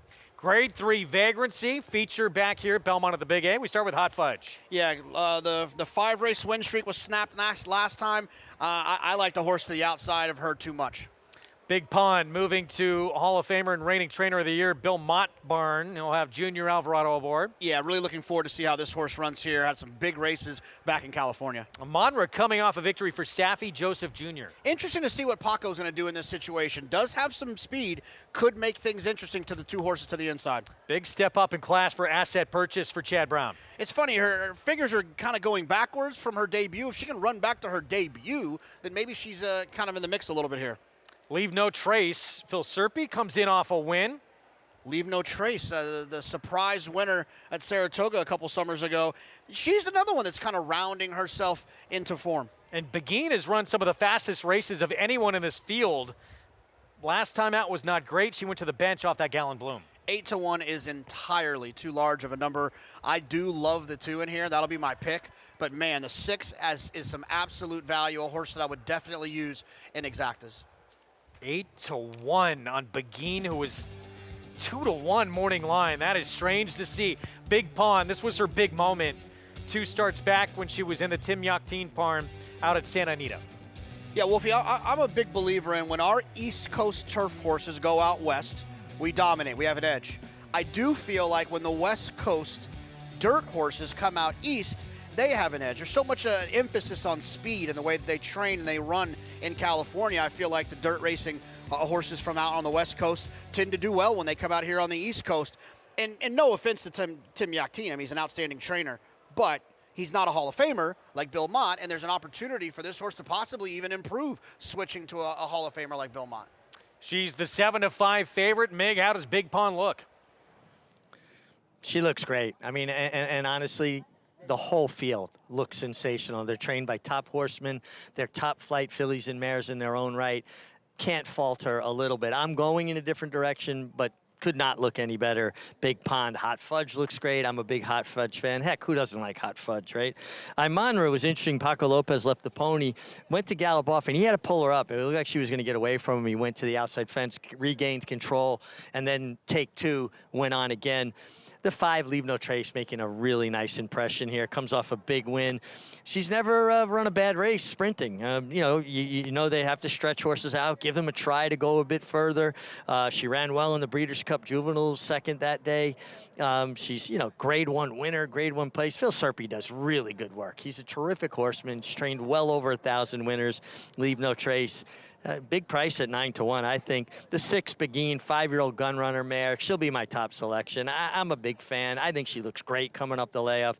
Ed Allard, her trainers, trained over 2,700 wins in his career. He's just a great horseman. Wanted to be a jockey. Actually used to sleep in a bed that was too short for his length, thinking that you grow at night. He was trying to keep himself from growing so he could be a rider, but he went on to be a very successful trainer. Interestingly enough, the grandsire, Shinani, was a horse I broke the horse's maiden for Phil Johnson many years ago, and that horse went to stud and came back and was a successful racehorse after that, winning the Engine 1 Stakes for Ned Allard many years ago, and that was owned by Peter Fuller of Dancer's Image fame and Mom's Command as well. Abby Fuller winning the Triple Crown for fillies for her dad with Ned Allard as the trainer. Beguine looks great. She's posted outside, hard knocking, tough mare. I'm really a fan, and I thought, well, she's coming down now a bit, but she was 8-1 a few moments ago. 6-1, I still think is a generous price on a tough mare like Beguine. I'm at a loss. That Beguine is at 6-1 in here. She was the morning line favorite. 2 of her last 4 races, everyone else has to try and catch her. She's got speed. What are we missing? Well, I mean, she hasn't run since October 23rd.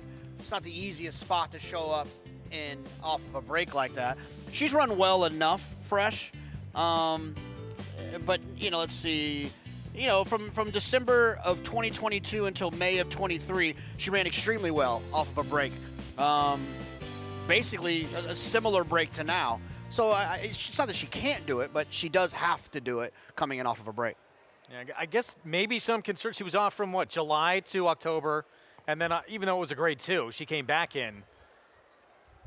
Wasn't one of her best performances, and then she goes to the bench again. Maybe a little concern. She's just not the same. Yeah, but I also think that people are very excited about the 2. With that big performance we saw back at Santa Anita before switching to the East Coast of Bill Mott. And then also Hot Fudge, let's not forget, Hot Fudge probably gathered a lot of fans, a lot of respect through her 5-race win streak, and people looking for her to kind of get back in the mix. As you see on the screen, 6 wins and 8 career starts at Aqueduct. So I think that it's less about them not liking Beguine and more about them liking the other 2, which, it's a pari-mutuel game. So money on one horse is going to make the price on another one go up. Now, this was the 5th win in a row in that streak for Hot Fudge, which would come to an end in the next start. This was in the correction. Got up to win by a nose on a muddy seal track. Yeah, this is kind of one of those performances I was talking about. I don't want to take anything away from her. She won. But when you're dealing with a pari-mutuel game where folks get very excited about seeing all of those ones representing wins and past performances, you want to try to throw, put some chinks in the armor. And I just think that getting a bob in one of those wins is enough to put enough doubt in my mind about how good Hot Fudge actually is. Grade 3 Vagrancy, our Saturday feature, and Big Pond, the two moving to the Bill Mott barn, being bet like she's potentially a new emerging face in this filly and mare sprint division. We will find out next. 4 to 5 on the board with Junior Alvarado to ride. Let's go to Chris Griffin for the call.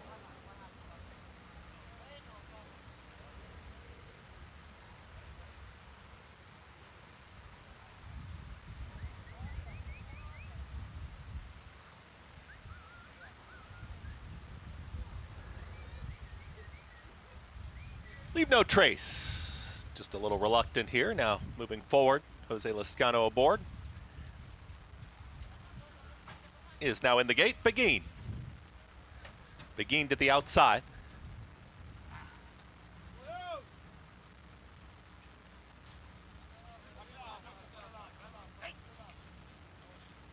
Beguine is now in. All set for the Vagrancy.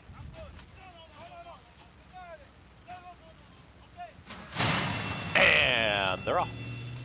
Beguine breaks with early speed towards the outside. Leave No Traces in that early mix as well.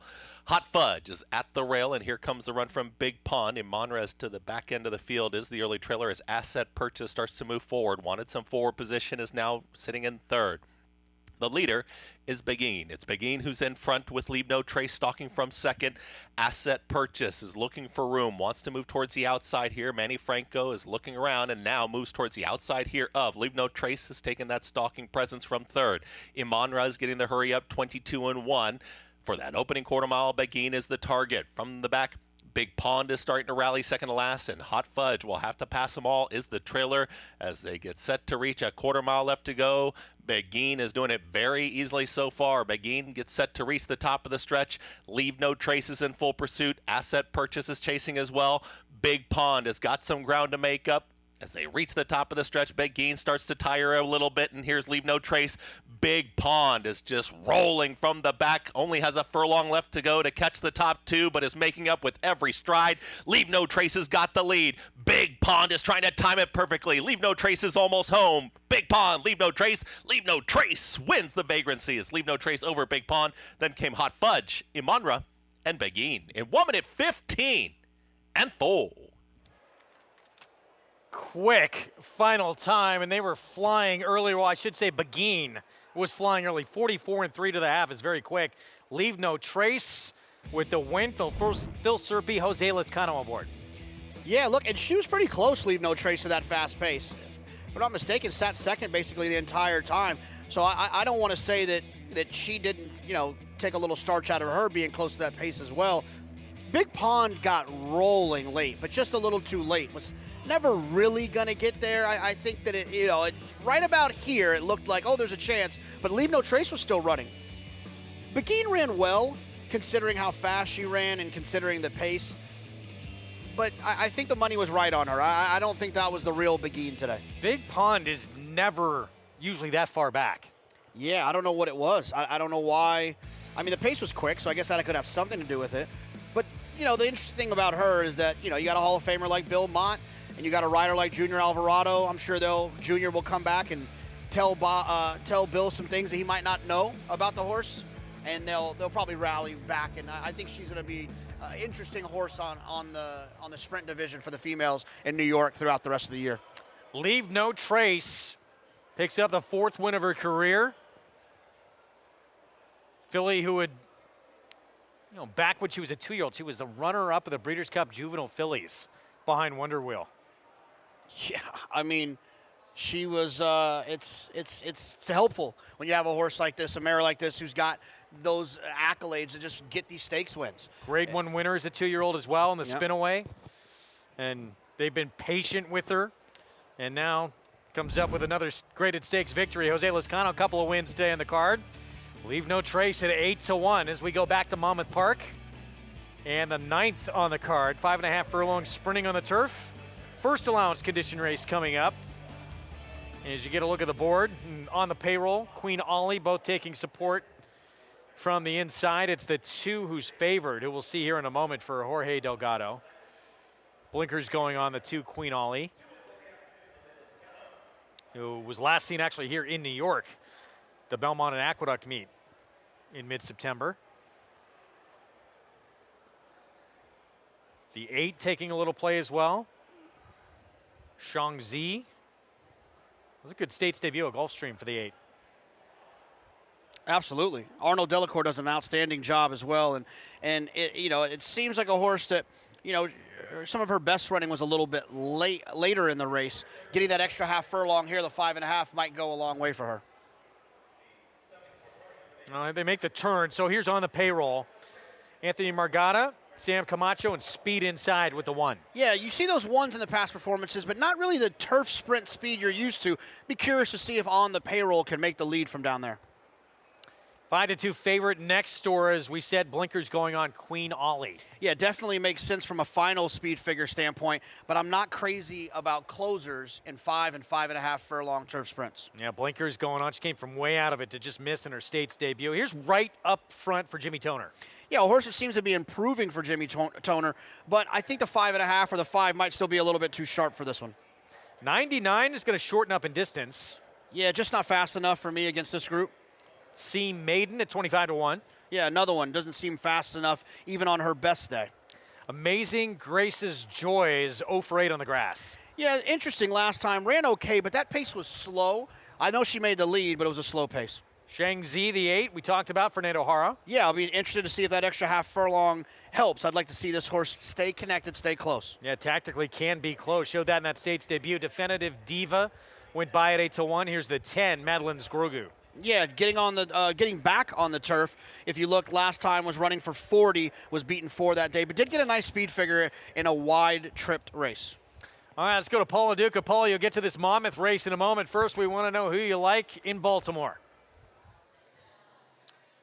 Well, with the scratch of Muth, I ended up on Mystic Dan, I think because of the rain, too, as well. I was able to witness his unbelievable performance, and it's the best number been run by a 3-year-old besides Fierceness on a wet surface, and I think that will aid him a little bit. I think his pace will keep him close enough in the race. I am worried. I think a lot of people don't think Imagination is good enough, but whenever Bob Baffert is clear, that's a tough task. But I do think Mystic Dan, after the race, talking to Ray Briner, he had told me that Mystic Dan didn't eat up after the race, and then all of a sudden he perked up. And I think the other part about it is he was training over a track at Churchill Downs after the Derby that had a little bit of rain on it, and I just think that he loves it too as well. And it's just not hopeful wishing that we get a Triple Crown going into the Belmont at Saratoga. Listen, we all want that. I just think this horse is tactically gifted enough that he can stay close, and he will like the wet surface. Okay, let's get on to race number 9. We only got 1 minute to post here, and I landed on the 8 and here. Shanghi, that you guys were talking about for Arnold Delacour. A lot of times when these horses come over from Europe, this horse was running on synthetic at Wolverhampton.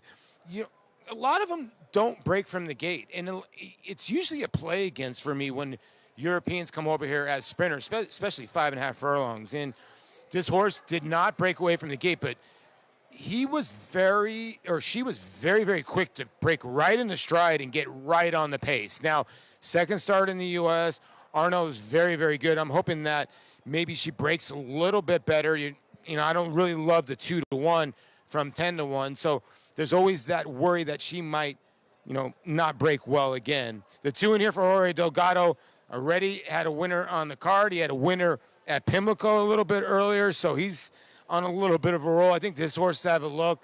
And I also think, the 3 at 5-1, cutting back in distance for the second time for Jimmy Toner, going to have to improve. But I'm going with the favorite in here. I think with a better break, Fernando Hara and Arnold Delacour will get the job done, Greg.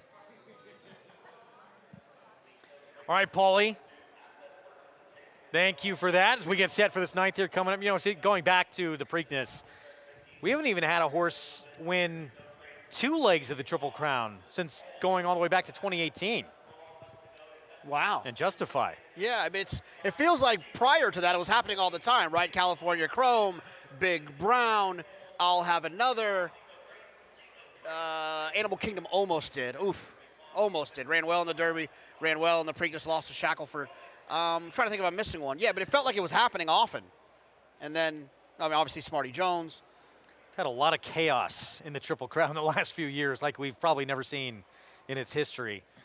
But we'll see if we're going to have that Triple Crown on the line going to Saratoga for the Belmont in just over 2 hours. It's already going to be crazy, and I say crazy in a good way. I can't imagine the attention it will get when and if there is a Triple Crown on the line. I'd say it's probably going to be the wildest week potentially in the history of this sport, with a Triple Crown race at that historic racetrack. Yeah, it's got all the makings for it. It sure does. It feels like one you're not going to want to miss, one you're going to feel like you had to say you were there for that. It's not going to happen often, so if you can be part of the action, be there. If not, we're going to bring you all the coverage here on Fox Sports right now. 9th here at Monmouth, 5.5 furlongs sprinting on the turf. Favoritism moving to the 8 in here. That very good States debut. Did stay close early. Fernando O'Hara back aboard. Let's go to Matt Dinnerman for the call.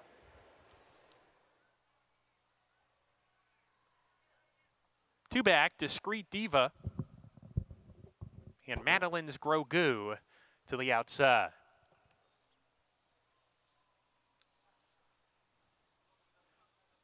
Madeline's Grogu to round out the field.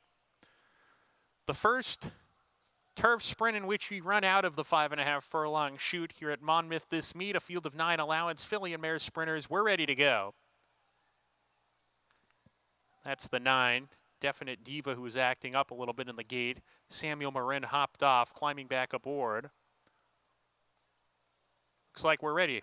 And Laroff, Queen Ollie leapt in the air at the start, is at the back of the pack after that. On the payroll from the inside has speed. Amazing Grace's Joy quicker. Amazing Grace's Joy to the front. Schwangzi takes the second position. Definite Diva on the outside third. And on the payroll, who broke alertly, has been taken back to stock the pace down the backstretch. Sea Maiden is next in the field. She's alongside of Queen Ollie, who's made up some ground after the slow beginning. And a 3-deep Madeline's Grogu. 99 is second to last. And right up front, can see them all as they charge into the forward turn. Amazing Grace's Joy, the leader by a length. Schwangzi on her tail. Sean Moraine gets closer within a half length of the lead. Now it's just a neck as they approach the top of the stretch. Definite Diva right off the leaders, gets into the 3-path coming off the turn. On the payroll, cuts the corner, tries to gain ground, angles outside for the stretch drive, and Queen Ollie's coming on the inside, dives to the rail. Schwangzi passing Amazing Grace's Joy. Queen Ollie continues to run up the inside. Schwangzi's in front. Schwangzi's gonna see it out. Schwangzi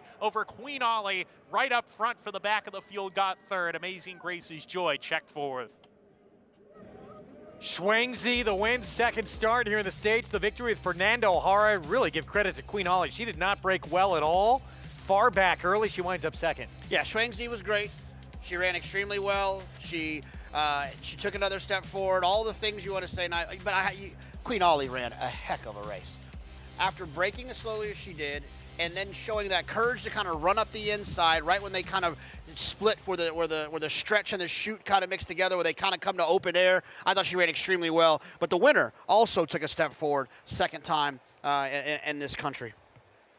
It's Schwangzi, though. Arnaud Delacour, Fernando O'Hara with the win. They're in this 9th from Monmouth. Prices when we come back. We're going to take a timeout. It's almost time. We'll have final thoughts coming up for this middle jewel of the Triple Crown in the Preakness. Can the Derby winner keep things going in Baltimore? We'll be back.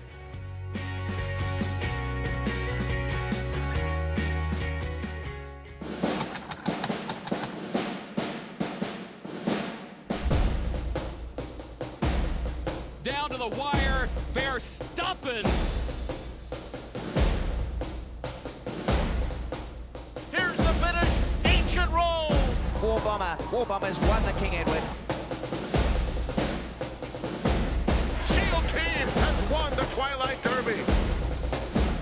Warfront, standing at Claiborne Farm.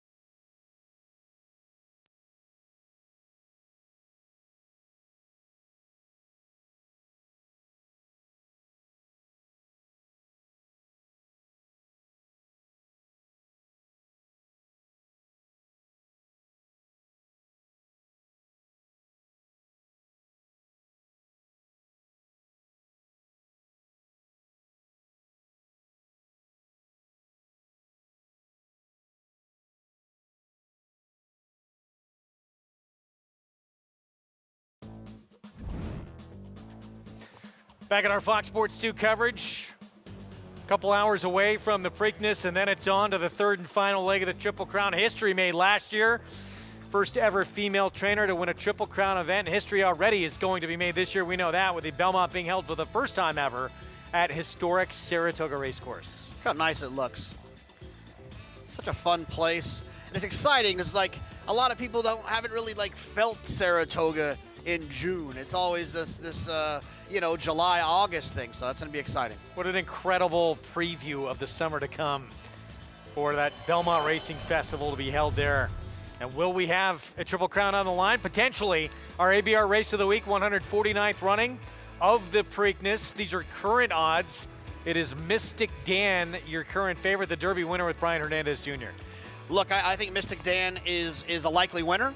I think he's a nice Derby champion, but I feel like I need to bet Imagination. Imagination reminds me so much of National Treasure, the winner of last year's Preakness. National Treasure was 4th in the Santa Anita Derby, skipped the Kentucky Derby, and then showed up and won the Preakness wire to wire. Imagination was 2nd in the Santa Anita Derby, skipped the Kentucky Derby, and I believe will be on the lead here. And we'll just see if he can get brave on the front end with one of the best riders in the world, Frankie Dettori. He got a brilliant ride last year from John Velasquez, too, to get that win, that force blazing 7s. A little wide early in that race, too. I'm going to go with the Kentucky Derby winner, Mystic Dan. This horse, one of his best races, too, was on a wet track, but you can always count on Brian Hernandez Jr. We've talked about it so much even before the Derby win. One of the most underrated riders there is in this sport. We know he's going to put this horse in perfect position. And Kenny McPeek was a little concerned about bringing him back so quick in 2 weeks because the only time he'd done that before, he ran the worst race of his life. That was back when he was a 2-year-old, was when he was stretching out for the first time. He would not be in this race if he was not doing 100%. McPeak sounds like he's very confident now bringing him back this quickly and that he's doing great. Yeah, and look, I think that one thing that Mystic Dan has going for him is that, and Brian Hernandez as well, is the comfort in knowing that this horse is comfortable on the inside. He's done most of his running on the inside, his good races on the inside. So from that 3 post, if he can just pop away from there, sit in between horses, sit behind horses, or find himself in a very forward position, I think that's got to be a comforting thing for Brian to understand that he has. And, part of the reason he went on to win that Kentucky Derby, the 2 horses to his inside, Dornock and Sierra Leone, they kind of bumped into each other. They didn't have a great start out of the gate, and he was able to get to that inside. No one to his inside, Mystic Dan, has any kind of speed in this race, so it seems like Brian Hernandez is going to be able to get to the fence and be able to save ground early. And he's got a little bit of speed too, right? I mean, we've been talking about how close he was to that quick pace in the Kentucky Derby. He's close enough. He can be there, and Brian has the confidence to know that he can use him a little bit to get that position that he needs. Couple hours away from the middle jewel of the Triple Crown, Mystic Dan, Kentucky Derby winner. Trying to keep that Triple Crown dream alive. We are back tomorrow, 12:30 Eastern, but we're actually back tonight at 9 Eastern with our harness coverage from the Meadowlands. Mystic Dan trying to keep things going. For Kenny McPeak, Brian Hernandez Jr., Catching Freedom, winner of the Louisiana Derby, 4th in the Derby. Can he turn the tables on Mystic Dan, or will Imagination for Bob Baffert bring him a 9th Preakness victory? We'll know very shortly. See you later tonight.